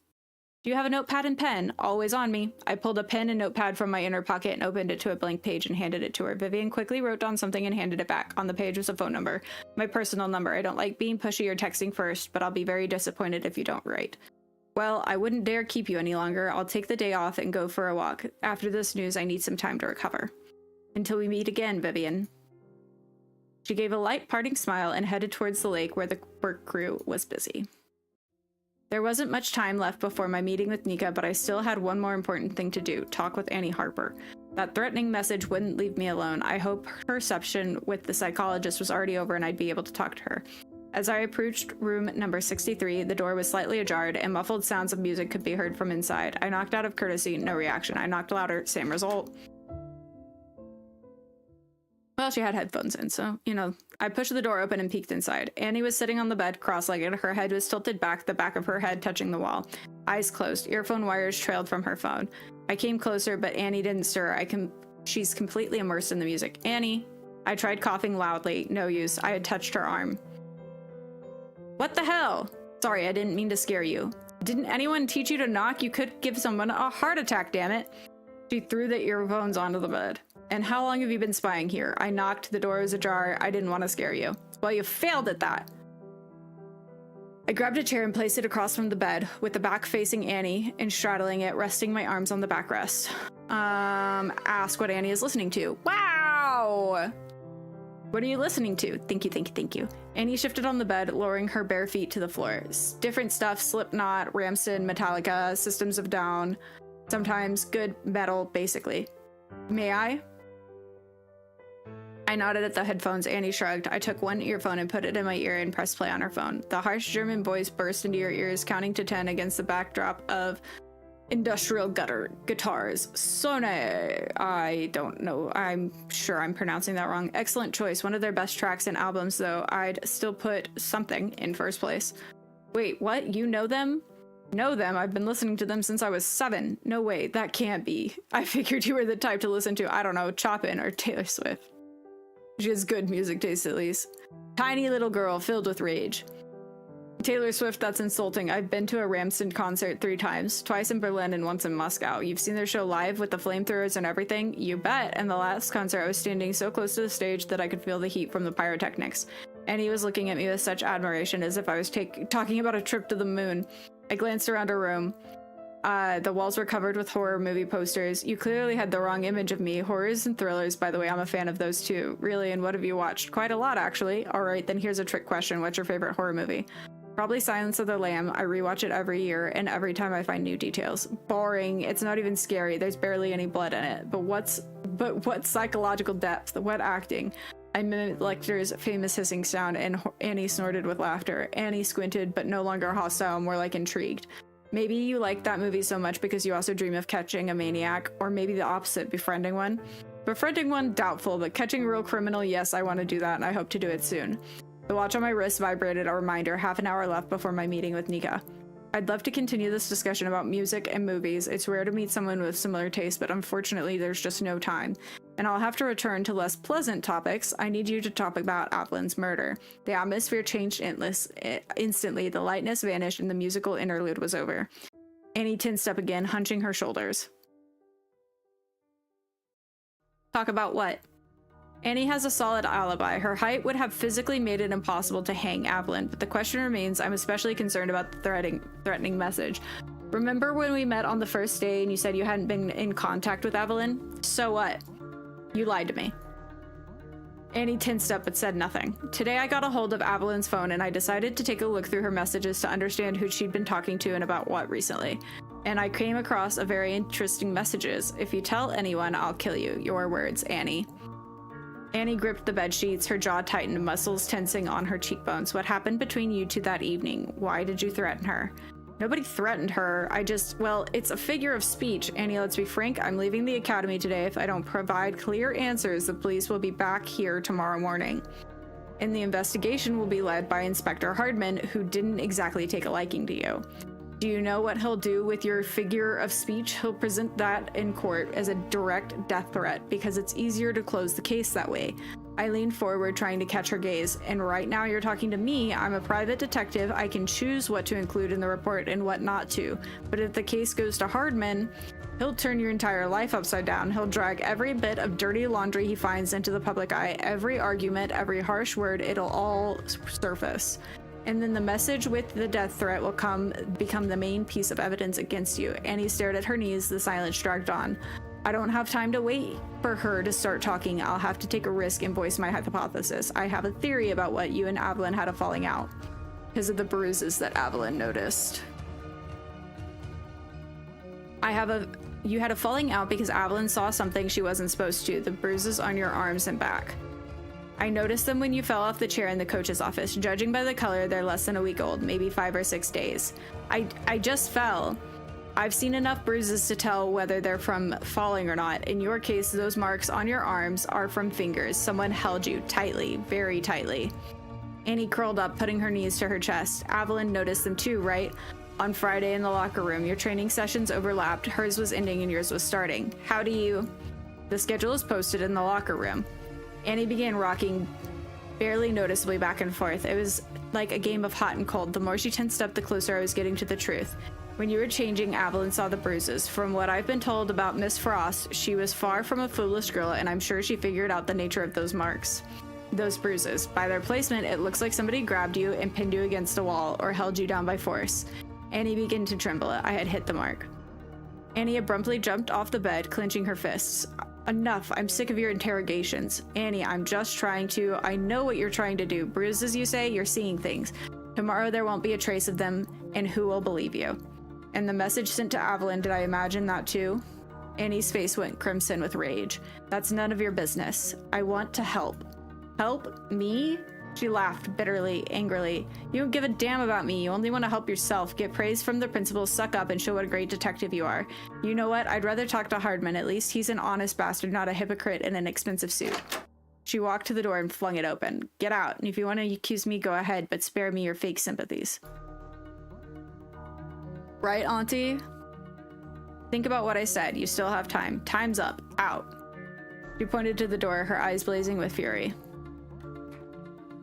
Arguing was useless. I stepped out into the corridor. The door slammed shut so hard the wall shook. Well, Annie didn't share the details, but her reaction speaks for itself. I was right. The cause of the fight was the bruises that Avalyn noticed. Apparently, she wanted to confront Annie's abuser to protect her. Too bad I couldn't find out who that abuser is. I have a pretty good idea. You read stories like these, right? My phone vibrated in my pocket. The screen lit up with a message from Andy. Send over the information you requested yesterday. Check your email. Better look at it in the room.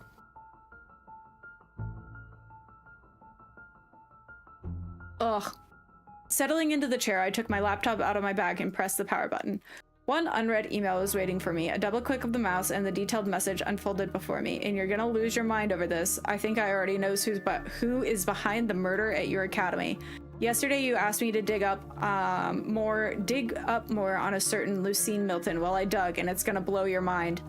I won't retell everything I found, just read the article and you'll understand everything yourself. Below was a blue hyperlink. I hovered my cursor over it. The link led to some news. I clicked on it and waited a few seconds while the page loaded. A local newspaper news portal appeared on the screen. The headline of the article jumped out in large black type. School dispute nearly turns tragic. Below the headline in small print was a date. The article was 2 years old. It began to read, on October 12th, a shocking incident occurred at Wellbridge Hall School during the lunch break. One student stabbed a fellow pupil with a knife. According to sources, a student named Lucine Milton brought a kitchen knife from the canteen and attacked one of the other students directly in the hallway during a lunch break. The victim sustained injuries to her arm and shoulder. Her life is not in danger. Student staff intervened immediately and called the police and an ambulance. Lucine had been detained and referred for an urgent psychological evaluation. According to teachers and classmates, Lucine had always seemed withdrawn and antisocial. She avoided contact with her classmates and took no part in school life and communicated only with her sister. The school has tightened its security measures and declined to comment. The educational process has been temporarily suspended. At the end of the article, there was a small photograph. I clicked on the image to expand it to full screen.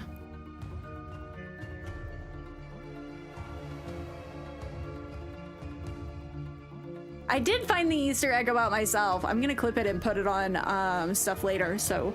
But yes, I did. It was very cute. Yeah, CB, I don't know about strong, but still going. I really want to finish this.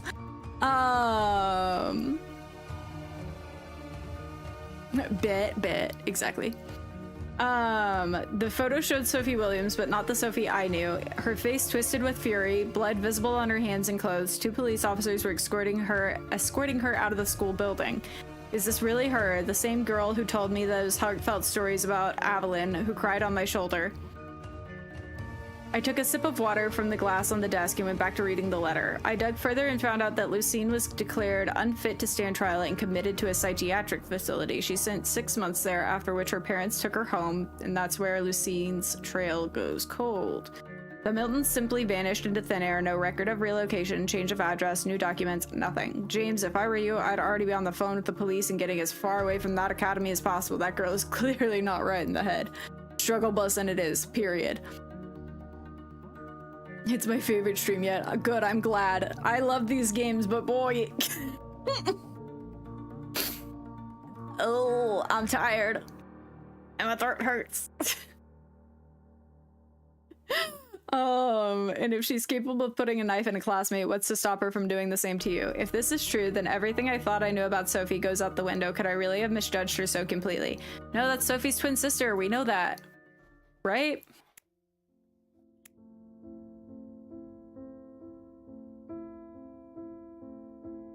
We were just chopping it up with everyone, so it's fun. It is fun to hydrate before I hydrate. You're right.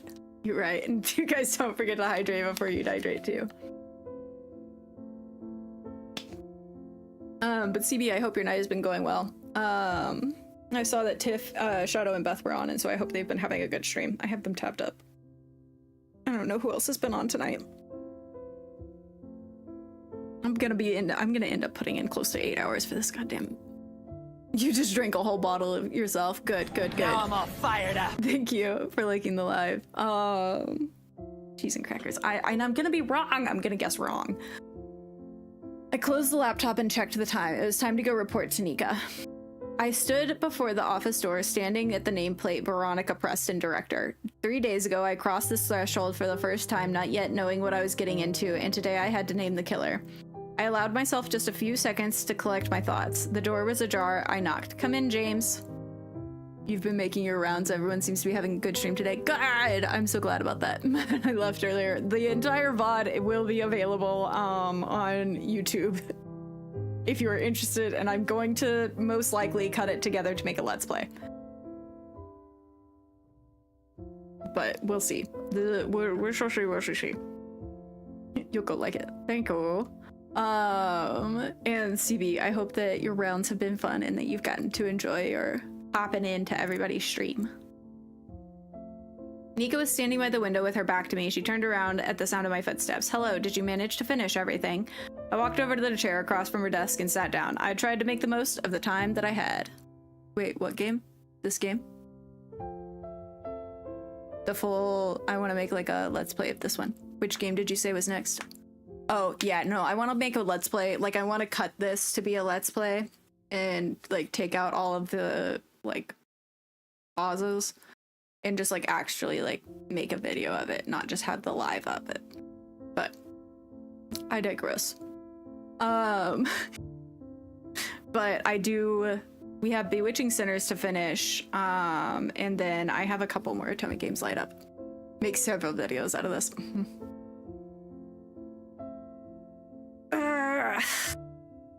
I want to do like an Atome dating series where I do like Let's Play of that. Since I enjoy doing those on my days off. Big brain. Big brain indeed. I tried to make the most of the time that I had. Well then, shall we get down to business? Nika nodded, a short, nervous gesture. She sank down onto the director's chairs and fixed me with a stare, as if trying to read the answer before I spoke it. It feels like all I've been doing these past few days is waiting on your answer, but now the moment has come, James. I'm afraid to hear the truth, but we can't put it off any longer. Please tell me you found the killer. Let this all be over. I'd like to say I'm 100% certain about the killer, but I'm not. The fire destroying the recordings that would have shown who entered the pool on Sunday evening, that seriously complicated things. But you do have other evidence, right? You searched the rooms, talked to the girls. Yeah, I managed to dig up plenty of evidence and dirt. I took out my notepad and flipped through the scribbling pages. James, please don't drag it out. Just tell me who did it.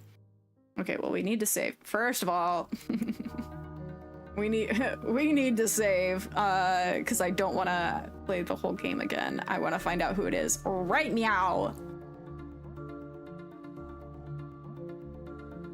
Okay, so we have Vivian Devereaux, who I don't think did it. Sophie Williams, who there's still a question mark on, because if her and Lucine Milton were the same person, then I could definitely see it. We guessing Sam or someone else. That's what I'm like. I feel like it's either Sam or Lucine who's your for sure suspect. These two are definitely like, because if Sophie Williams and Lucine Milton are not the same person and they are twins, and it's not like a bipolar or like not bipolar, what is it that people have multiple personality disorder. I don't think it's Mickey and I don't think it's Annie. Because I think Annie was possibly also being abused by Sam, and Mickey clearly just took the academic records. Schizophrenia, thank you. How tall is Sophie? Sophie is tall enough that I think that she could probably do it, because she's definitely as tall as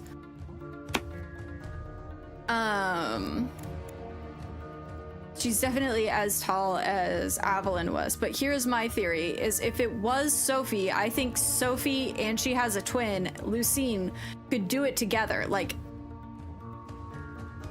Lucine goes nutso, and then they frame it together as a suicide.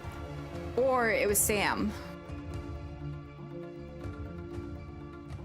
So I'm gonna go Sam and hope for the best, because if we're putting somebody in prison,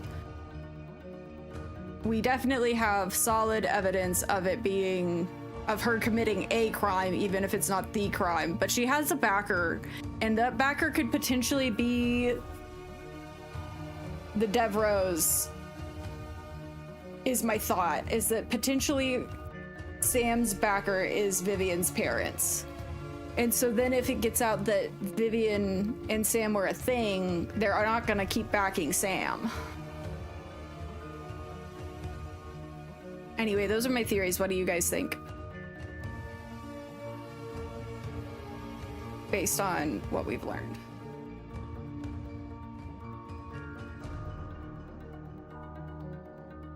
All right, we're accusing Sam. Sam Rivers. What? Nika sharply raised her head, disbelief flashing in her eyes. Sam, James, are you serious? More than serious, and I have solid reasons to suspect her.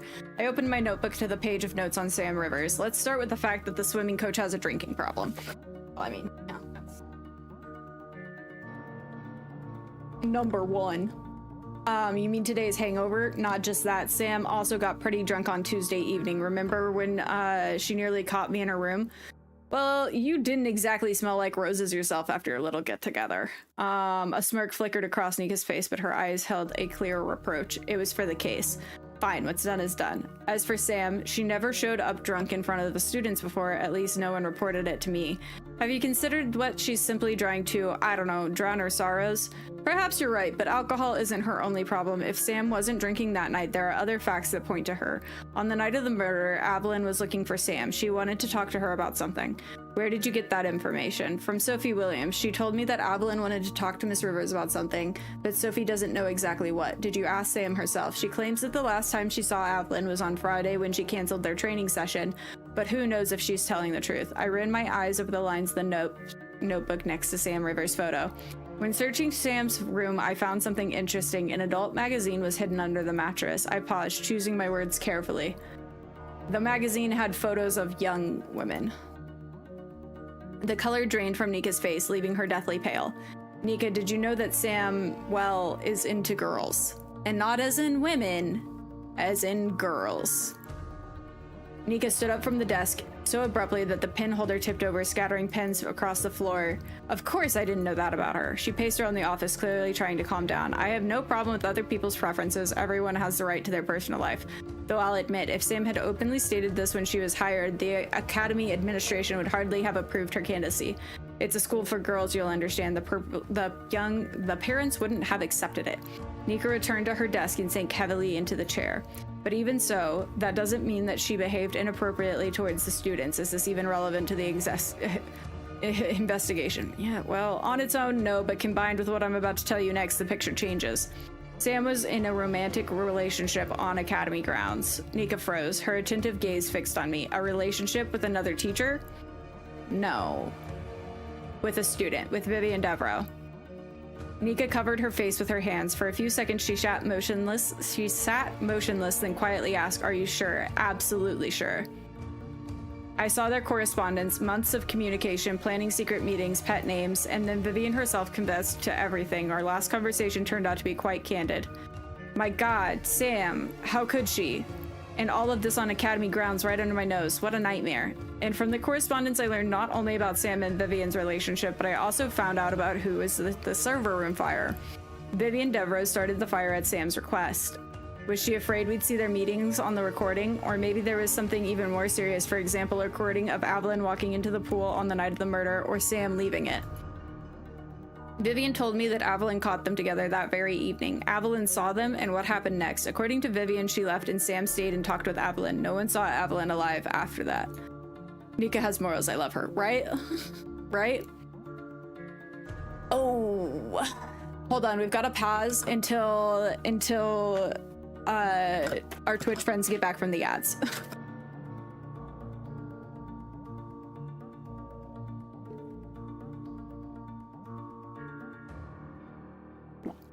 Because I don't want to make them, hold on. Charizards. Charizards. So, y'all will have to let me know whenever y'all get back from the ads. So, everyone stretch. Nika's everything we wanted her to be so far and maybe more, right? I want to know if we're going to get the entire rundown after we finish this submission. I'm just also hoping that we get a happily ever after. The kitties aren't gonna like me after this. It's like sweet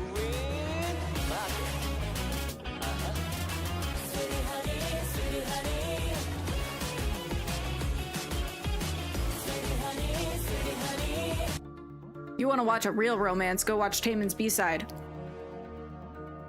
Freaking love that anime.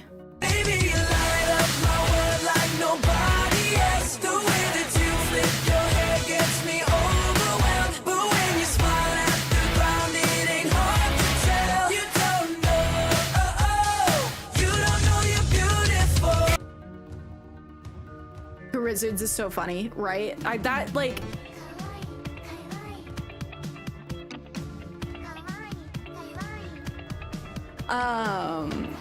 ever since I've heard TTS say Charizards, you will stop this game.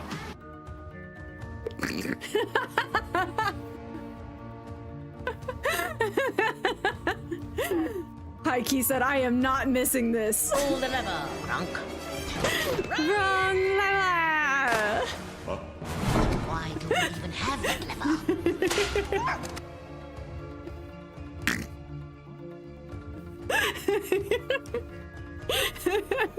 He said you are not continuing without me.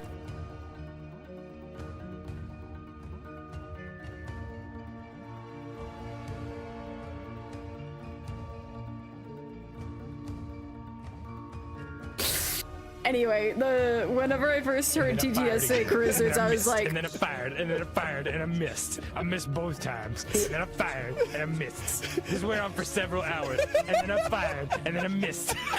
I was like, I gotta make that a channel point redeem, and then I found the Charizard throwing it back, and I was like, Charizards! Somebody come get your man. I think he got lost in my DMs. My DMs. You better come get your man. I think he wanna be way more than friends. Way more than friends. What do you want me to say?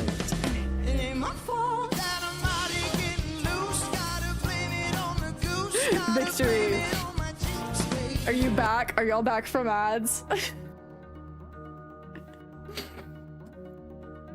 I had stopped once I realized that y'all were gonna get ads. Okay, cool. So you made our time without continuing very entertaining.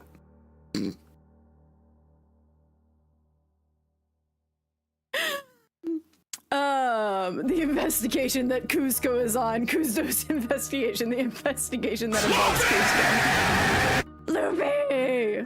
Oh, jump scare. Trust me, I'm awake. That's not all. I requested information about Sam through my contact, asking them to dig deeper than standard employment background checks. Sam isn't just a swimming coach with sports college degree. She's former military, a fighter from an elite special forces operations in the US Army. What? But in her resume, her real biography has been carefully scrubbed. Someone's helping her create a new identity. Sam participated in combat operations. She was in the thick of it. Assault operations, target eliminations. After that, Sam developed severe PTSD, nightmares, panic attacks, uncontrollable outbursts of aggression. She failed the psychological evaluation and was discharged from the army. Good lord. After the army, she developed serious problems with alcohol and aggression. 3 years ago in a bar, she beat a man nearly to death simply because he was hitting on her friend. But why isn't she in prison? The case was hushed up. The victim withdrew his statement, clearly paid off for intimidation. But the assault itself remains in the police record. Nika, your academy employs a woman with a military killer training, psychological problems, alcohol dependency, and a history of violence, not to mention grooming minors. And she's around the students every single day. What you've told me, that's already enough to fire Sam, maybe even put her behind bars. But I still can't believe she killed her own student. Is there anything else, or are we done with surprises for today? That's everything I managed to find out. And I'm also pretty sure that she's the one who assaulted Annie, but I obviously can't prove that. I'm trying to understand the logic. Which of these facts was the decisive one? Why did Sam decide to kill Avalon? What is Sam's motive? I don't know. An outburst of uncontrollable rage, the threat of the affair being exposed? I'm fairly certain it's the threat of the affair being exposed.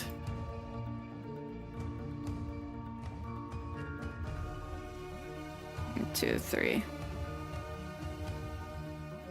Right? Y'all both about to die, though.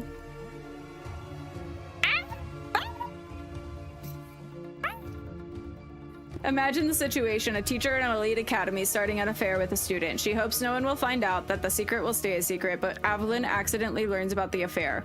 On Sunday evening, Evelyn decides to stop by the pool. Maybe she forgot something there or wanted to check on the training schedule, but she became a witness to someone else's secret. Yikes. Sorry, am I interrupting? Frost, what the hell are you doing here? I have the same question for you, Miss Rivers. Damn, Evelyn, you've got it all wrong. I doubt it. Evelyn, it's much more complicated than you think. Vivian, leave. We need to talk. How much do you want for your silence? You're good at keeping quiet, so maybe just do it for money. Vivian, shut up and leave. Listen, Evelyn, I know how this looks, but let's talk calmly. Go ahead. What's there to explain? Women, men, people are people, feelings, attraction, it's all natural. I know many people wouldn't understand, but you're a smart girl, Evelyn. You won't judge me for this, will you? For an affair with a minor? What minor? She turns 18 in less than a week, but what? In a couple of days she'll suddenly get smarter, become more grown up? Total nonsense. And look at her. She looks more mature than many adults. And think about Vivian. Her family is something else. Rich, important. If they find out, they'll eat the girl alive. Is that what you want, to ruin someone's life? Jesus, that logic, I know. But icky. But why the hell am I justifying myself? It was all consensual. And I mean, you could put the reverse on them and too and be like, yeah, what does change? I'm on oh vacation every single day because I love my occupation. Hey, I'm on vacation. Oh, no. If you don't like your life, then you should go and change it. I'm on vacation every single day because I love my occupation. I'm on vacation every single day, every single day. Well, can't quit now. Sue, thank you so much for the raid. Hi, my name is Tess. Welcome to Relaxation Nation, and don't forget your sunscreen, which is our daily redeem here. I understand if you have to raid and run. I know that Zoo does long streams, and this is not the normal content that I would normally be making. But you gotta make sure that your ass is covered, which is your after stream self-care. Stop, no.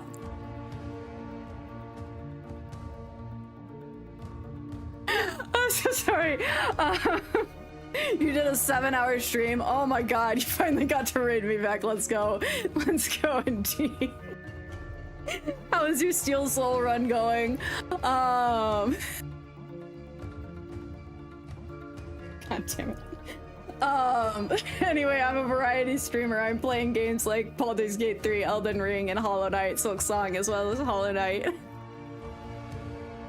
But today we're doing an Otome dating simulator with questionable content. So Rose Academy is hype. You have no idea what it is. It's an Otome dating simulator that I demoed back in the fall and got gifted the full key for once it released on Steam. And so we're playing that today. All the variety. Yes, thank you so much for the lurk. But thank you again for the raid. I really, really appreciate it. If you were one of the people here and you're not already following Zoo, you should do that. He's an amazing content creator.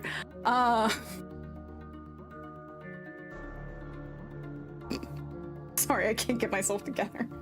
We are at the very end, so you guys came in at the best part, which is our killer reveal. Just to catch you up to speed really quick. So we are a private detective that was hired by our camp crush, who we hadn't seen in 10 years. She was our first love, to come to her private school and investigate a suicide that she thought was a murder. Thank you guys for the follows. Through that, we've discovered that her roommate, the girl who was killed, might possibly have, the roommate might have schizophrenia or a twin sister who is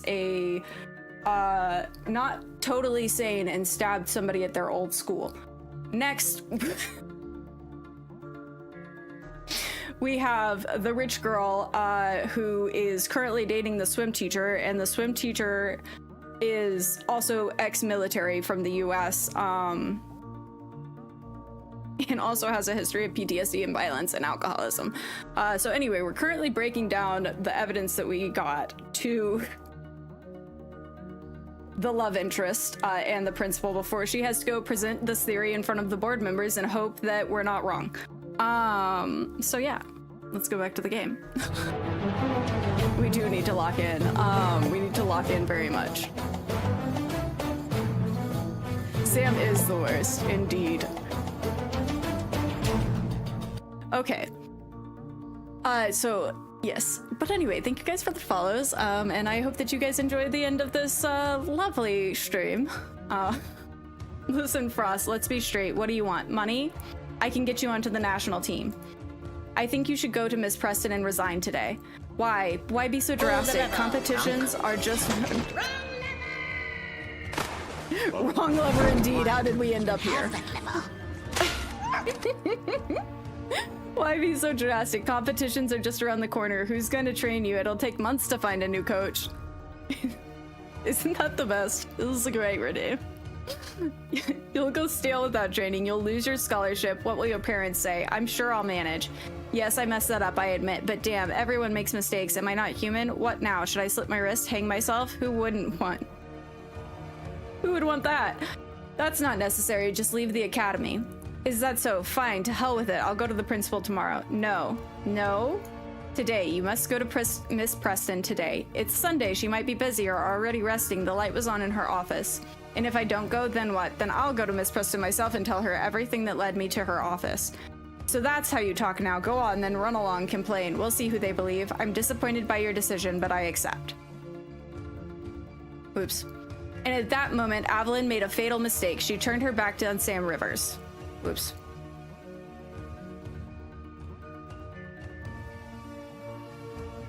Oh dear.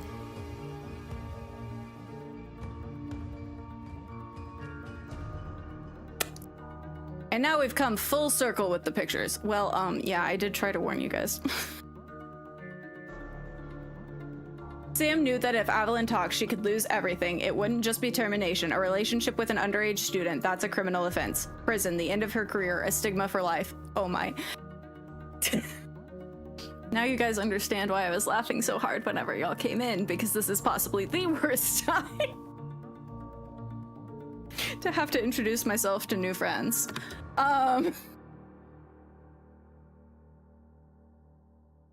Yes, it is an introduction, isn't it, Mel? Center, Ellen, we're all in this together now. So we're right, I guess. I don't know. I'm trying to decide if that was actually what happened or if we're just painting the picture that well. Thank you for the follow. For Vivian, it would also be an end. Expulsion, disgrace for the Devereaux family. Sam may have decided to protect herself and her beloved in a drastic way. At the word beloved, Nika winced. Well, we all did. Sam was cornered. On one hand, the risk of losing everything she will ever have. On the other hand, a chance at keeping things as they were by eliminating the only witness, Evelyn. Oh my god, thank you so much for the sub. Sub for murder. Thank you. Thank you. Welcome to Relaxation Nation officially. I hope you enjoy your new emotes. On the other, chances get to stay as they were, eliminating the only witness, Evelyn. People have killed for far less, and here 2 people's futures were at stake. Nika slowly exhaled. God, James, that's monstrous. But logical. Fear and desperation are poor advisors. That really is a serious motive. Yeah. She closed her eyes for a moment as if accepting a difficult but inevitable decision. I'll pass everything onto the Board of Trustees. If it all checks out, Sam will face the full force of the law. The phone buzzed at the desk. Nika picked up the receiver and immediately stood, pacing the office. Good afternoon, Mr. Thornton. Yes, all right. I'll be expecting you. She hung up and exhaled loudly. The Board of Trustees members will arrive earlier than planned. They're already approaching the gates. I was hoping we'd have more time to discuss things. I wanted to hear all the details. I'm sure you've accumulated plenty of interesting stories about my charges. Boy, have we. Yes, there are plenty of stories, but right now it's more important to focus on what matters, telling the board who killed Evelyn. Nika nodded silently, nervously biting her lip. Worried? Yes. I really hope your theory is confirmed and that this information will be enough for the police to find and punish the guilty party. I rose from my chair. It was time to say goodbye. Unfortunately, I won't be able to stay until the end of the investigation. My leave is ending and I need to get back to work. I understand. Okay, wait, so we do get to know what happened, right? But I would like... Keep me informed, all right? It's important to me to know how all of it ends. Of course, I'll call you when everything becomes clear. Nika stepped closer, stopping a step away from me. James, will we ever see each other again? Oh, probably in credits and stuff. I hope so.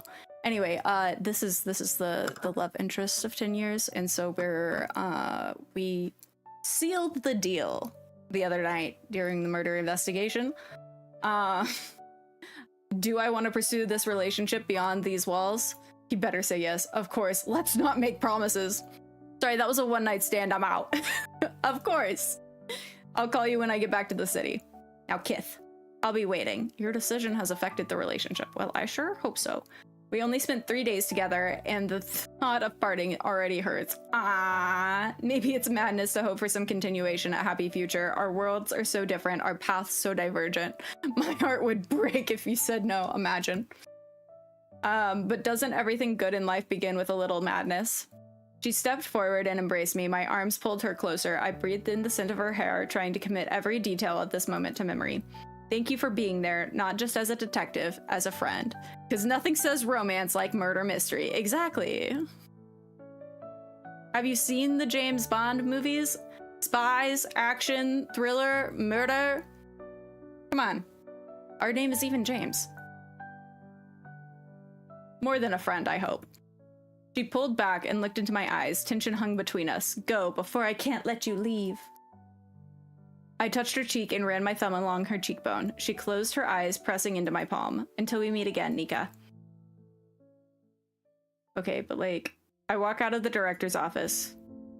10 minutes later, I was already standing in front of the academy with a bag on my shoulder. I packed quickly, there wasn't much, and I'd never really unpacked during my 3 days. The front of the courtyard was empty. A taxi waited at the gate. Before I walked to the car, I turned back to the building. The dormitory windows stared down at me like dozens of eyes. I hope I didn't make the wrong choice. And me too, because this is about to be really bad if we did. I walked up to the taxi. The driver was already waiting for the door with the door open. To the station? Yes, time to head home. It's the same driver. What are the odds? I was woken by the rumble of the garage truck outside. I lay with my eyes closed, listening to the familiar sounds of the city and trying to shake off the last remnants of sleep. And it was all a dream. I'd already gotten used to being away from the city bustle, and the air here is completely different. I reached for my phone, 9:30. They're probably having breakfast at the academy right now. Oh, we get a call from Nika. As if hearing my thoughts, the phone vibrated. The screen lit up with the name, Nika. Hello? God, I'm nervous. This is really happening. What is... Good morning. Did I wake you? No, I was already up. How are you? Hold on. Yesterday was difficult. I promised to keep you updated, so I'm calling. I threw back the blanket and sat up, planting my feet on the cold floor. Tell me. I passed on to the board all the information you gathered. Everyone was shocked that someone like that had been allowed to work at the academy. 3 years ago, Sam passed every check. Her references were impeccable, which, it's now clear, means they were forged. Several people approved her candidacy, including the chairman of the board of trustees. But your evidence and the clear motives convinced them. We called the police immediately, but when they went up to Sam's room, it was empty. What do you mean? The room was empty. She'd clearly packed in a hurry. Drawers pulled out, wardrobe flung open, belongings gone. She fled, James.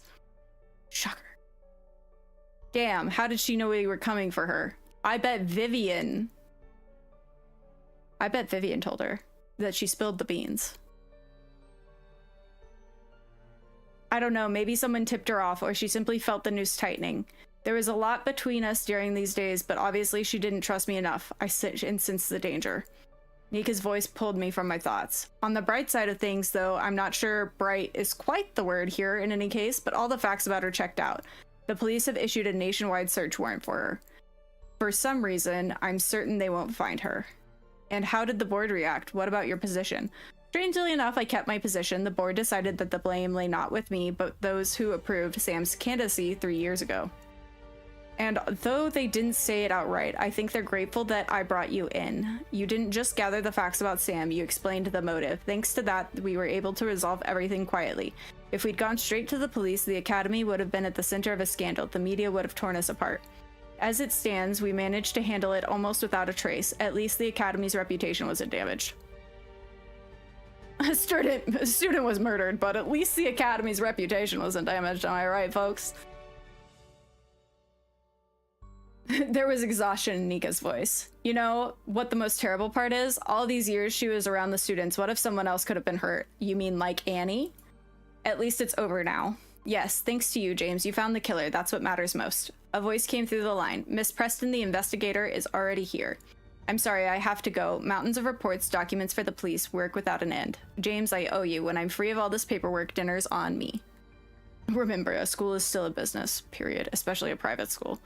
I won't say no to dinner. Until then, and once again, thank you for everything. She hung up. I stayed sitting with the phone in my hand. So the Avalon Frost case is closed. I've done what I came to do. On one hand, the truth has been found. On the other, justice doesn't always bring relief. I got up and walked to the hallway mirror, a tired man looking back at me. Well, that's the job. My therapist always said, it's important to find the bright moments even in the darkest cases. I thought of Vivian Devereaux, her clever green eyes, her perfect posture, her Mona Lisa smile.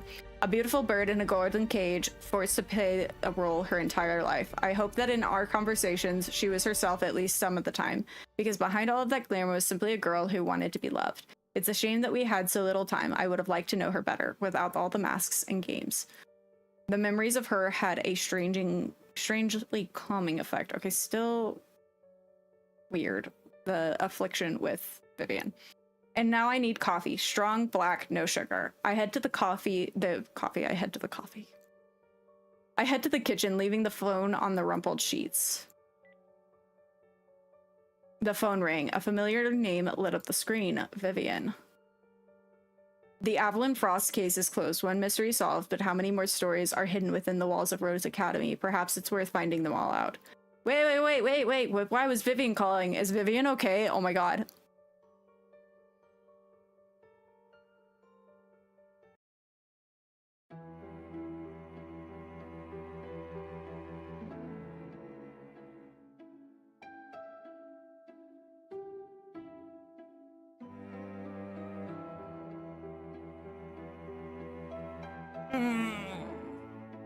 Okay.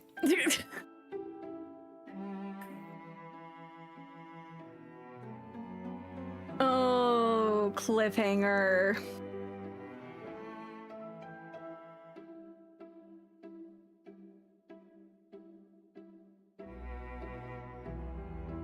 No, not like this. Right? Not like this indeed. What the helly?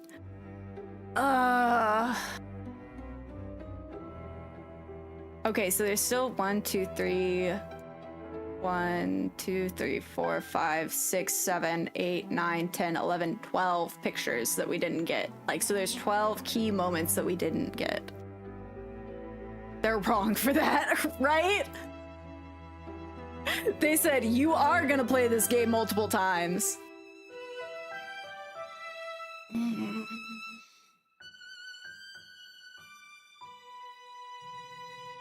Now I'm gonna have to go and figure out if they have a second one in the works or not.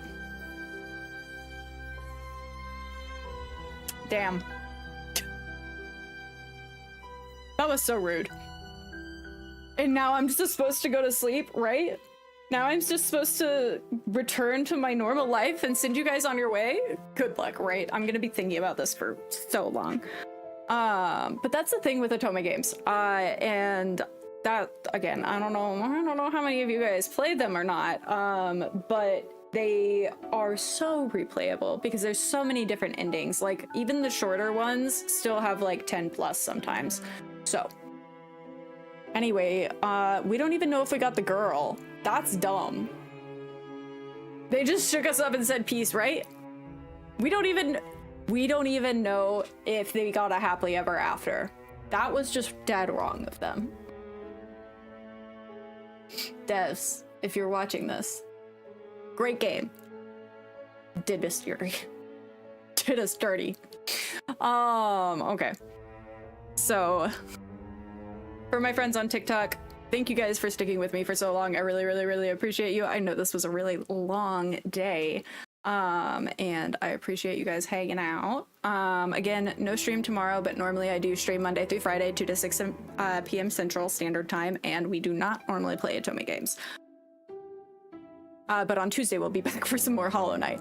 What are you gonna do? What are you gonna do now? You're gonna go to Steam, you're gonna type in case number 1 Rose Academy, and you're going to purchase it. That's what you're going to do. And you're gonna play it yourself.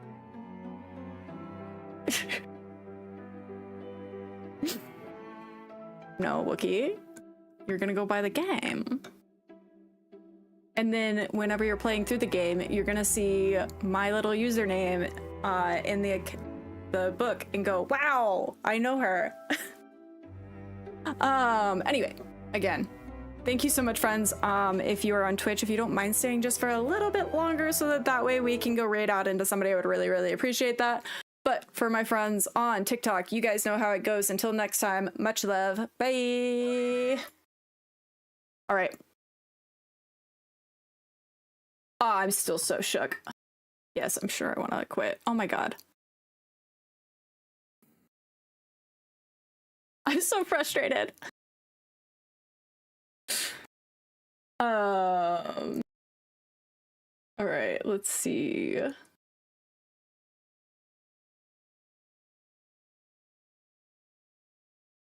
All right, if y'all are not just lurking and don't mind copy and pasting our raid message, we have one for subs and one for followers.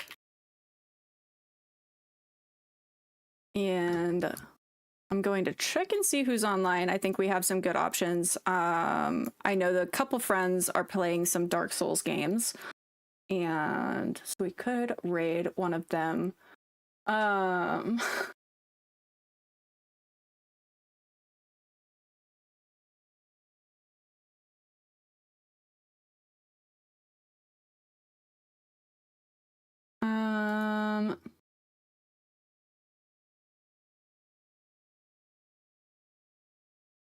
On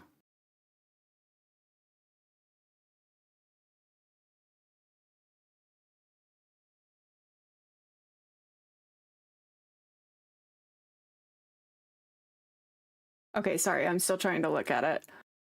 Yeah, I think let's raid Shadow. He's playing Elden Ring with a friend, so let's go watch some seamless Elden Ring. That sounds like a good time. Again, thank you guys so much, and I hope that we get to see you again. I'll be back on Tuesday at 2 p.m. Central Standard Time, but until next time, you guys know how it goes. Much love. Bye.